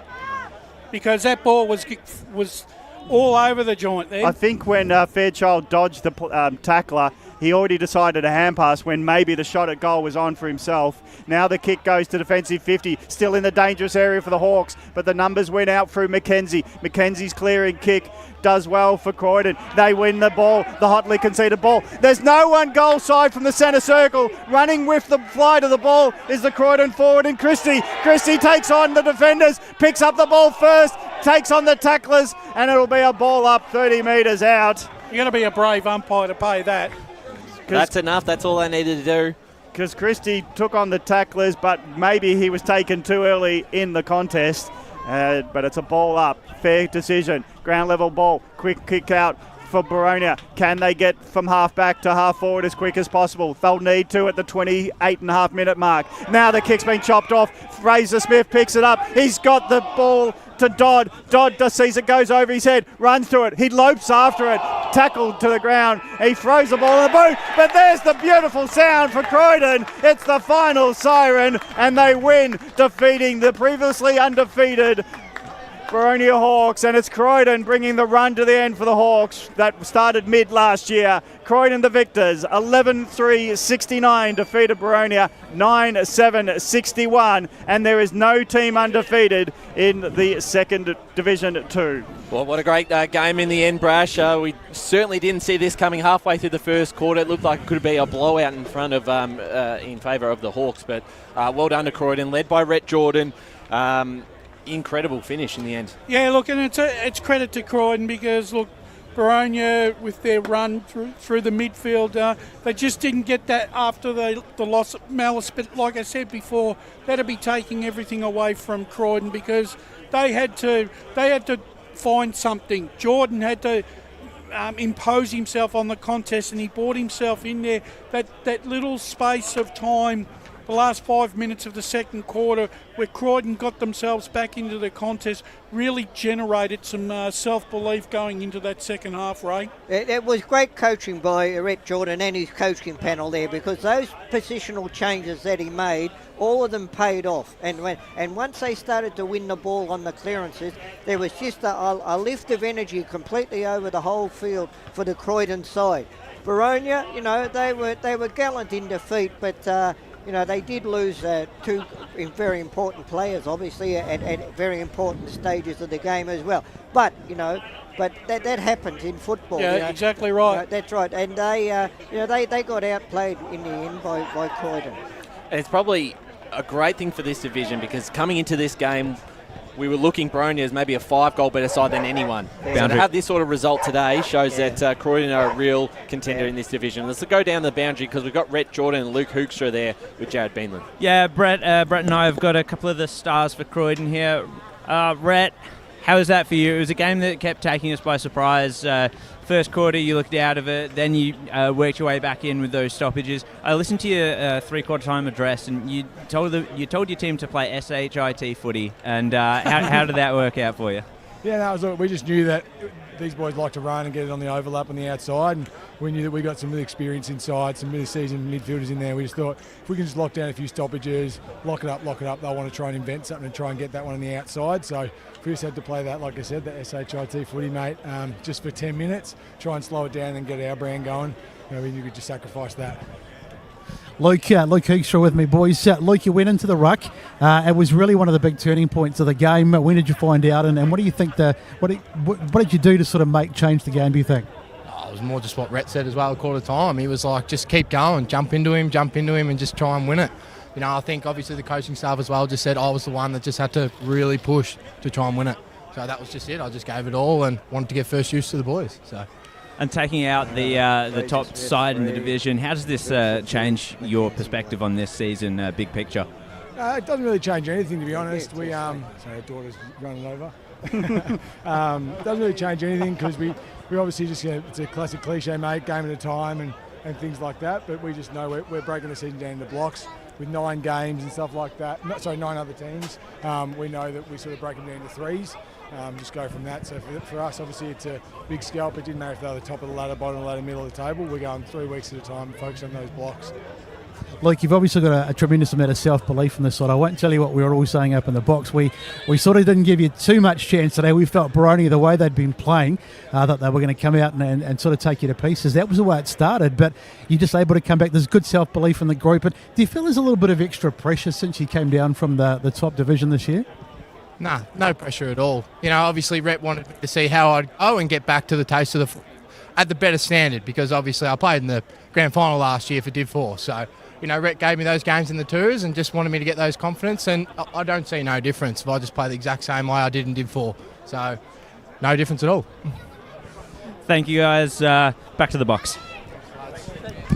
Thanks there to Jared Beanley and Brett Beston with two of the key players in the Croydon side in Rhett Jordan and Luke Hoekstra. And Hoekstra coming up, of course, he just said that he was there in that Kilsyth game in the grand final against Surrey Park and was a valuable member of that team. And he's come into today's game for Croydon and been unbelievable in the ruck against some really tough opposition. I didn't actually see him last year at all, but coming up at divisions, it obviously had a better pre-season and a lot fitter than what he would be last year. That was the one thing I noticed about him.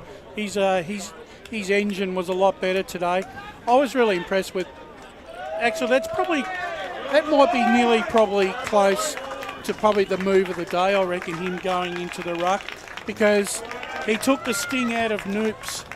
Jumping over him all the time and created a body-on-body. Yep. Noops wasn't able to have that influence, and he just ran out of petrol tickets and wasn't able to feed his midfield.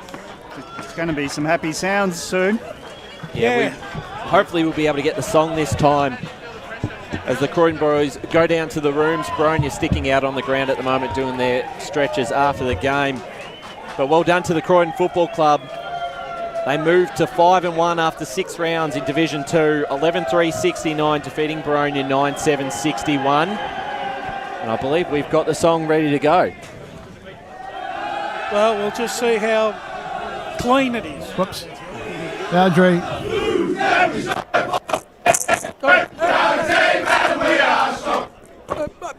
Oops. I think we've...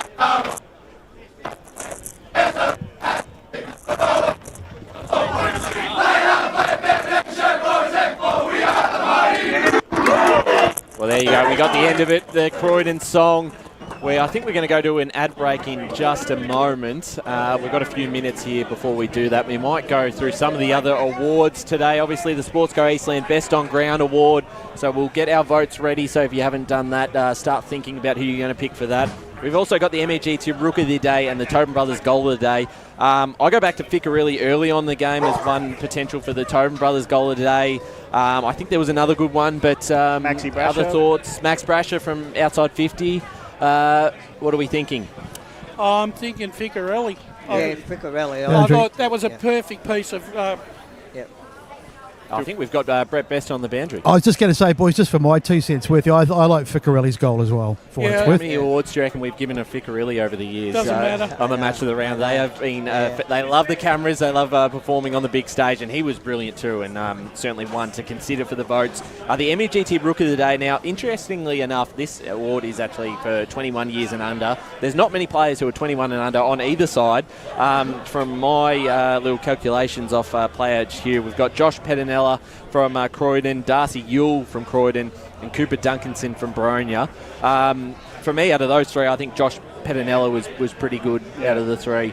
Yep. For the MEGT Rookie of the Day, if we're happy to do I don't that. think Duncanson would want to win it today. Not with the loss as well. And I thought Pedinella had some good moments and was probably the best of the three. Darcy Yule. Yeah, no. Yeah, I think Josh Pedinella deserves that one. So congratulations to him. He's the MEGT Rookie of the Day and will go in the running for the Rookie of the Year and does win a $50 Bunnings voucher, which we'll have that ready for him this afternoon. Let's get into our votes for the Sportsco Eastland Best on Ground Award. Who wants to start with this one? Brash, yourself? Yeah, I'll go first. I thought after 20 minutes of the second quarter, Croydon really controlled the contest and the destiny, and they controlled their own destiny. But I thought some players that really played well early and survived the Boronia onslaught. I thought Corey McKenzie in the back pocket I thought his game was very well. He stood up early, didn't lose his feet, was confident, made sure that he didn't turn the ball over when he took possession, and I thought his performance in that back line, he got actually better as that game progressed. 2 votes I'm giving to Luke Hoogstra because I think it was probably a masterstroke really by Rhett Jordan to bring him into the ruck. He actually took the jump out of Noops. Noops wasn't able to have any influence as the game progressed to feed their on-ballers, and I thought he gave great service to his midfield and half-forward line, and I think the captain from Croydon led from the front all afternoon. He survived the early onslaught in that half-back line and kept that side together. Fraser Smith, I thought, was the best player on the ground for mine. Well, without any confirmation with Brash, I had exactly the same. But I wanted to point out, you mentioned that Corey McKenzie was fantastic, but I was very impressed with the meterage he got running out of defence, particularly in that first half. He was one player that really stood out. But and Hook's the move of the day, and what a game by Smith. Captain's game there, 3 votes. Couldn't agree more. Paul Uconi, your picks for the Sports Go Eastland Best on Ground? Yeah, my 3 votes. I'm giving 1 vote to Corey McKenzie, 2 to Hoogstra, and 3 to Fraser Smith. Gav Casey, your votes for this afternoon? If I was going to give votes at 45 minutes into the game, it would have been Noops, Malice, and Brasher, and then they all disappeared, and then it was just Ficker. Really, I thought he tried hard he was one of those ones that kept his body. He kept them interested. I'd like to give him a mention, but I'm just going to agree with your votes because Hoogstra was so interesting. He was like my MVP. That move, he started it all, but there were some solid contributors, and I wanted to give Corey McKenzie a vote. I also wanted to, obviously, Fraser Smith, we all agree that he had an important part, so I would agree with you in that order. I'd go Corey McKenzie into Hoogstra into Fraser Smith. That's 3.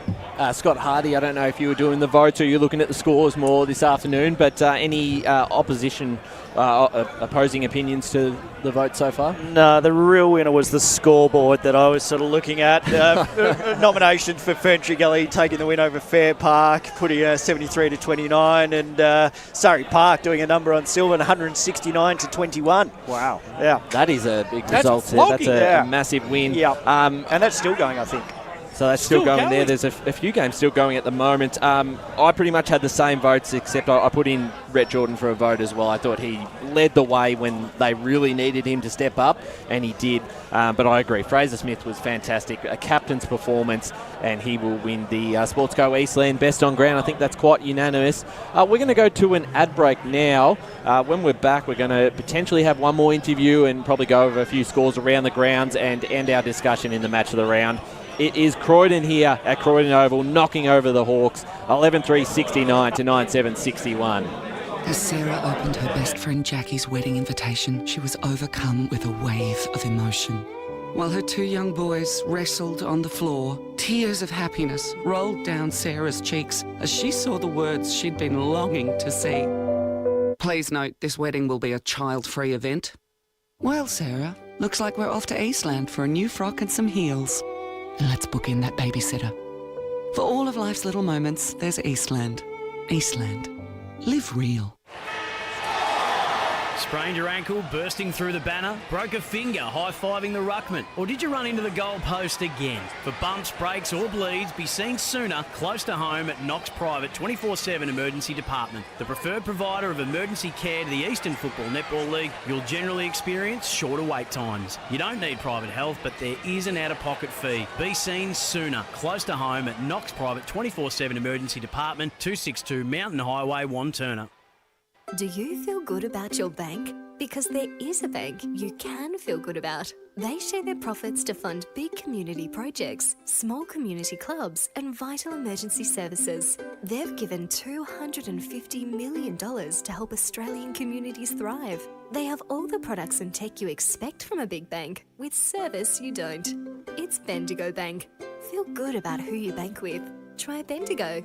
Search bendigobank.com.au or search Bendigo Bank near me. Tobin Brothers Funerals wear their heart on their sleeve. Their clear and easy to use website and Memory Maker app make it easy for families to make an informed decision. Here's James McLeod, Managing Director of Tobin Brothers Funerals. We pride ourselves on being the most transparent funeral company. All pricing on goods and services are available on our website.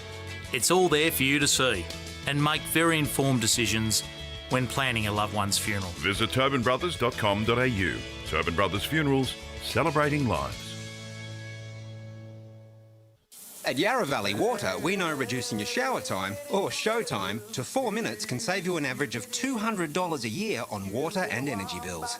Shower shorter. Save water. Authorised by the Victorian Government, 1 Treasury Place, Melbourne. Sprained your ankle bursting through the banner? For bumps, breaks or bleeds, be seen sooner, close to home, at Knox Private 24/7 Emergency Department. You'll generally experience shorter wait times. Knox Private 24/7 Emergency, 262 Mountain Highway, Wanturna.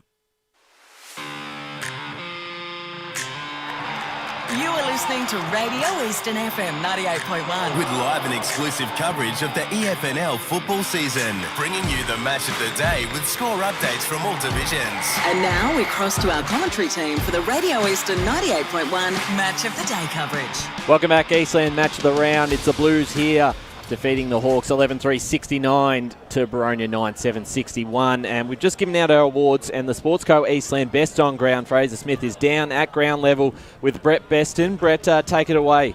Thanks, boys. I'm just letting you know, Fraser, we've given you the Sportsco Eastland Best on Ground today, so well done. Congratulations on that. Thanks, mate. Much appreciated. Yeah, big win for you today. I mean, you've taken on this Boronia side, who are they're a mighty team. They've sort of, they haven't lost. I think it was 18-something straight coming into today. Did you have that belief? Did you think going into today, was there a bit of a fear that they were going to get hold of you, or did you have that belief that you could get it done? Yeah, no, we definitely had the belief that I think we could get it done. We probably got a bit of a fright early when they came out of the blocks and kicked the first 3 and put on a really good display in the first quarter.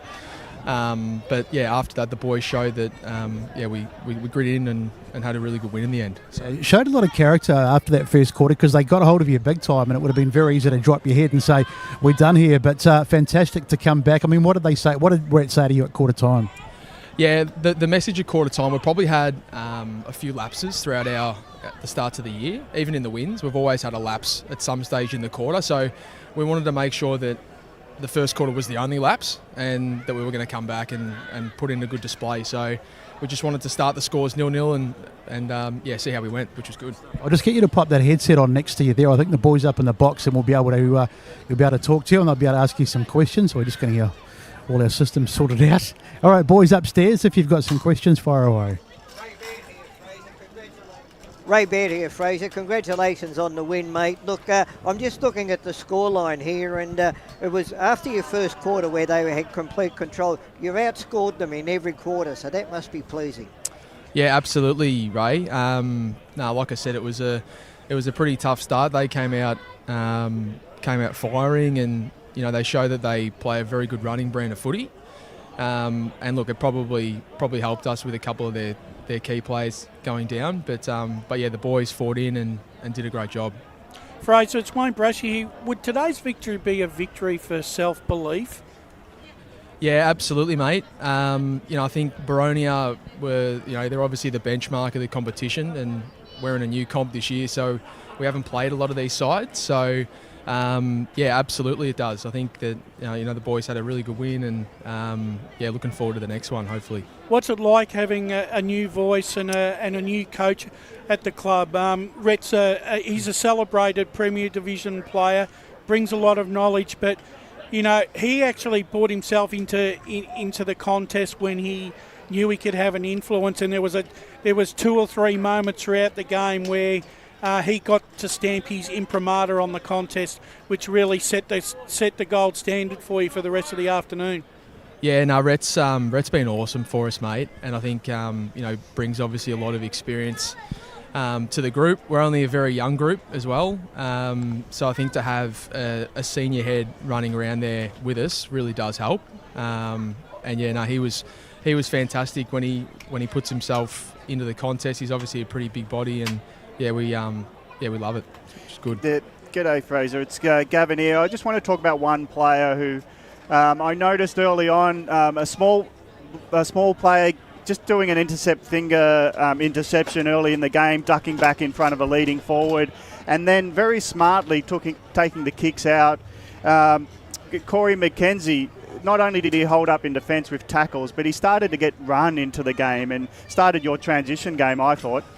Yeah, no, Cause is awesome. He's developed a lot over the last couple of years. He's really come on as a great player, and I think that we love him off half-back. He runs in straight lines, uses the footy so well, and he just really sets us up. So, yeah, he was awesome again today. And Hoekstrom's move, that was inspired move to get a smaller player into the ruck, and he's positioning more than knocking a body. He actually, he just tired Noops out. It looked like you all saw that he was starting to dominate, and the whole momentum changed with his introduction into the middle. Yeah, no, Hoogs was, he's obviously new to the club, but he's had a really big pre-season with us, and got his opportunity a couple of weeks ago, and he's really taken it on. And then, yeah, today obviously he's a big boy, and for him to throw his body around was awesome. He took a couple of really good clunks too. So, he's a big confidence player, so I think he'll take a lot from that. Fraser, congratulations. It's Ryan Long here. Fantastic game, I thought, from yourself and the team.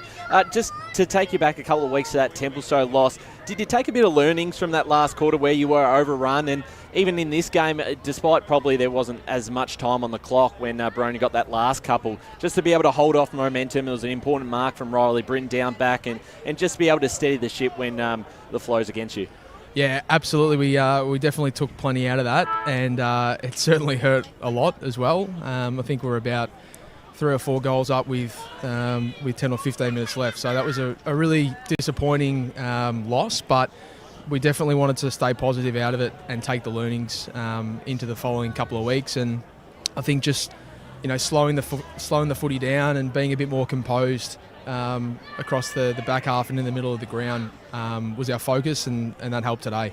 Fraser, congratulations on your performance and the team's performance. A big win against Boronia. The Sportsco Eastland Player of the Day, so make sure you get your award down there with the boys, and thanks again for your time. Thanks, mate. Much appreciated. Congratulations there to Fraser Smith and the Croydon Football Club. He was just outstanding, and I thought really fought hard, especially in that start of the game too, because they were under a ton of pressure.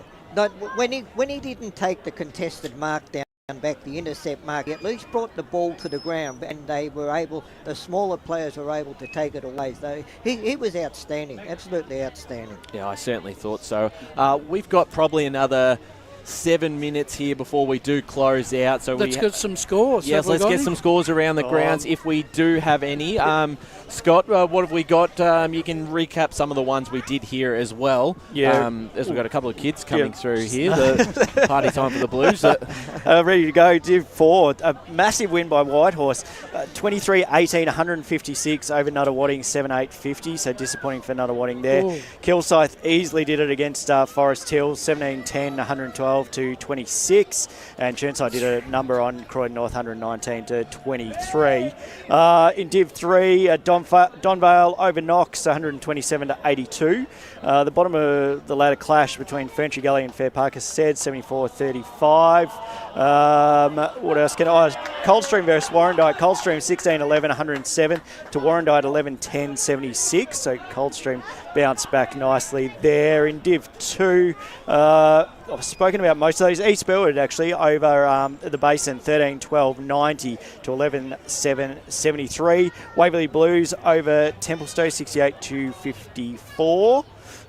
Div 1, Montrose in a close one over Bayswater. Montrose 9-11-65. Bayswater 8-7-55. Bayswater came back there. Oh, and just got an update through for Beaconsfield Park Orchards. Park Orchards 10-11-71, defeated Beaconsfield 7-11-53. So big win there. Big win for the Sharks, isn't it, Brash? Undefeated. We move on. Mitcham easily over Doncaster 94-47. North Ringwood 13-10-88 over Wanturna 10-13-73. So Wanturna still struggling. We spoke about that. South Belgrave still going, I think, but yeah, 71-48 there. And we move into Premier Division. Ball in 13-14-92 over Berwick 4-2-26. Vermont the winner in this game. We didn't have scores throughout the day, so apologies. It just came through. 13-10, 88 to Doncaster East, 12-7, 79. East Ringwood over Noble Park, 2 losses for the Bulls at home, so 12-9, 81 to 5-9, 39. Blackburn 123 to 27 for Norwood, so a massive percentage boost for Blackburn. And finally, we round out South Croydon with probably the biggest upset throughout the match, 11-10, 76 to Roval 9-9, 63. And that's it, I think. It's good to see the Dogs beat the Hawks once this year. Out of 2 of those results in Premier, it really sets. I've got 2 questions for you. Roval, first of all, they've got Blackburn, Donny East, East Ringwood, and Noble Park to follow up. So they've got a really hard month ahead. And Donny East, where does that put them now? Yeah, well, are they 2 and 3? I think they are now. Yes, 2 and 3. What do you make of that start?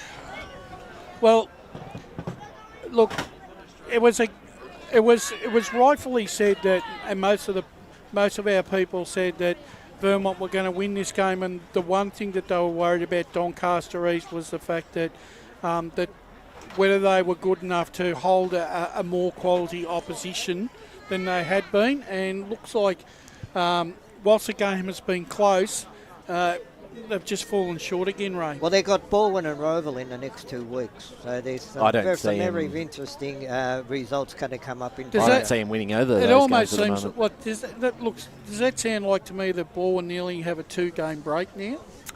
On top of the ladder. So did East Ringwood did win, so they've lost one game. So they'll be still 1 game ahead. But I think that the scoreline down at the Bull Ring would be concerning for Hughes. Yeah, that you know, 3 goals. Was it 3-9? Yeah, that's been sort of the question marks coming in. Can they score big when they play against good opposition? 5-9, 5-9, still very low. Still not good. That's 5 right. goals is not going to win your game. And I think when you look at the results for both Berwick and Norwood, I think it's going. We've said this last week, but it just seems like as the season gets on, those results and margins seem to be getting a little bit wider. Yeah, That's they certainly are, and there's going to be plenty to talk about tomorrow on the weekend recovery podcast. Ray Baird, you'll be out there. We're going to start to wrap things up here. Thanks to everyone listening in Radio Eastern 98.1 FM, our Facebook and YouTube streams. I've thoroughly enjoyed my day out here at Croydon. They've looked after us nicely, food at lunch. A couple of red wines. Want to see what they've got in store for us post game. The little booklet here, Ray, you'll like that. The little record of plays. We're doing the word search on the back. I might send a copy something for everyone. I might send a copy to Brad Henderson because he used to love the footy. You know, he'll frame it. He probably will. But let's start to wrap things up. Do you remember the Rays rant the week that the record would have to be. The EFL was cancelled by the. He would have had to have been talking about that then. Let's wrap things up now. Brett Best and Jared Beanland, thank you for your work on the boundary line. Well done, guys. Absolutely. Well done. Thanks, it was mate. a great day. I very really enjoyable. enjoyed it. Very Absolutely, enjoyable. and a couple of great coaches to speak to across the afternoon. Matt Spider-Lee, who's not on the mic as well, has stuck around for the big game, did a great job on pre-game, and he cannot wait to see the Tigers get up tonight over the Dogs at the MCG. Scott Hardy's been in the score centre all afternoon. Well done, Scott. Great to have you back. Thanks. Absolutely, and Paul Uconi in the stats, and a big day for you at the women's now at this game. Great job from you. Pleasure. And Ray Baird and Wayne Brescia, as always, in the special comments chairs. Always a pleasure, mate. Yeah, exactly. Yeah, we love our EFNL football. That's right, and Gav Casey, great to have you back to call alongside you. Another fantastic game from you. I enjoyed it, and thanks for being my co-commentator. Enjoyed it a lot. Absolutely. Lee Green, Megan Green, Kate Green, who do a lot of great work behind the scenes, the camera work, the audio work, and that's it from us. I'm Ryan Long, and you've been listening to the Eastland Match of the Round. It is Croydon 11-3-69, knocking off the Hawks 9-7-61 for the Eastland Match of the Round.